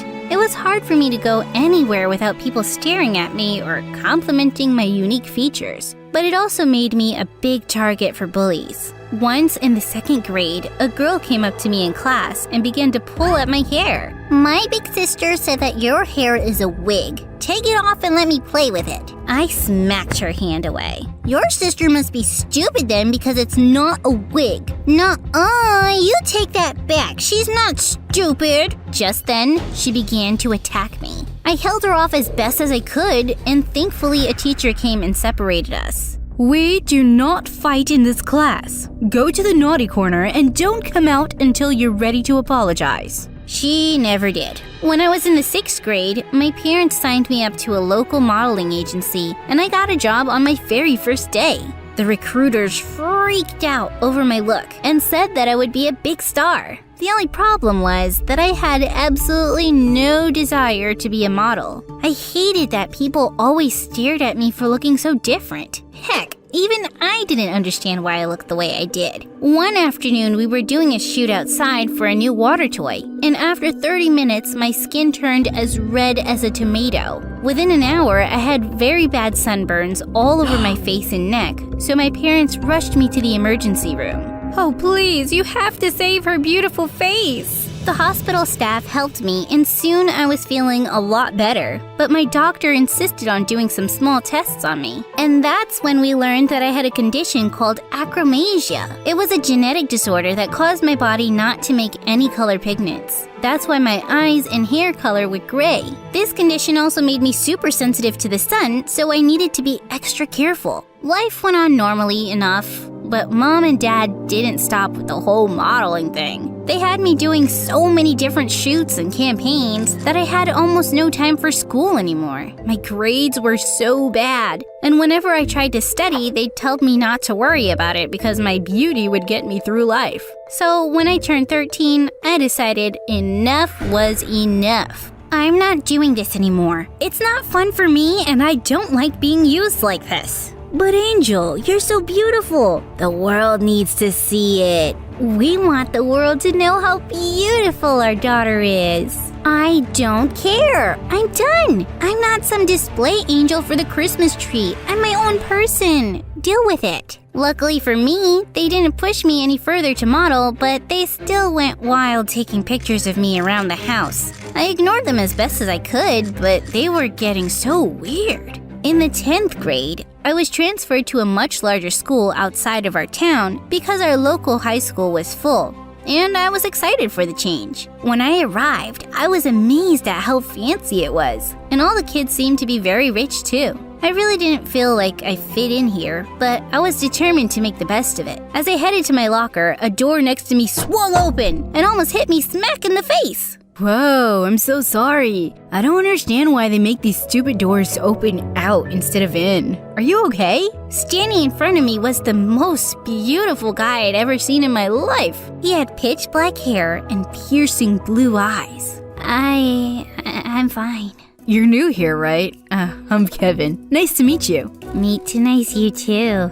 Arella, my name is. Oh my god, end me now, please. Kevin frowned for a second, then smiled. How about I give you the grand tour? This place can be a little hard to navigate at first. I'd really like that, thanks. But just as we'd started, the bell rang for class, and he asked me to meet him in the playground at recess so we could continue. With that, he ran off and I made my way to class. Wow, this boy was hot. But I needed to get myself together. He's just another person, Arella. I was having a really great first day at school, and my favorite part was the home economics class. It was so fun, and we made a souffle on our first day. At recess, I made my way to the playground and spotted Kevin by the fountain. Hey, I made you an extra one as a thanks for the tour. Kevin turned around and frowned at me. That looks disgusting. Ouch. It's not my best work, but I promise it tastes amazing. I'd rather eat my own tongue. Why is this vampire bothering me? I couldn't believe my ears. If you just pretended to be nice to me only to insult me in front of your friends, you should know this vampire has teeth. With that, I dumped the dessert all over his head and stormed off. What an absolute jerk. The next day, I tried my best to keep my head down. Most of the students were very nice, but some just stared at me the whole time. People in my old school had gotten used to how I looked by now, so this felt really awkward. I headed to math class when suddenly I bumped into Kevin. He grabbed me by the shoulders to steady me, but I pulled away from him, angry all over again. Easy there. I've been looking for you. Well, you found me. Now get lost. Wait, what? What's wrong? Did I do something? Did I hit you so hard with my souffle that you lost your memory now? Just leave me alone. I rushed into class and angrily slammed my book on the desk. What a total nutcase. The class went on as normal until the announcement box went off. This is a message for Arella from the senior class president, Kevin. Arella, I know you're upset with me, but I can explain. Ask anyone around school about me. I'm not some jerk. What the freaking turkey was happening right now? Okay, this is going to sound crazy, but that wasn't me yesterday. I have a twin brother, Sean. That's who you spoke to yesterday. Sean, if you're listening, I hate you. Arella, please forgive me. How about that tour? The kids in class began to cheer and I wanted to throw myself out the window. Even though I was so embarrassed, it was pretty cute too. After class was over, Kevin waited for me outside and I felt my skin burn again. I can't believe you did that. You're crazy. I had to do something to convince you. Just then, a total copy of Kevin strolled toward us. He winked at me. Hey, Snowflake. I see Kevin here let the cat out of the bag. Too bad. I had such fun planned for us. Stop being a moron, Sean. I'm just introducing myself to our friend here, bro. Chill. I'm his friend. Meow. Sean winked at me again and walked away. Your brother is something. Are you sure he's not adopted? Kevin burst out laughing and took me on the tour he promised. He was sweet and charming, and I liked spending time with him, especially since I discovered he was as obsessed with MSA as I was. We could discuss the latest episode we watched on YouTube for hours. I thought things were going nicely, but then in a few days, he kinda got extreme. On Monday, he bought me flowers. On Tuesday, he had the school's choir sing me a song in front of the entire student body. By Wednesday, he'd somehow gotten into my locker and left me a dozen soufflés. Thursday, he had freshmen follow me around the entire day to carry my books. By Friday, I was exhausted. I couldn't understand what on earth was going on. The girls around me seemed to go crazy all over him, but I just found it weird. One afternoon, I saw Kevin looking for me by the gate, so I quickly ducked into the bushes to hide. Got caught in the sun again, eh, Twilight? Great, just what I needed. Sean got down on his knees and sat next to me. Why are you here? Can't you see I'm hiding? Shoot! Look, I know we got off on the wrong foot, but you need to know something. Sean began to play with a piece of my hair, twirling it around his fingers. Kevin is obsessed with you, like majorly. I slapped his hand away. No kidding. Have you seen him this week? You don't get it. The guy has been in love with you since we were like 10. But I just got here. What do you mean? Sean sighed and pulled out his phone. Our parents got us this for our 10th birthday. Look familiar? Oh my god, that's one of the campaigns I did for a water toy. Yes, he's had a crush on you since he first saw this picture. When he saw on Instagram you were coming here, he made it his mission to make you his. What do you mean? I don't have an Instagram.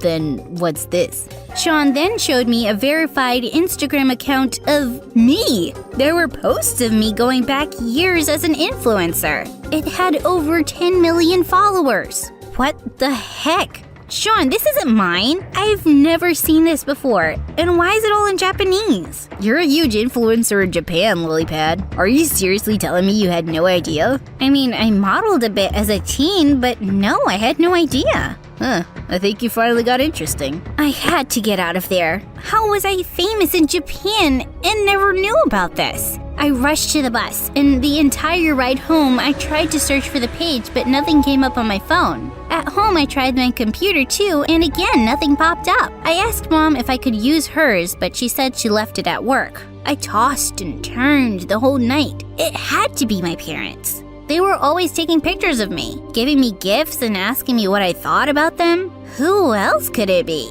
They were so obsessed with me being a model. They created an Instagram account for me and made sure I'd never find out. These people will do anything to make money, but I needed to find proof of some kind. The next day I snuck to the library to use the computer there, and suddenly the page popped up with no problem. If it isn't my favorite angel cake, what you doing? If it isn't my least favorite moron, get lost, I'm busy. Sean playfully rested his head on my shoulder to peek at the computer screen. Any leads yet, Sherlock? Nothing yet. I can't access it from any of my devices. It's like I'm blocked, and I don't know how to get access. Pfft, amateur. Watch this. He took out his laptop and began typing away like some mad person. The next moment, I was logged into the account. The new password is, Sean is devilishly handsome. No spaces. What did you do? I'm an IT god, and I use my special hacking powers to remove the blockers on the account.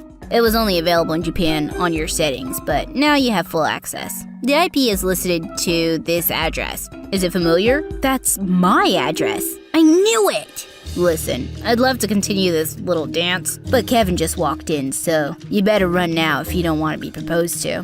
Don't be crazy. Wait, you don't think he'd actually propose? But before I could say anything, Kevin spotted me and began to run to me. Sean jumped up and distracted him long enough for me to get away. When I got home, Mom and Dad looked like someone had died. They were panicking, throwing things around as they were looking for something. What's going on? What? Nothing. We're just looking for something. Arilla, have you seen my black address book? I can't find it anywhere. It's in the kitchen junk drawer. Mom sighed in relief and rushed over. But the password won't work either way. I changed it. Both my parents stopped dead in their tracks. What?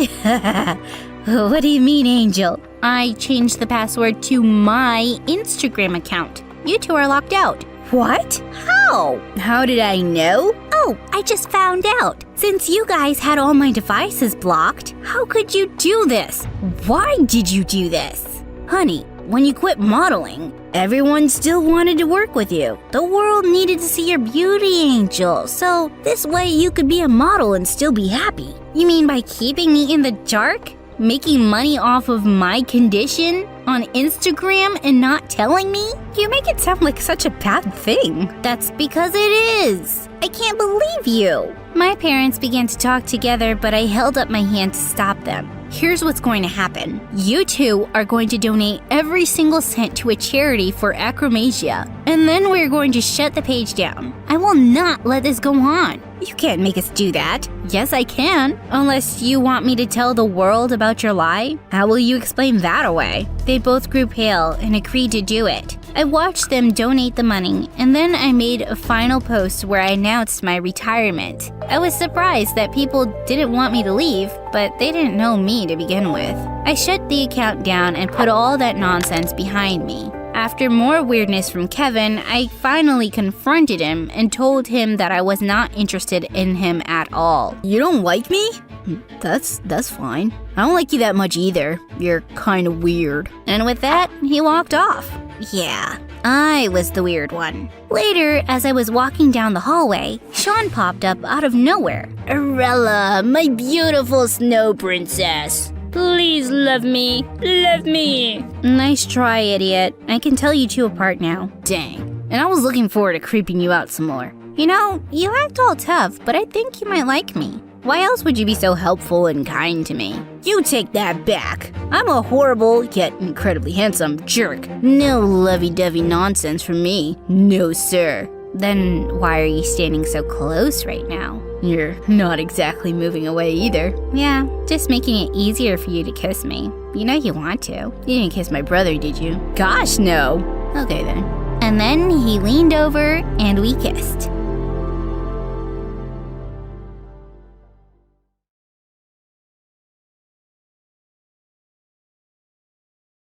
You know that part in a horror movie where you scream at the characters not to go after the monster?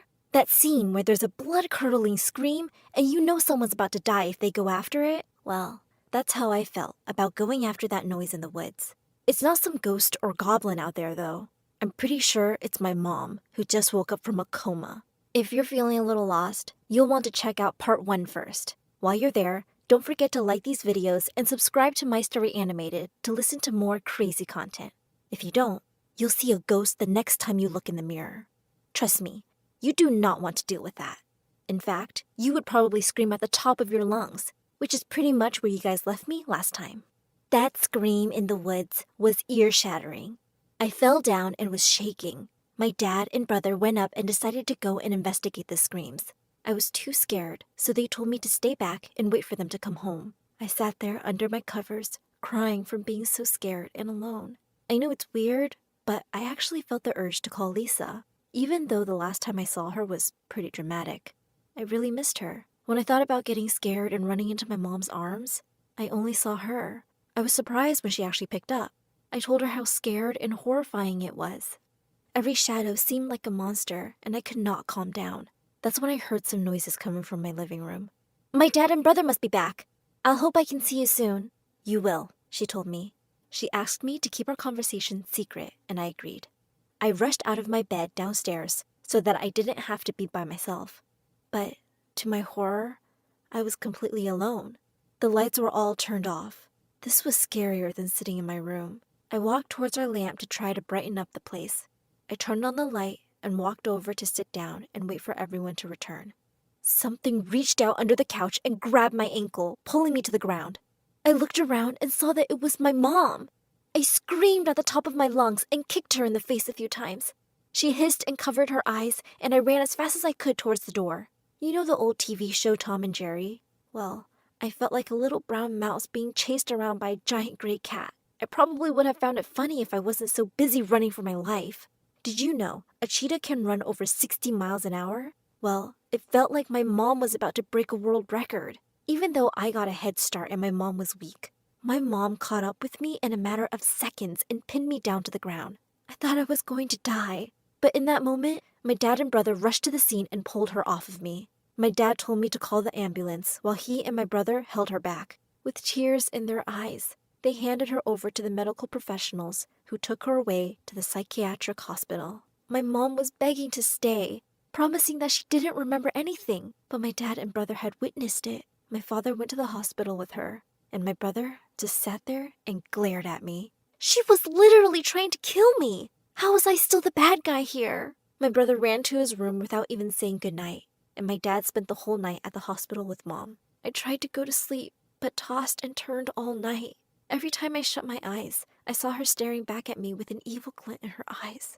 I got up to go to the bathroom and overheard my dad and brother fighting about Mom being in the hospital. My suspicions were confirmed. "This is all Emma's fault," my brother screamed. "We just got Mom back, and now she has to send her back to the hospital all over again?" I wanted to jump out and scream, but I just couldn't gather the strength. Deep down, I knew he was a little right. I ran up to my room and locked my door. I fell into my pillow and sobbed. My dad must have heard me because he was knocking on the door seconds later, but I didn't want to talk to anyone. I was a complete wreck and ignored all of my friends and family. I barely ate meals. My brother tried to apologize with gifts, and my dad tried to convince me to go out to my favorite stores. Nothing made the darkness inside of me go away. I know that they say time heals all wounds, but it didn't for me. Every day that I stayed like this, I just got a little worse. I was always crying alone in my room. My dreams were even evolving with my horrible state. Even though my mom was far away from me, I was just becoming more afraid of her. She was starting to take over me. I hate to admit it, but I wish she never woke up. The only thing that made me feel anything was talking to Lisa. She even secretly came by when my dad and brother weren't home. I never asked how she knew I was home alone, but maybe I should have. One day in particular before she came, my dad and brother knocked at my door a couple of weeks after this all happened. He told me that my mom was healthy enough to see people, and even doing quite better. She really wanted to see me, and it would mean a lot if we could all go there as a family. I promised Lisa I would go with them the first day my mom could receive visitors, but I wasn't feeling ready yet.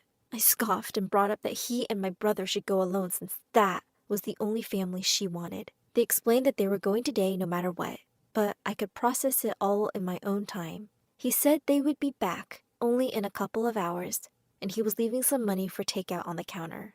Seeing my psychotic mother didn't appeal to me, but ordering a giant pizza to wash my sorrows away, that was my plan for the next few hours.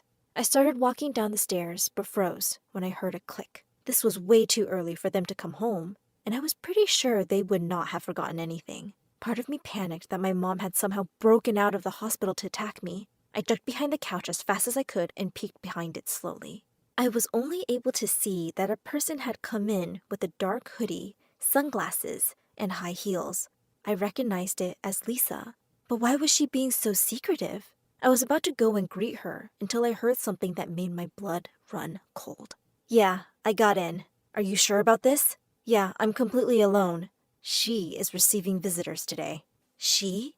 I thought to myself. It was obvious she meant my mom. What wasn't obvious is why she was scared. I followed her quietly like I was a spy, crawling on the ground and keeping myself out of sight. She went right into the bathroom in my parents' room. I decided to jump out and demand the woman leave at once. I startled her, knocking her sunglasses to the ground and things out of her hands.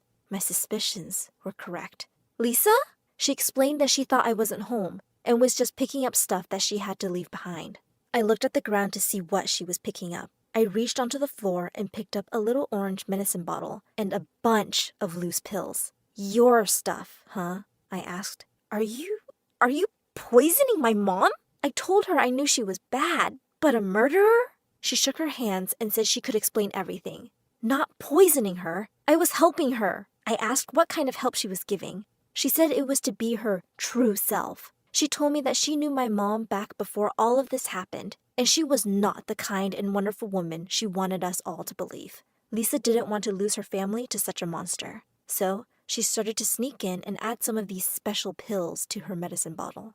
All this time, she had been living in a shed out in the woods. Coincidentally, it was her that screamed in the middle of the night, but only because a raccoon ran into her when she was coming back from breaking into our home. She had been slowly dosing my mom, since right around the time she started to seem to hate me. I told her that it couldn't be true, how my mom had been so sweet and caring until all of that happened. The pills, they made her evil. No, you're wrong. See, these pills are just helping her be more open. She hates you. She wants you dead. Those are her true feelings. These pills only lower inhibition. She said it was better her true colors show now than in a couple of years. I was heartbroken by this response. I yelled at her and accused her of making it up because she was hurt that my dad loved someone else. Deep down, I didn't believe that. Lisa made sense. I guess I would kind of hate me too if I were my mom. Everyone blamed me for what happened. I cried saying I just wanted to be a happy family. And now I have to face my biggest fear, the truth that my own mother wished I was never born. Look, Lisa said, that's all I want to do. Think about how great we had it. You have to admit that things were a lot better before your mom woke up. She placed her hand on my shoulder and took out her wallet. She had a picture of me and her from our last vacation. Don't you miss this? She asked. She may have given birth to you, but I am the closest thing you ever had to a mom. Just stop it! I shouted, dropping to the floor. I feel so guilty even thinking about it. But she was kind of right. Even if my mom wasn't on these pills, she would always secretly hate me. Lisa, on the other hand, had proven time and time again that she loved me. I was left crying on the floor while Lisa slid past me. She handed me a piece of paper with her new number and told me to keep it away from my dad and brother. She then promised me that she would never be back and would never tamper with her pills ever again. But she would leave everything with me, and if I wanted to do it, well, I should give her a call and she would help me out. She had a plan to get our family back together, but it needed both of us to work. I needed to decide the mother I wanted, the one who actually raised me, or the stranger that gave birth to me. I went to flush the pills in the toilet, but something stopped me. I decided to put my mom's bottle back as it was and bring the bag of pills to my room. Why was I hesitating to call the police or toss the pills? Suddenly, my thoughts were interrupted by a click at the door. My dad and brother were home. I know this was stupid, but instead of telling them about Lisa immediately, I ran to greet them. They seemed, well, pretty happy. They explained that Mom could come home pretty soon, maybe even a week or two if we're lucky. I know I should have been happy, but this just sent me into tears. I ran into my room and locked the door. What if she would try to kill me again, or worse? What if she pretended everything was okay, but secretly hated me? I tried to collect myself and went out and told my dad and brother that they were just happy tears. I was overwhelmed. I insisted I was okay and understood, but deep down, I was pretty scared. I decided that I was just going to forget it all ever happened, to toss the pills and forget Lisa ever happened, at least until that night happened. See, I had so many nightmares. Every time I closed my eyes, there were new terrible twists of horror, all of them involving my mom as a monster saying she hated me, and Lisa being washed out to sea. After waking up every 20 minutes for a couple of hours, I decided to go get myself a glass of water. That's when I heard my dad crying. I peeked around the corner to see him sitting there in the kitchen, sobbing to himself while looking at a piece of paper. I walked in and asked if he was okay, and he quickly shoved the paper into the drawer, and I pretended not to notice. He just told me he was feeling overwhelmed right now. Everything had been a big adjustment for him. I asked him why he wasn't happy about Mom coming home. He said he was super excited. It was just adult stuff, and it was complicated. He left and said he was going to bed, giving me a kiss on the forehead and telling me he loved me. As soon as he left, I ran over to the drawer and dug through it. Crushed in the back of the forks and spoons was a picture of Lisa. He had been crying over her. He wasn't over her. It sounds harsh, but my mom kind of ruined everything when she woke up. I was so conflicted. But at the same time, I think this sealed the deal. All I ever wanted was my mom back in my life. But she really just hates me. With these pills, I could probably keep her out of my life forever. I don't know if I should tell anyone about Lisa's visit. When I got back to my room, I dug up that little paper Lisa gave me and sent the number a text. We need to talk.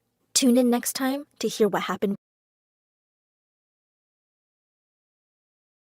Hey, I'm Iris from Atlanta, and I'm a triplet. Before I continue, please like and subscribe. While Mom was pregnant, she was told by the doctor that she was having twins, but I popped out right after my brother, making 3 of us, Ileana, Isaac, and me. Dad wasn't around for most of our childhood. He was the assistant vice president at a huge music production company and was always busy with some meeting or event. But Mom showered us with love and attention. She would sing upbeat songs in the morning and hum soothing lullabies each night. Plus, she bought us whatever we wanted with Dad's money. One of my earliest memories was when she gifted us with a karaoke machine as kids. The 3 of us sang all the time, and Mom never got annoyed. Encore! Encore! Sometimes she would join in too. She had a great voice. By 8, my siblings and I were called the Turner Threes, and we had some serious musical talents. Ileana could sing just like Mom. Isaac played great riffs on the guitar, and I rocked out on the drums. One day, the live band that was hired to play at our parents' anniversary party canceled at the last minute. Mom suggested we play, and we did. It was awesome. Soon, the Turner Threes were playing at all the family events. Things stayed pretty entertaining throughout middle school, but then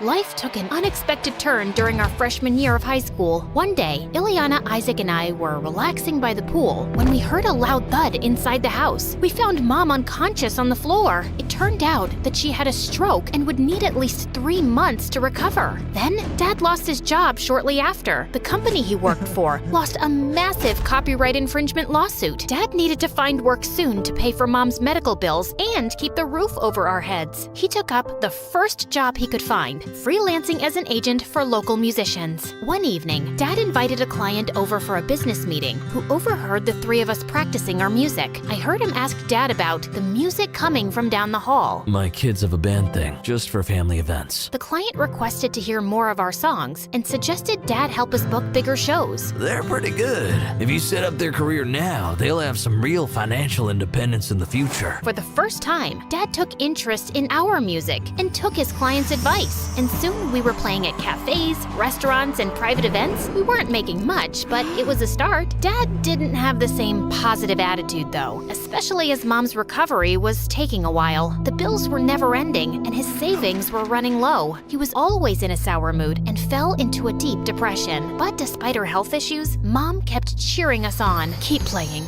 keep sharing your talent. So we stayed consistent. Thankfully, by our junior year of high school, the Turner Threes got more popular. We had enough gigs to keep the house and help Mom medically. But Dad was so depressed that he stopped work altogether. He barely left his man cave. Halfway through the school year, extracurricular activities began taking up a lot of time. Ileana excelled in her studies and joined the AP Physics Club to get a head start on college credit. Isaac was naturally gifted at baseball and became co-captain, and I was one of the best actresses in the theater class. Oh, happy dagger, this is thy sheath. It was getting harder trying to balance school, shows, and home finances, and it seemed like the Turner Threes' differences were splitting us apart. I think you should sing at a higher pitch. Baseball puns? Seriously? I don't need advice from you. This band would be nothing without me. You're not that special, Ileana. I have Mom's voice. What do you have? The arguments were getting ridiculous. Then one day, we got invited to a music competition. First place would get $10,000. I was over the moon, but Ileana, I have a test to study for, and I can't afford to mess up my 4.0 streak for some songs. Some songs? Our music has been keeping the bills paid. But Ileana was adamant. Isaac and I went to the competition anyway and tried to make do with what we had. We were practicing in our room backstage and trying to sing together, but we just couldn't hit the right key. Just then, we heard a voice behind us. I could sing, if you want. I turned around, and a girl with a blue afro and a turtleneck was leaning against the door. And you are Kat. Kat was apparently the only child of the venue owner. I never get to perform, but it sounds like you two could use some extra help. You can't just barge in here and join our band. Maybe she can help, Isaac. Why don't you sing something for us, Kat? Kat opened her mouth to sing, and the voice that came out was horrible. Is this girl serious? I couldn't believe such a hideous voice came from such a gorgeous girl. Let's just say nails on a chalkboard sound better. We're on in 10 minutes, and this is what we've got? I need some air. Frantic, I left the room. The view from the balcony was relaxing. I remembered the melody Mom hummed to us as kids and started to sing along to it to calm down faster. Your voice is good. I turned around and saw Kat walking toward me. You know, you could just sing and this entire problem could be fixed, right? And you don't need to sing with Isaac. He's holding you back. And I could play a simple beat on the drums. I promise. I'm better at drums than singing. I mean, I had trouble trusting her after her horrible audition, but maybe it was the only option we had right now. So we decided to follow Kat's plan. Isaac stayed on the guitar, Kat got on the drums, which she was surprisingly not bad at, and I stepped up in front of the mic. To our surprise, the crowd loved our performance. We got second place with a cash reward of $5,000, which was great. And we were invited back in 3 months for the next showcase. Later, on my way to our backstage room, I found Ileana waiting in the hall. I was so mad to see her there. You're bold to show up here, considering you were willing to let us fail. We're the Turner 2s now, Ileana. I wanted to make her feel bad, but what she said shocked me. Good, you've got that sorted out because I'm leaving the band permanently. What? She explained she wanted to dedicate herself to her studies and the band was taking too much of her time. This pays the bills. What about Mom? A real job with a real degree also pays the bills. I need to focus on college so I can have a better future and also take care of our parents. Both Mom and Dad didn't graduate from college and look where they are now. That's not fair, Ileana. Mom is sick. Education won't stop you from getting sick. Plus, Dad had a good job. Life happens. Well, I'd rather have my education to fall back on when accidents happen. Plus, education will give me the job I need to pay for medical expenses if I get sick. And with that, she stormed out. At the music showcase after party, I found myself sitting alone outside. I hadn't even broken the bad news to Isaac yet. Soon after, Kat joined me, asking why I looked so worried. And I ended up spilling everything about our family problems and Ileana's selfishness. Sorry you're going through all that. Why don't you take your mind off of it for a bit and enjoy your win for a few hours? So we went back inside, and I was glad for the distraction. There were CEOs, music producers, and of course, super attractive celebrities. One woman came up to me and introduced herself as Riza, and then she pulled out a contact card and shoved it into my hand. You've got some raw talent. The world needs to see it. Sounds like something my mom would say. Your mom sounds like a smart woman. Since there was no changing Ileana's mind, we recruited Kat as a permanent member of our band. With practice, she got better on the drums, and we quickly fell into sync. We continued participating in competitions Riza signed us up for, and making money. And Kat and I grew super close. We painted each other's nails. I love this color. Shared clothes. Wow. Do you only wear turtlenecks? Did each other's hair. A high puff looks so good on you. And I love the middle part on you. Plus, Kat and Mom hit it off. She even met Dad one time and didn't judge how scruffy he looked or acted. But Ileana didn't like her at all. Anytime she saw Kat, she would glare at her from across the room and then go off in the opposite direction. I'd become so annoyed with Ileana that I tried to get Kat to help me prank her. I typed up a fake acceptance letter to a prestigious university and slipped it under her door. Kat didn't approve, but I did it anyway. Ileana was so excited when she saw the letter, it was comical. When I told her it was fake, her happy bubble popped. Honestly, it felt good seeing her get humbled, but Kat was clearly disappointed in me. We were hanging in the kitchen before practice one night when Ileana walked in. Hey, how was it at the library? But Ileana just made her way to her room without even acknowledging Kat, and she kept behaving like that all the time. One day, Kat and I were keeping Mom company at the hospital for her checkup when Ileana randomly showed up. Oh, I didn't expect to see her here. Hey, Ileana. Of course, Ileana Ileana pushed past Kat and went straight to Mom. It made things so awkward. Even the nurse looked uncomfortable. Mom, how are you doing? Honey, I think Kat said hi to you. Ileana looked Kat up and down, rolled her eyes, and continued talking to Mom. I was so fed up with her. I couldn't take it anymore. What is wrong with you? Kat has helped his family stay afloat by joining the band, and that's how you treat her? I was so angry I could feel my face burning. Calm down, Iris. Yeah, Iris, this isn't the time or place. Let's get some air. What is this turtleneck-wearing weirdo even doing here? And I don't owe her anything. She didn't join the band to help our family. She just did it because she was some friendless loser. I lunged at Ileana, but the nurses came between us. Kat grabbed me by my arm quickly and dragged me out of the room. We went for a walk and then sat down on some swings so I could breathe. You're still fuming. She's just so rude. And since she's my sister, I'll yell back unapologetically. Kat stopped swinging and turned to me with a serious look. She lowered her turtleneck and held up a dainty necklace with a locket. This is my brother Austin. I thought you were an only child. Now I am. Austin got into a car accident with my mom when he was 10. Mom made it, he didn't. What? Oh my gosh, I'm so sorry. Why didn't you ever say anything? I don't like to talk about it because I feel guilty. Why? She explained how much she and her brother argued a lot growing up. They would fight over who would use the bathroom first, who would get the biggest slice of cake. Yeah, but that's normal sibling stuff. Before he left the house the morning of the accident, we got into a screaming fest over some video game. The last thing I said to him was that life would be better if he just didn't exist. Kat's eyes started watering. I felt horrible for everything she'd experienced, including the drama with me and Ileana. I've been so focused on being angry and making money, I've let it ruin my relationship with Ileana. The good thing is that you realized arguments aren't always worth it. A few weeks passed, and Mom was recovering well at home. I also asked Risa to help find Dad a job, and she actually got him an interview. Things were looking up, but even though I made an effort to stop arguing with Ileana, we still weren't talking. One evening, Kat, Isaac, and I were heading to a gig when Ileana got home. She walked past us silently, but I told Kat and Isaac to go sit in the car, and I followed her. Wait, can we talk, please, like normal people? I miss you. Ileana turned around. Tears were streaming down her face. I miss you too, Iris. If singing isn't your passion anymore,